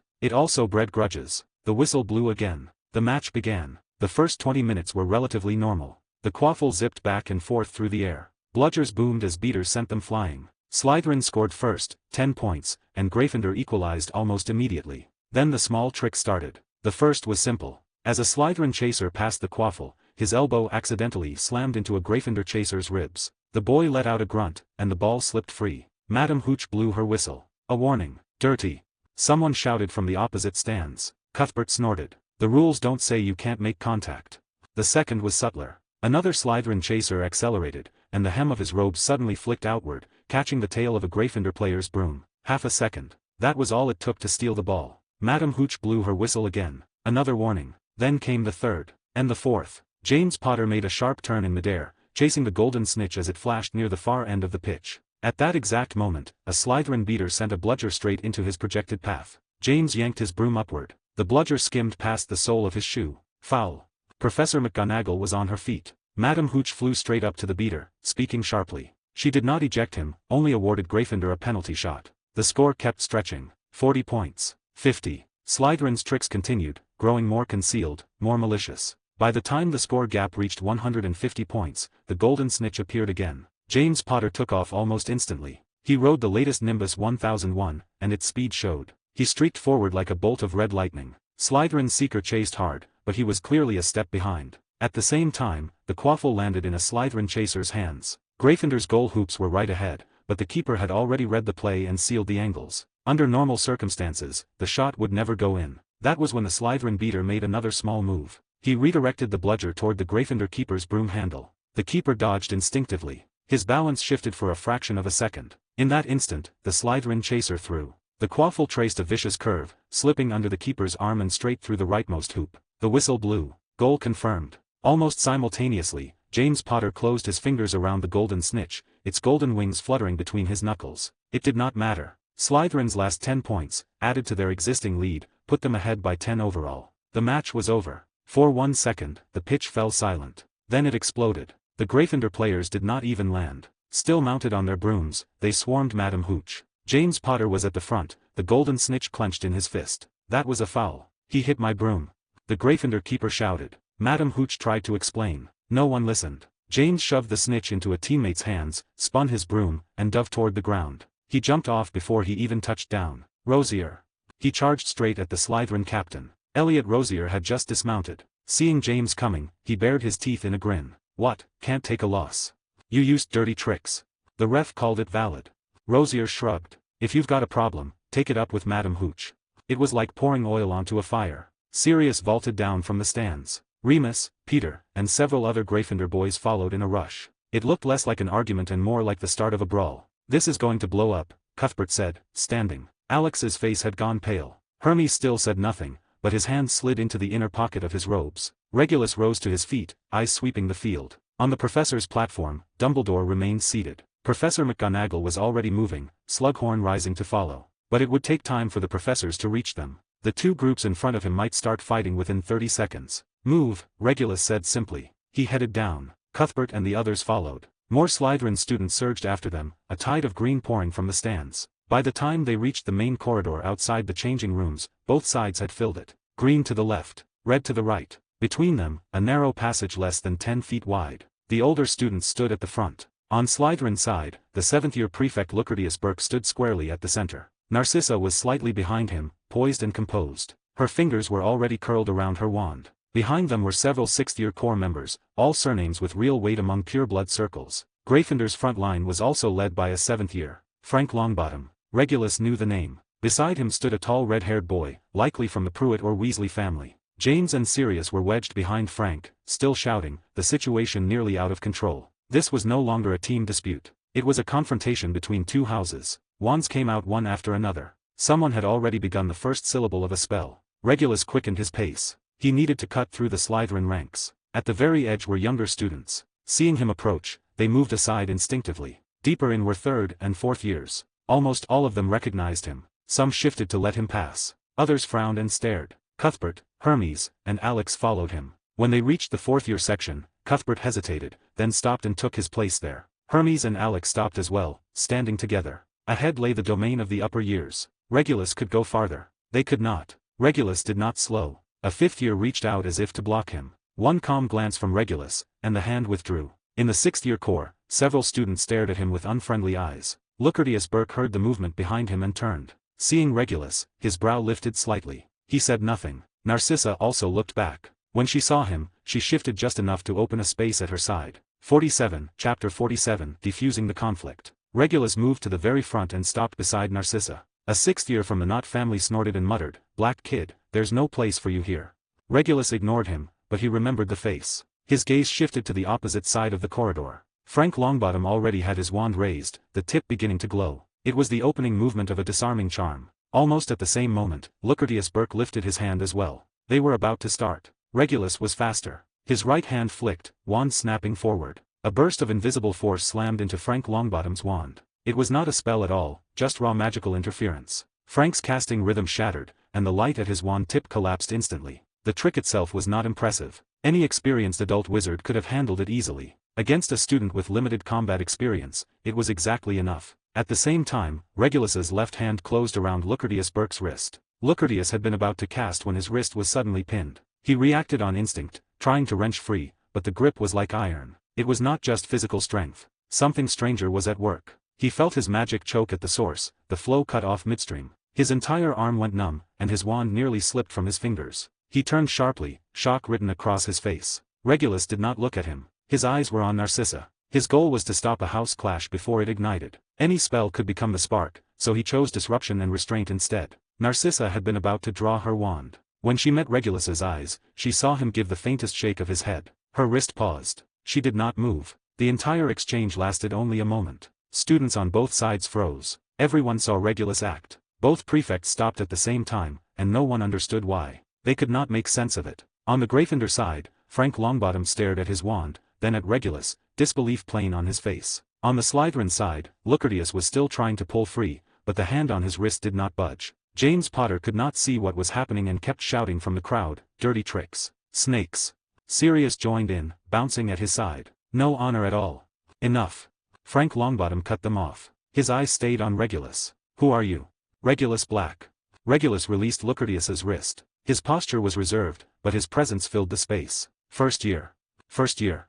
Frank frowned and glanced past him at Lucretius and Narcissa. Two seventh-year prefects were allowing a first-year to stand in front? He knew who Regulus Black was. What he did not know was how this Black had managed that. Lucretius flexed his wrist, his expression dark. He said nothing. Narcissa stepped half a pace forward, positioning herself just behind Regulus. It looked like support, or perhaps protection. Regulus looked back to Frank. "Prefect Longbottom, Madame Hooch's ruling has already taken effect. If Gryffindor disputes the call, there is a formal process for appeal. This is not the place." He turned his head toward Slytherin, though the words were meant for both sides. As for fouls during the match, the referee issued warnings. Competing within the limits of the rules is part of sport. If the rules feel unfair, push to change them, or learn to play within them. Post-match retaliation is not dignified. James opened his mouth again, but Frank raised a hand to stop him. The seventh-year prefect studied Regulus for a few seconds, then nodded. "You're right. This should go to the professors." He lowered his wand. The Gryffindor students behind him followed suit, one by one, though their glares remained sharp. At that moment, Professor McGonagall and Professor Slughorn arrived. The two professors forced their way through the crowd. Seeing that the standoff had broken, both of them let out quiet breaths. Professor McGonagall's gaze swept over both sides, stern and commanding. "All of you, return to your common rooms at once. Prefects, control your houses." Professor Slughorn stepped in front of Regulus, his round face split by an approving smile. "Handled very well, Mr. Black. Slytherin and Gryffindor should not come to this over a match." Regulus dipped his head slightly. "I only wanted to keep things from escalating, Professor." "A wise approach." Slughorn patted his shoulder, then looked to Lucretius and Narcissa. "Take Slytherin back." The crowd began to disperse. As Regulus turned, he felt a gaze on him. He looked toward the professor's platform. Dumbledore was still seated, watching from afar. The eyes behind his half-moon glasses were unreadable. Regulus did not linger. He looked away and headed back. The Slytherin students parted for him automatically. This time, it was not just the younger ones. Even upper years made room. Some faces showed displeasure but stayed silent. Others frowned in thought. A few were simply enjoying the spectacle. Cuthbert, Hermes, and Alex caught up to him. Cuthbert leaned close and whispered, "Regulus, just now you." "Later," Regulus said, cutting him off. When the corridor finally emptied, Professor Slughorn and Professor McGonagall exchanged a look. Slughorn's face was full of admiration as he stared at the space where Regulus had vanished. "Minerva, that was impressive, was it not?"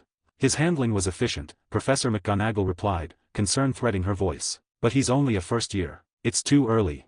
She remembered Dumbledore's words. Regulus had no interest in authority. Yet for a wizard, power and influence together became authority, and Regulus was acquiring both at an alarming pace. In other houses, this might not have mattered. In Slytherin, it was different. Some people are destined to stand out, Slughorn said cheerfully. Professor McGonagall remained thoughtful. She decided she would speak to Dumbledore later about Mr. Black. Perhaps.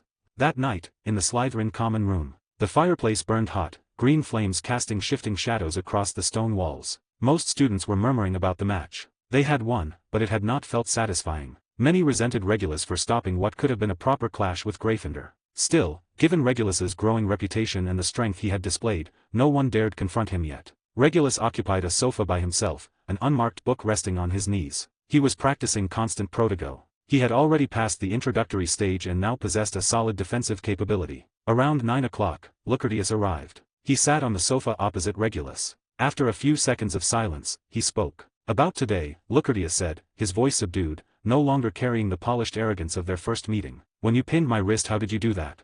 Regulus leaned back slightly and looked at him. Just a small technique. A small technique.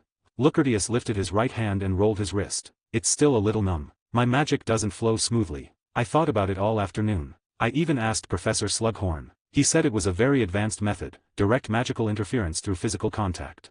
Yet you're only a first year. How? His voice was low, meant only for the two of them. When he finished, his stare locked onto Regulus, intense and unyielding. Regulus met his gaze calmly, expression flat. Lucretius Burke, eldest son of the Burke family, future heir to Borgin and Burke's, the antique shop that dealt in both light and dark. In the original timeline, this family had stayed ambiguous during Voldemort's first rise, and somehow emerged unscathed. Borgin himself was shrewd and powerful. Even Voldemort had worked in his shop once, and Borgin still survived untouched afterward. People like that deserved caution. Lucretius, however, was still too green. Everyone has their strengths, Regulus said, offering a half-truth. My control over magic is relatively precise. Precise enough to cut off someone else's magic flow. Lucretius did not believe him. My father can't even do that. Perhaps your father never showed you. Lucretius fell silent. Then he laughed, a hint of self-mockery in it. Fine. If you don't want to say it, I won't push. But Black, I owe you one. If you hadn't stepped in today and I'd actually fought Longbottom, Professor McGonagall would have docked Slytherin at least 50 points. A prefect leading a fight would cost more than 50. Regulus followed his line smoothly. He doubted Lucretius cared much about house points anyway. For pure-blood Slytherin prefects at this age, points were just a tool to maintain status, nothing more. So I owe you one. Lucretius stood, then glanced back before leaving. Regulus shrugged, unconcerned. Forcing a favor on someone could be an effective social move. He watched Lucretius's back and considered the shift in attitude. The change was obvious, from condescension to an equal exchange. That was a good sign. Show strength. Reap the return. 48, Chapter 48, A Conversation with Narcissa, bonus. About 10 minutes later, Narcissa arrived as well. She did not sit at first. Instead, she stood beside the sofa, looking down at Regulus. Firelight warmed her blonde hair with a soft glow, but her expression was serious. You scared me today, Narcissa said quietly. Sorry. Regulus looked up at her. He understood what she meant. Cousin Narcissa cared far more about family than Bellatrix ever had. She had warned him more than once to mind his limits when showing his abilities. Even before he started at Hogwarts, she had shared the lessons she had learned herself. Regulus could feel her concern, and because it came from family, he always treated her with genuine sincerity. Still, Regulus had his own considerations. He was not truly a child. It's not a bad thing. Narcissa sat down beside him, movements graceful as ever. I just suddenly realized you've grown up. Uncle Orion wrote to me, asked me to keep an eye on you at school. Aunt Walburga mentioned it too. But now it seems you don't need anyone watching over you. Regulus did not respond, but his gaze softened. Narcissa continued, the way you handled things today was very mature. But it was also dangerous. You put yourself in the open. More people will start watching you. Let them watch.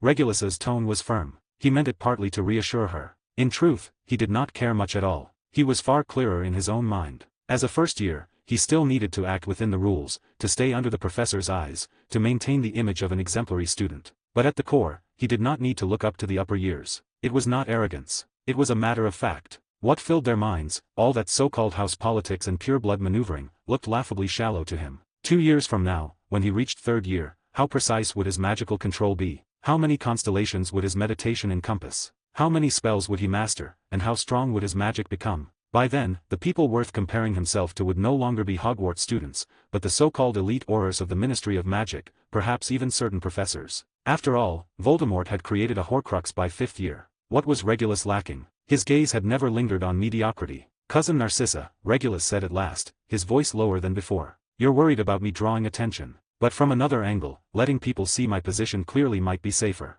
Narcissa frowned slightly. "What do you mean?"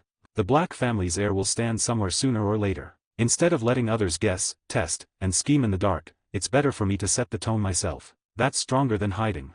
He paused, watching her reaction. When she did not object, he continued. "As for choosing sides, cousin, let's talk about that." Regulus leaned forward slightly, his voice dropping. "Bellatrix's side. Voldemort's side. I know they're recruiting. I also understand the Black family's current stance." Narcissa did not interrupt. Her eyes told him to go on. "But I want to ask," Regulus said, meeting her gaze directly. "Does the Black family, or the Sacred 28, really have only two choices?" Narcissa's breath caught. He had not spelled it out, but she knew the two choices he meant. Allegiance to Voldemort, or alignment with Dumbledore. "A wizarding family that has lasted 1,000 years, Regulus continued, does it survive by betting on the right side every time power shifts? Or does it endure because no matter who rises, the family remains standing?" As he spoke, a thought stayed unspoken. In the original timeline, the Black family had been the counterexample. They had bet blindly on Voldemort and nearly wiped themselves out. That had been Walburga's fanaticism, Sirius's rebellion, and a chain of compounded mistakes. If Regulus was here, it did not have to end that way. Narcissa fell silent for a long time. Firelight flickered across her face. "Regulus," she said softly, "you know Bellatrix is very trusted by him right now." Regulus leaned back against the sofa, eyes resting on the dancing flames, his expression calm. After a few seconds, he looked back at her. "Cousin," Regulus asked, "does the Black family need that trust?" Narcissa froze. It was a question she had never truly considered. Did the Black family need it? That was Voldemort. Yet as the thought settled, his earlier words returned to her. 1,000-year-old family. Did it really have to throw itself entirely to one side? Why was every pureblood family debating which side to join? Whose problem was that, exactly? Regulus went on, his tone easing. "Bellatrix is a member of the Black family. The trust she gains is, naturally, also a resource for the family. But how that resource is used, who uses it, and when, that all matters." He looked at Narcissa steadily. She seemed momentarily lost in thought. An investment should be judged by long-term return. Betting everything for a short-term surge is something gamblers do, not families that survive for centuries. He was speaking with extreme restraint. He could only imply that Voldemort would not last forever. He could not say more. Narcissa's pupils contracted slightly. She understood part of it, and began to notice things she had never examined before. Bellatrix devoted herself entirely to that great cause. She gave everything she was. But to the Black family, Bellatrix was still only one member. Regulus was talking about legacy. "So you mean," Narcissa's voice turned cautious, "the Black family shouldn't rely on only one path?" "I mean," Regulus said gently, "if a tree has only one deep root and all the others wither, what holds it steady when the storm comes?" He looked at her. The firelight made his gray eyes seem unusually deep. "Cousin, the Black family is not a sapling. We have many roots." "That man needs power," Regulus said, returning to the topic from a different angle. "And power comes in many forms. Fanatical loyalty is one kind. A clear, rational mind is another. Warriors who charge into battle are one kind. Those who manage resources and stabilize the rear are far rarer." He continued, "Bellatrix has already proven the Black family can provide the first. What if we can also provide the second?" Narcissa drew in a slow breath. Looking at her 11-year-old cousin, she felt a chill of realization. He had never once said he would not be loyal. He had even affirmed that man's needs throughout. Yet the meaning was unmistakable. The Black family should join as a collaborator, even a strategic provider of resources, not as a mere follower. It was far more sophisticated, and far more difficult. These ideas, Narcissa's voice was dry. "Have you said any of this to Uncle Orion?" Regulus shook his head. "My father will understand." He thought of the family ring, the key to the restricted library. His father's reminders to be restrained. Orion Black had never been a fanatic. He was a pragmatic head of house. Sending his son to Slytherin, allowing and even supporting Regulus's independence, all of it was laying groundwork for this goal. When the storm came, even if the Black family boarded the ship, they would sit in a cabin with windows, not be locked in the hold. Narcissa nodded slowly. She understood now. Not only his reasoning, but why he had acted the way he did today. He had been displaying the second kind of power. The ability to manage a situation and weigh outcomes. That message was for every observer, including the one who might be watching from afar. "I understand," Narcissa said solemnly. "So you need information. Information that helps the family make the right judgments." "Yes." Regulus leaned forward slightly, adopting a more trusting posture. "Cousin, what we lack right now isn't a stance. It's perspective. Relying only on what comes from Bellatrix is like walking with one eye closed, and that eye is crooked." Narcissa immediately thought of Bellatrix's letters, thick with fevered devotion, and her increasingly extreme behavior. If the Black family listened to only that voice, it would be disastrous. I'll pay attention, Narcissa promised seriously. Not just the Malfoys, but the Lestranges, other families, and rumors within the Ministry of Magic. If it has value, I'll tell you. Through secure means, Regulus added. Or face to face.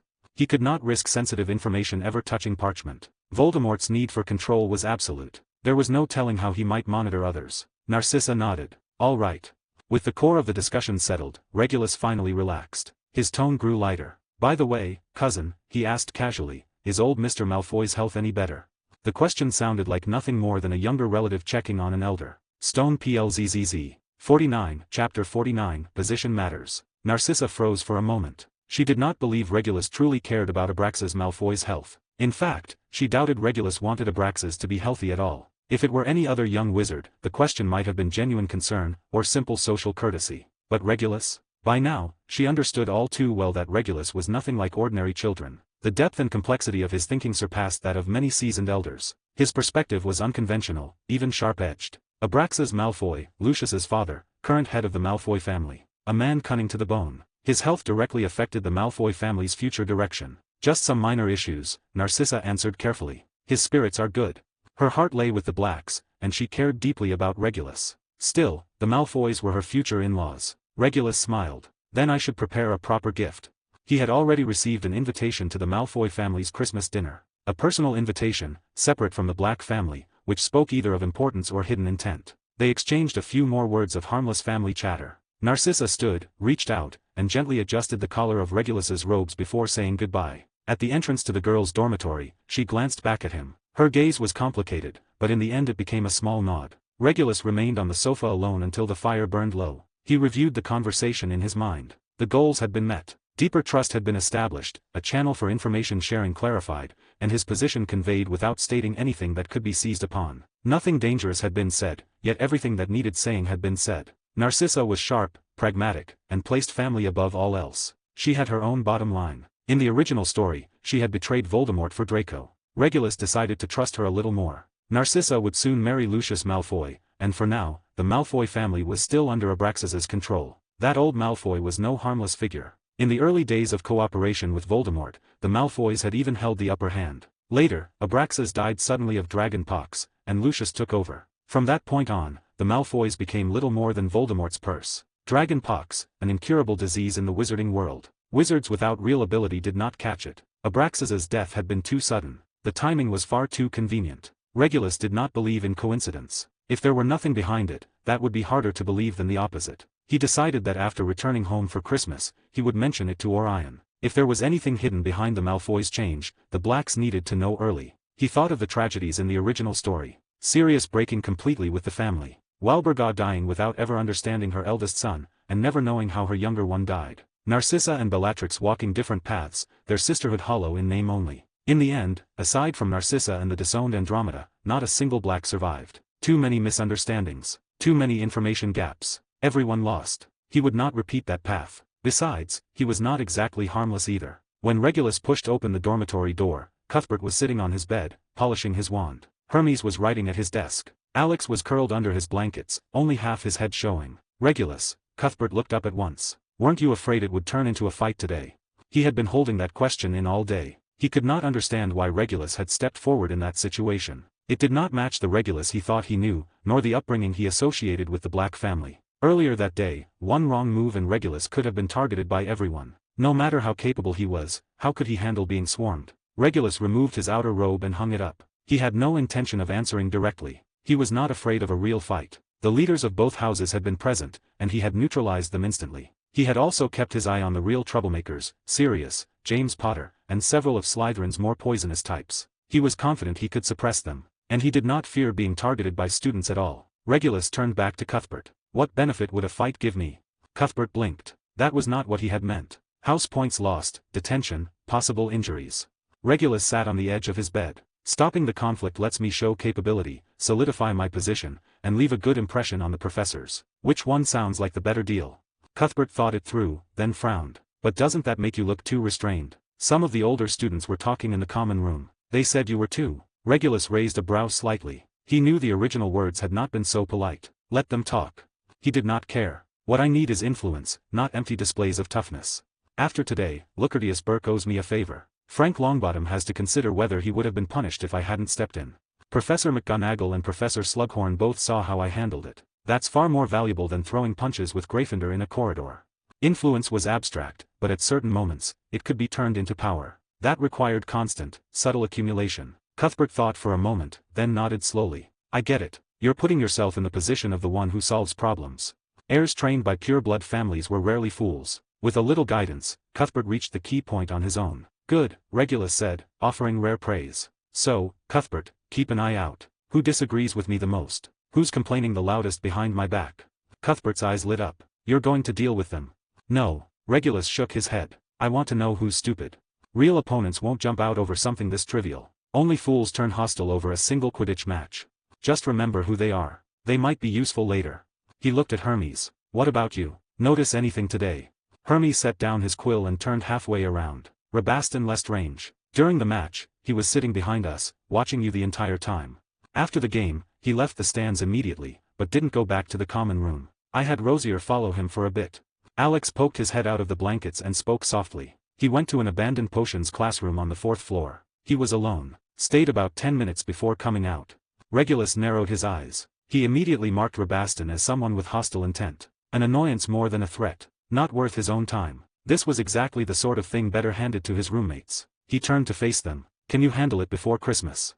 Hermes's mouth curved into a dark smile. I have an idea. Regulus stopped participating after that. This was meant to be a small task for them, something to build cohesion. He returned to his bed and organized the textbooks he would need the next day. Cuthbert watched him, then asked again, by the way, Regulus, what you did today, was it really just about showing influence? Nothing else? Regulus did not stop moving. What do you mean?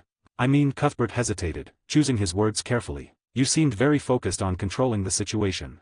In the corridor, you stepped to the front immediately. You acted immediately. It didn't feel like a spur-of-the-moment decision. Regulus turned and looked at him. The Avery's heir was observant. His thinking was not yet deep, but he tried to look beneath the surface. That was a good quality, especially among pure-blood families. Cuthbert, Regulus said slowly, in Slytherin, there are two kinds of people. One waits for things to happen and reacts afterward. The other predicts what will happen and prepares in advance. He went on, Slytherin winning through fouls meant Gryffindor would cause trouble afterward. That was inevitable. If it's inevitable, I plan for it ahead of time, instead of scrambling once the conflict breaks out. Cuthbert nodded, thoughtful. He understood that Regulus was describing the second type. As for why I had to stand at the very front, Regulus let a faint smile show. Because position determines perspective. From the back, all you see is chaos. From the front, you see everyone's reactions. Who's impulsive, who's calm, who's observing quietly, who's fanning the flames. He recalled the faces in the corridor that day. Audiobooks' shock when his wrist was pinned. The worry and concern in Narcissa's eyes. Frank Longbottom's disbelief when his casting was disrupted. James Potter and Sirius shouting in the crowd, ignored and powerless. All of it was only visible from the front.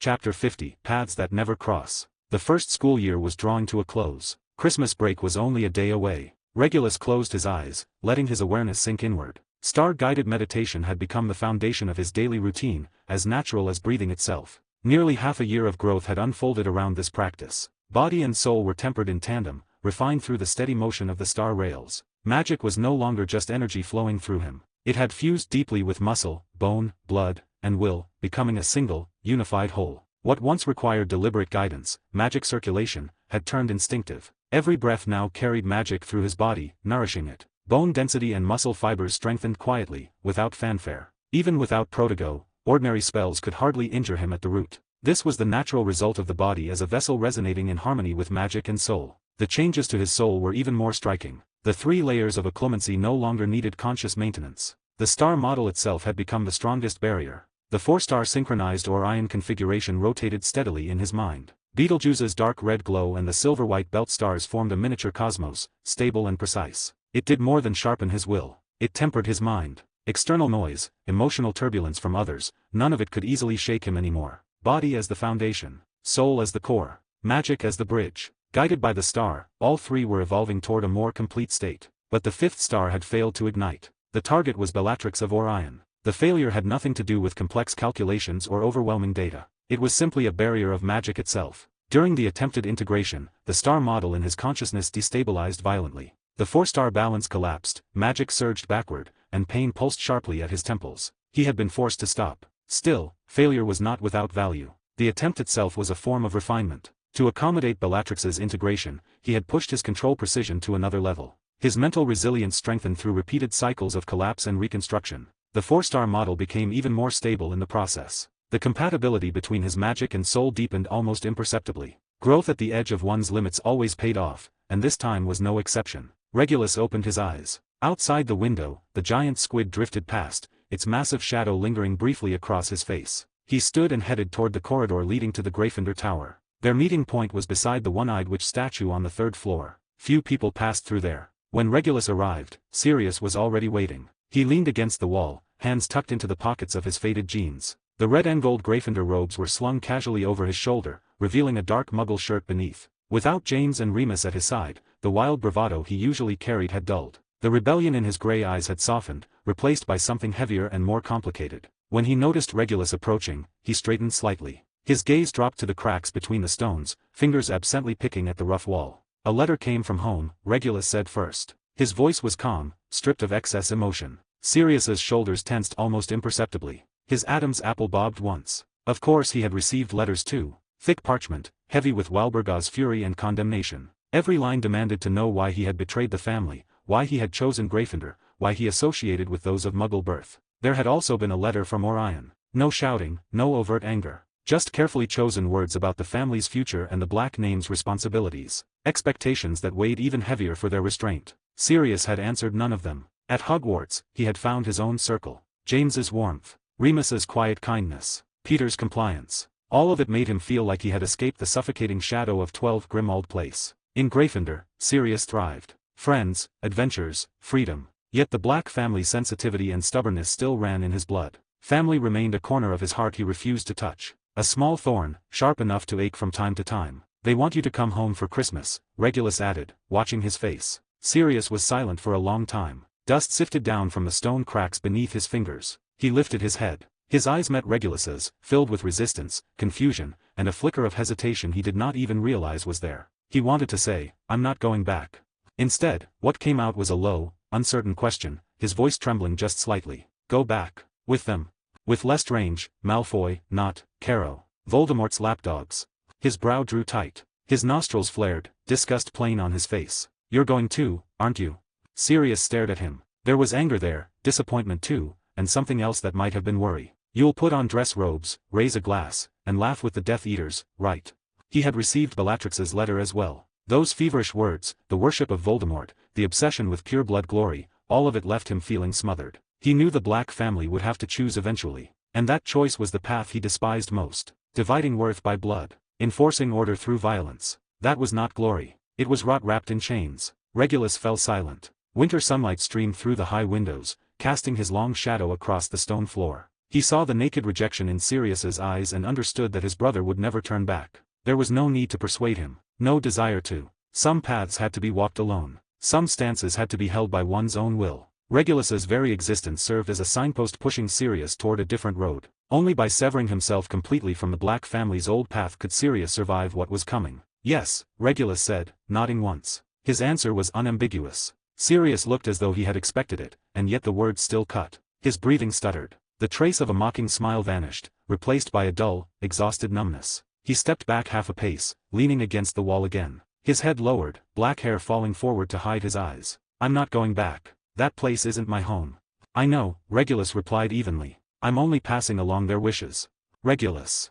Sirius looked up sharply, his voice rising. "Are you really going down that road? Standing with those lunatics? Wearing those damned black robes, putting on those damned masks? You're smarter than them. You're not like them. You know exactly what they're doing. Murder, persecution, and ruling through fear." Regulus looked at him. The boy a year and a half older than himself stood there stripped of bravado, the edges of him still not fully hardened. "I'm walking the Black family's path," Regulus said. His tone did not change. "Just like you're walking Gryffindor's. We made different choices. That isn't the Black family's path. It's a path to destruction." Sirius's voice climbed higher as he stepped forward. "You think they'll tolerate the Blacks? They only want obedient dogs. The moment you stop being useful, they'll throw you away like trash." Regulus did not answer. He knew Sirius was right. And still, this was how it had to be. He reached out and rested a hand briefly on Sirius's shoulder. "Take care of yourself." Then he turned and walked away. His dark green robes left a fleeting afterimage in the corridor. He did not look back. Behind him, Sirius remained frozen in place. His brow furrowed, anger tangled with a growing, chaotic confusion. Why? Regulus understood everything. He saw their madness clearly. Why throw himself into it anyway? Regulus was not foolish. He never had been. If anything, he was sharp, calculating. That only made it harder to understand. Did he not see the Black family walking straight into a fire? Did he not see that so-called pure-blood glory was nothing more than bait Voldemort used to lure followers? Was it for inheritance? That had never seemed to matter to Regulus. Had their mother's ideology finally taken hold? But even as a child, Regulus had dared to question her. He did not know what Regulus thought about late at night. He did not know what he saw when he stared at the stars. He did not know what purpose drove him down this road. He only knew that from this moment on, he and Regulus were truly walking two paths that would never cross again. Hi guys. I made a paid service in Telegram where you will find a great collection of fanfiction audiobooks organized and regularly updated. What you get? An unlimited access to the full audiobook library. New fanfiction audiobooks added regularly. You can play audios directly from Telegram anytime. Joining our service is available through a monthly subscription of $5. You can pay using PayPal or Ko-fi. So what are you waiting for? Send me a message on Telegram or Discord. I will provide the payment details. After the payment is confirmed, you will receive access to the private Telegram channel containing all audiobooks. If you enjoy fanfiction and prefer listening instead of reading, this library is made for you. Message me anytime to join.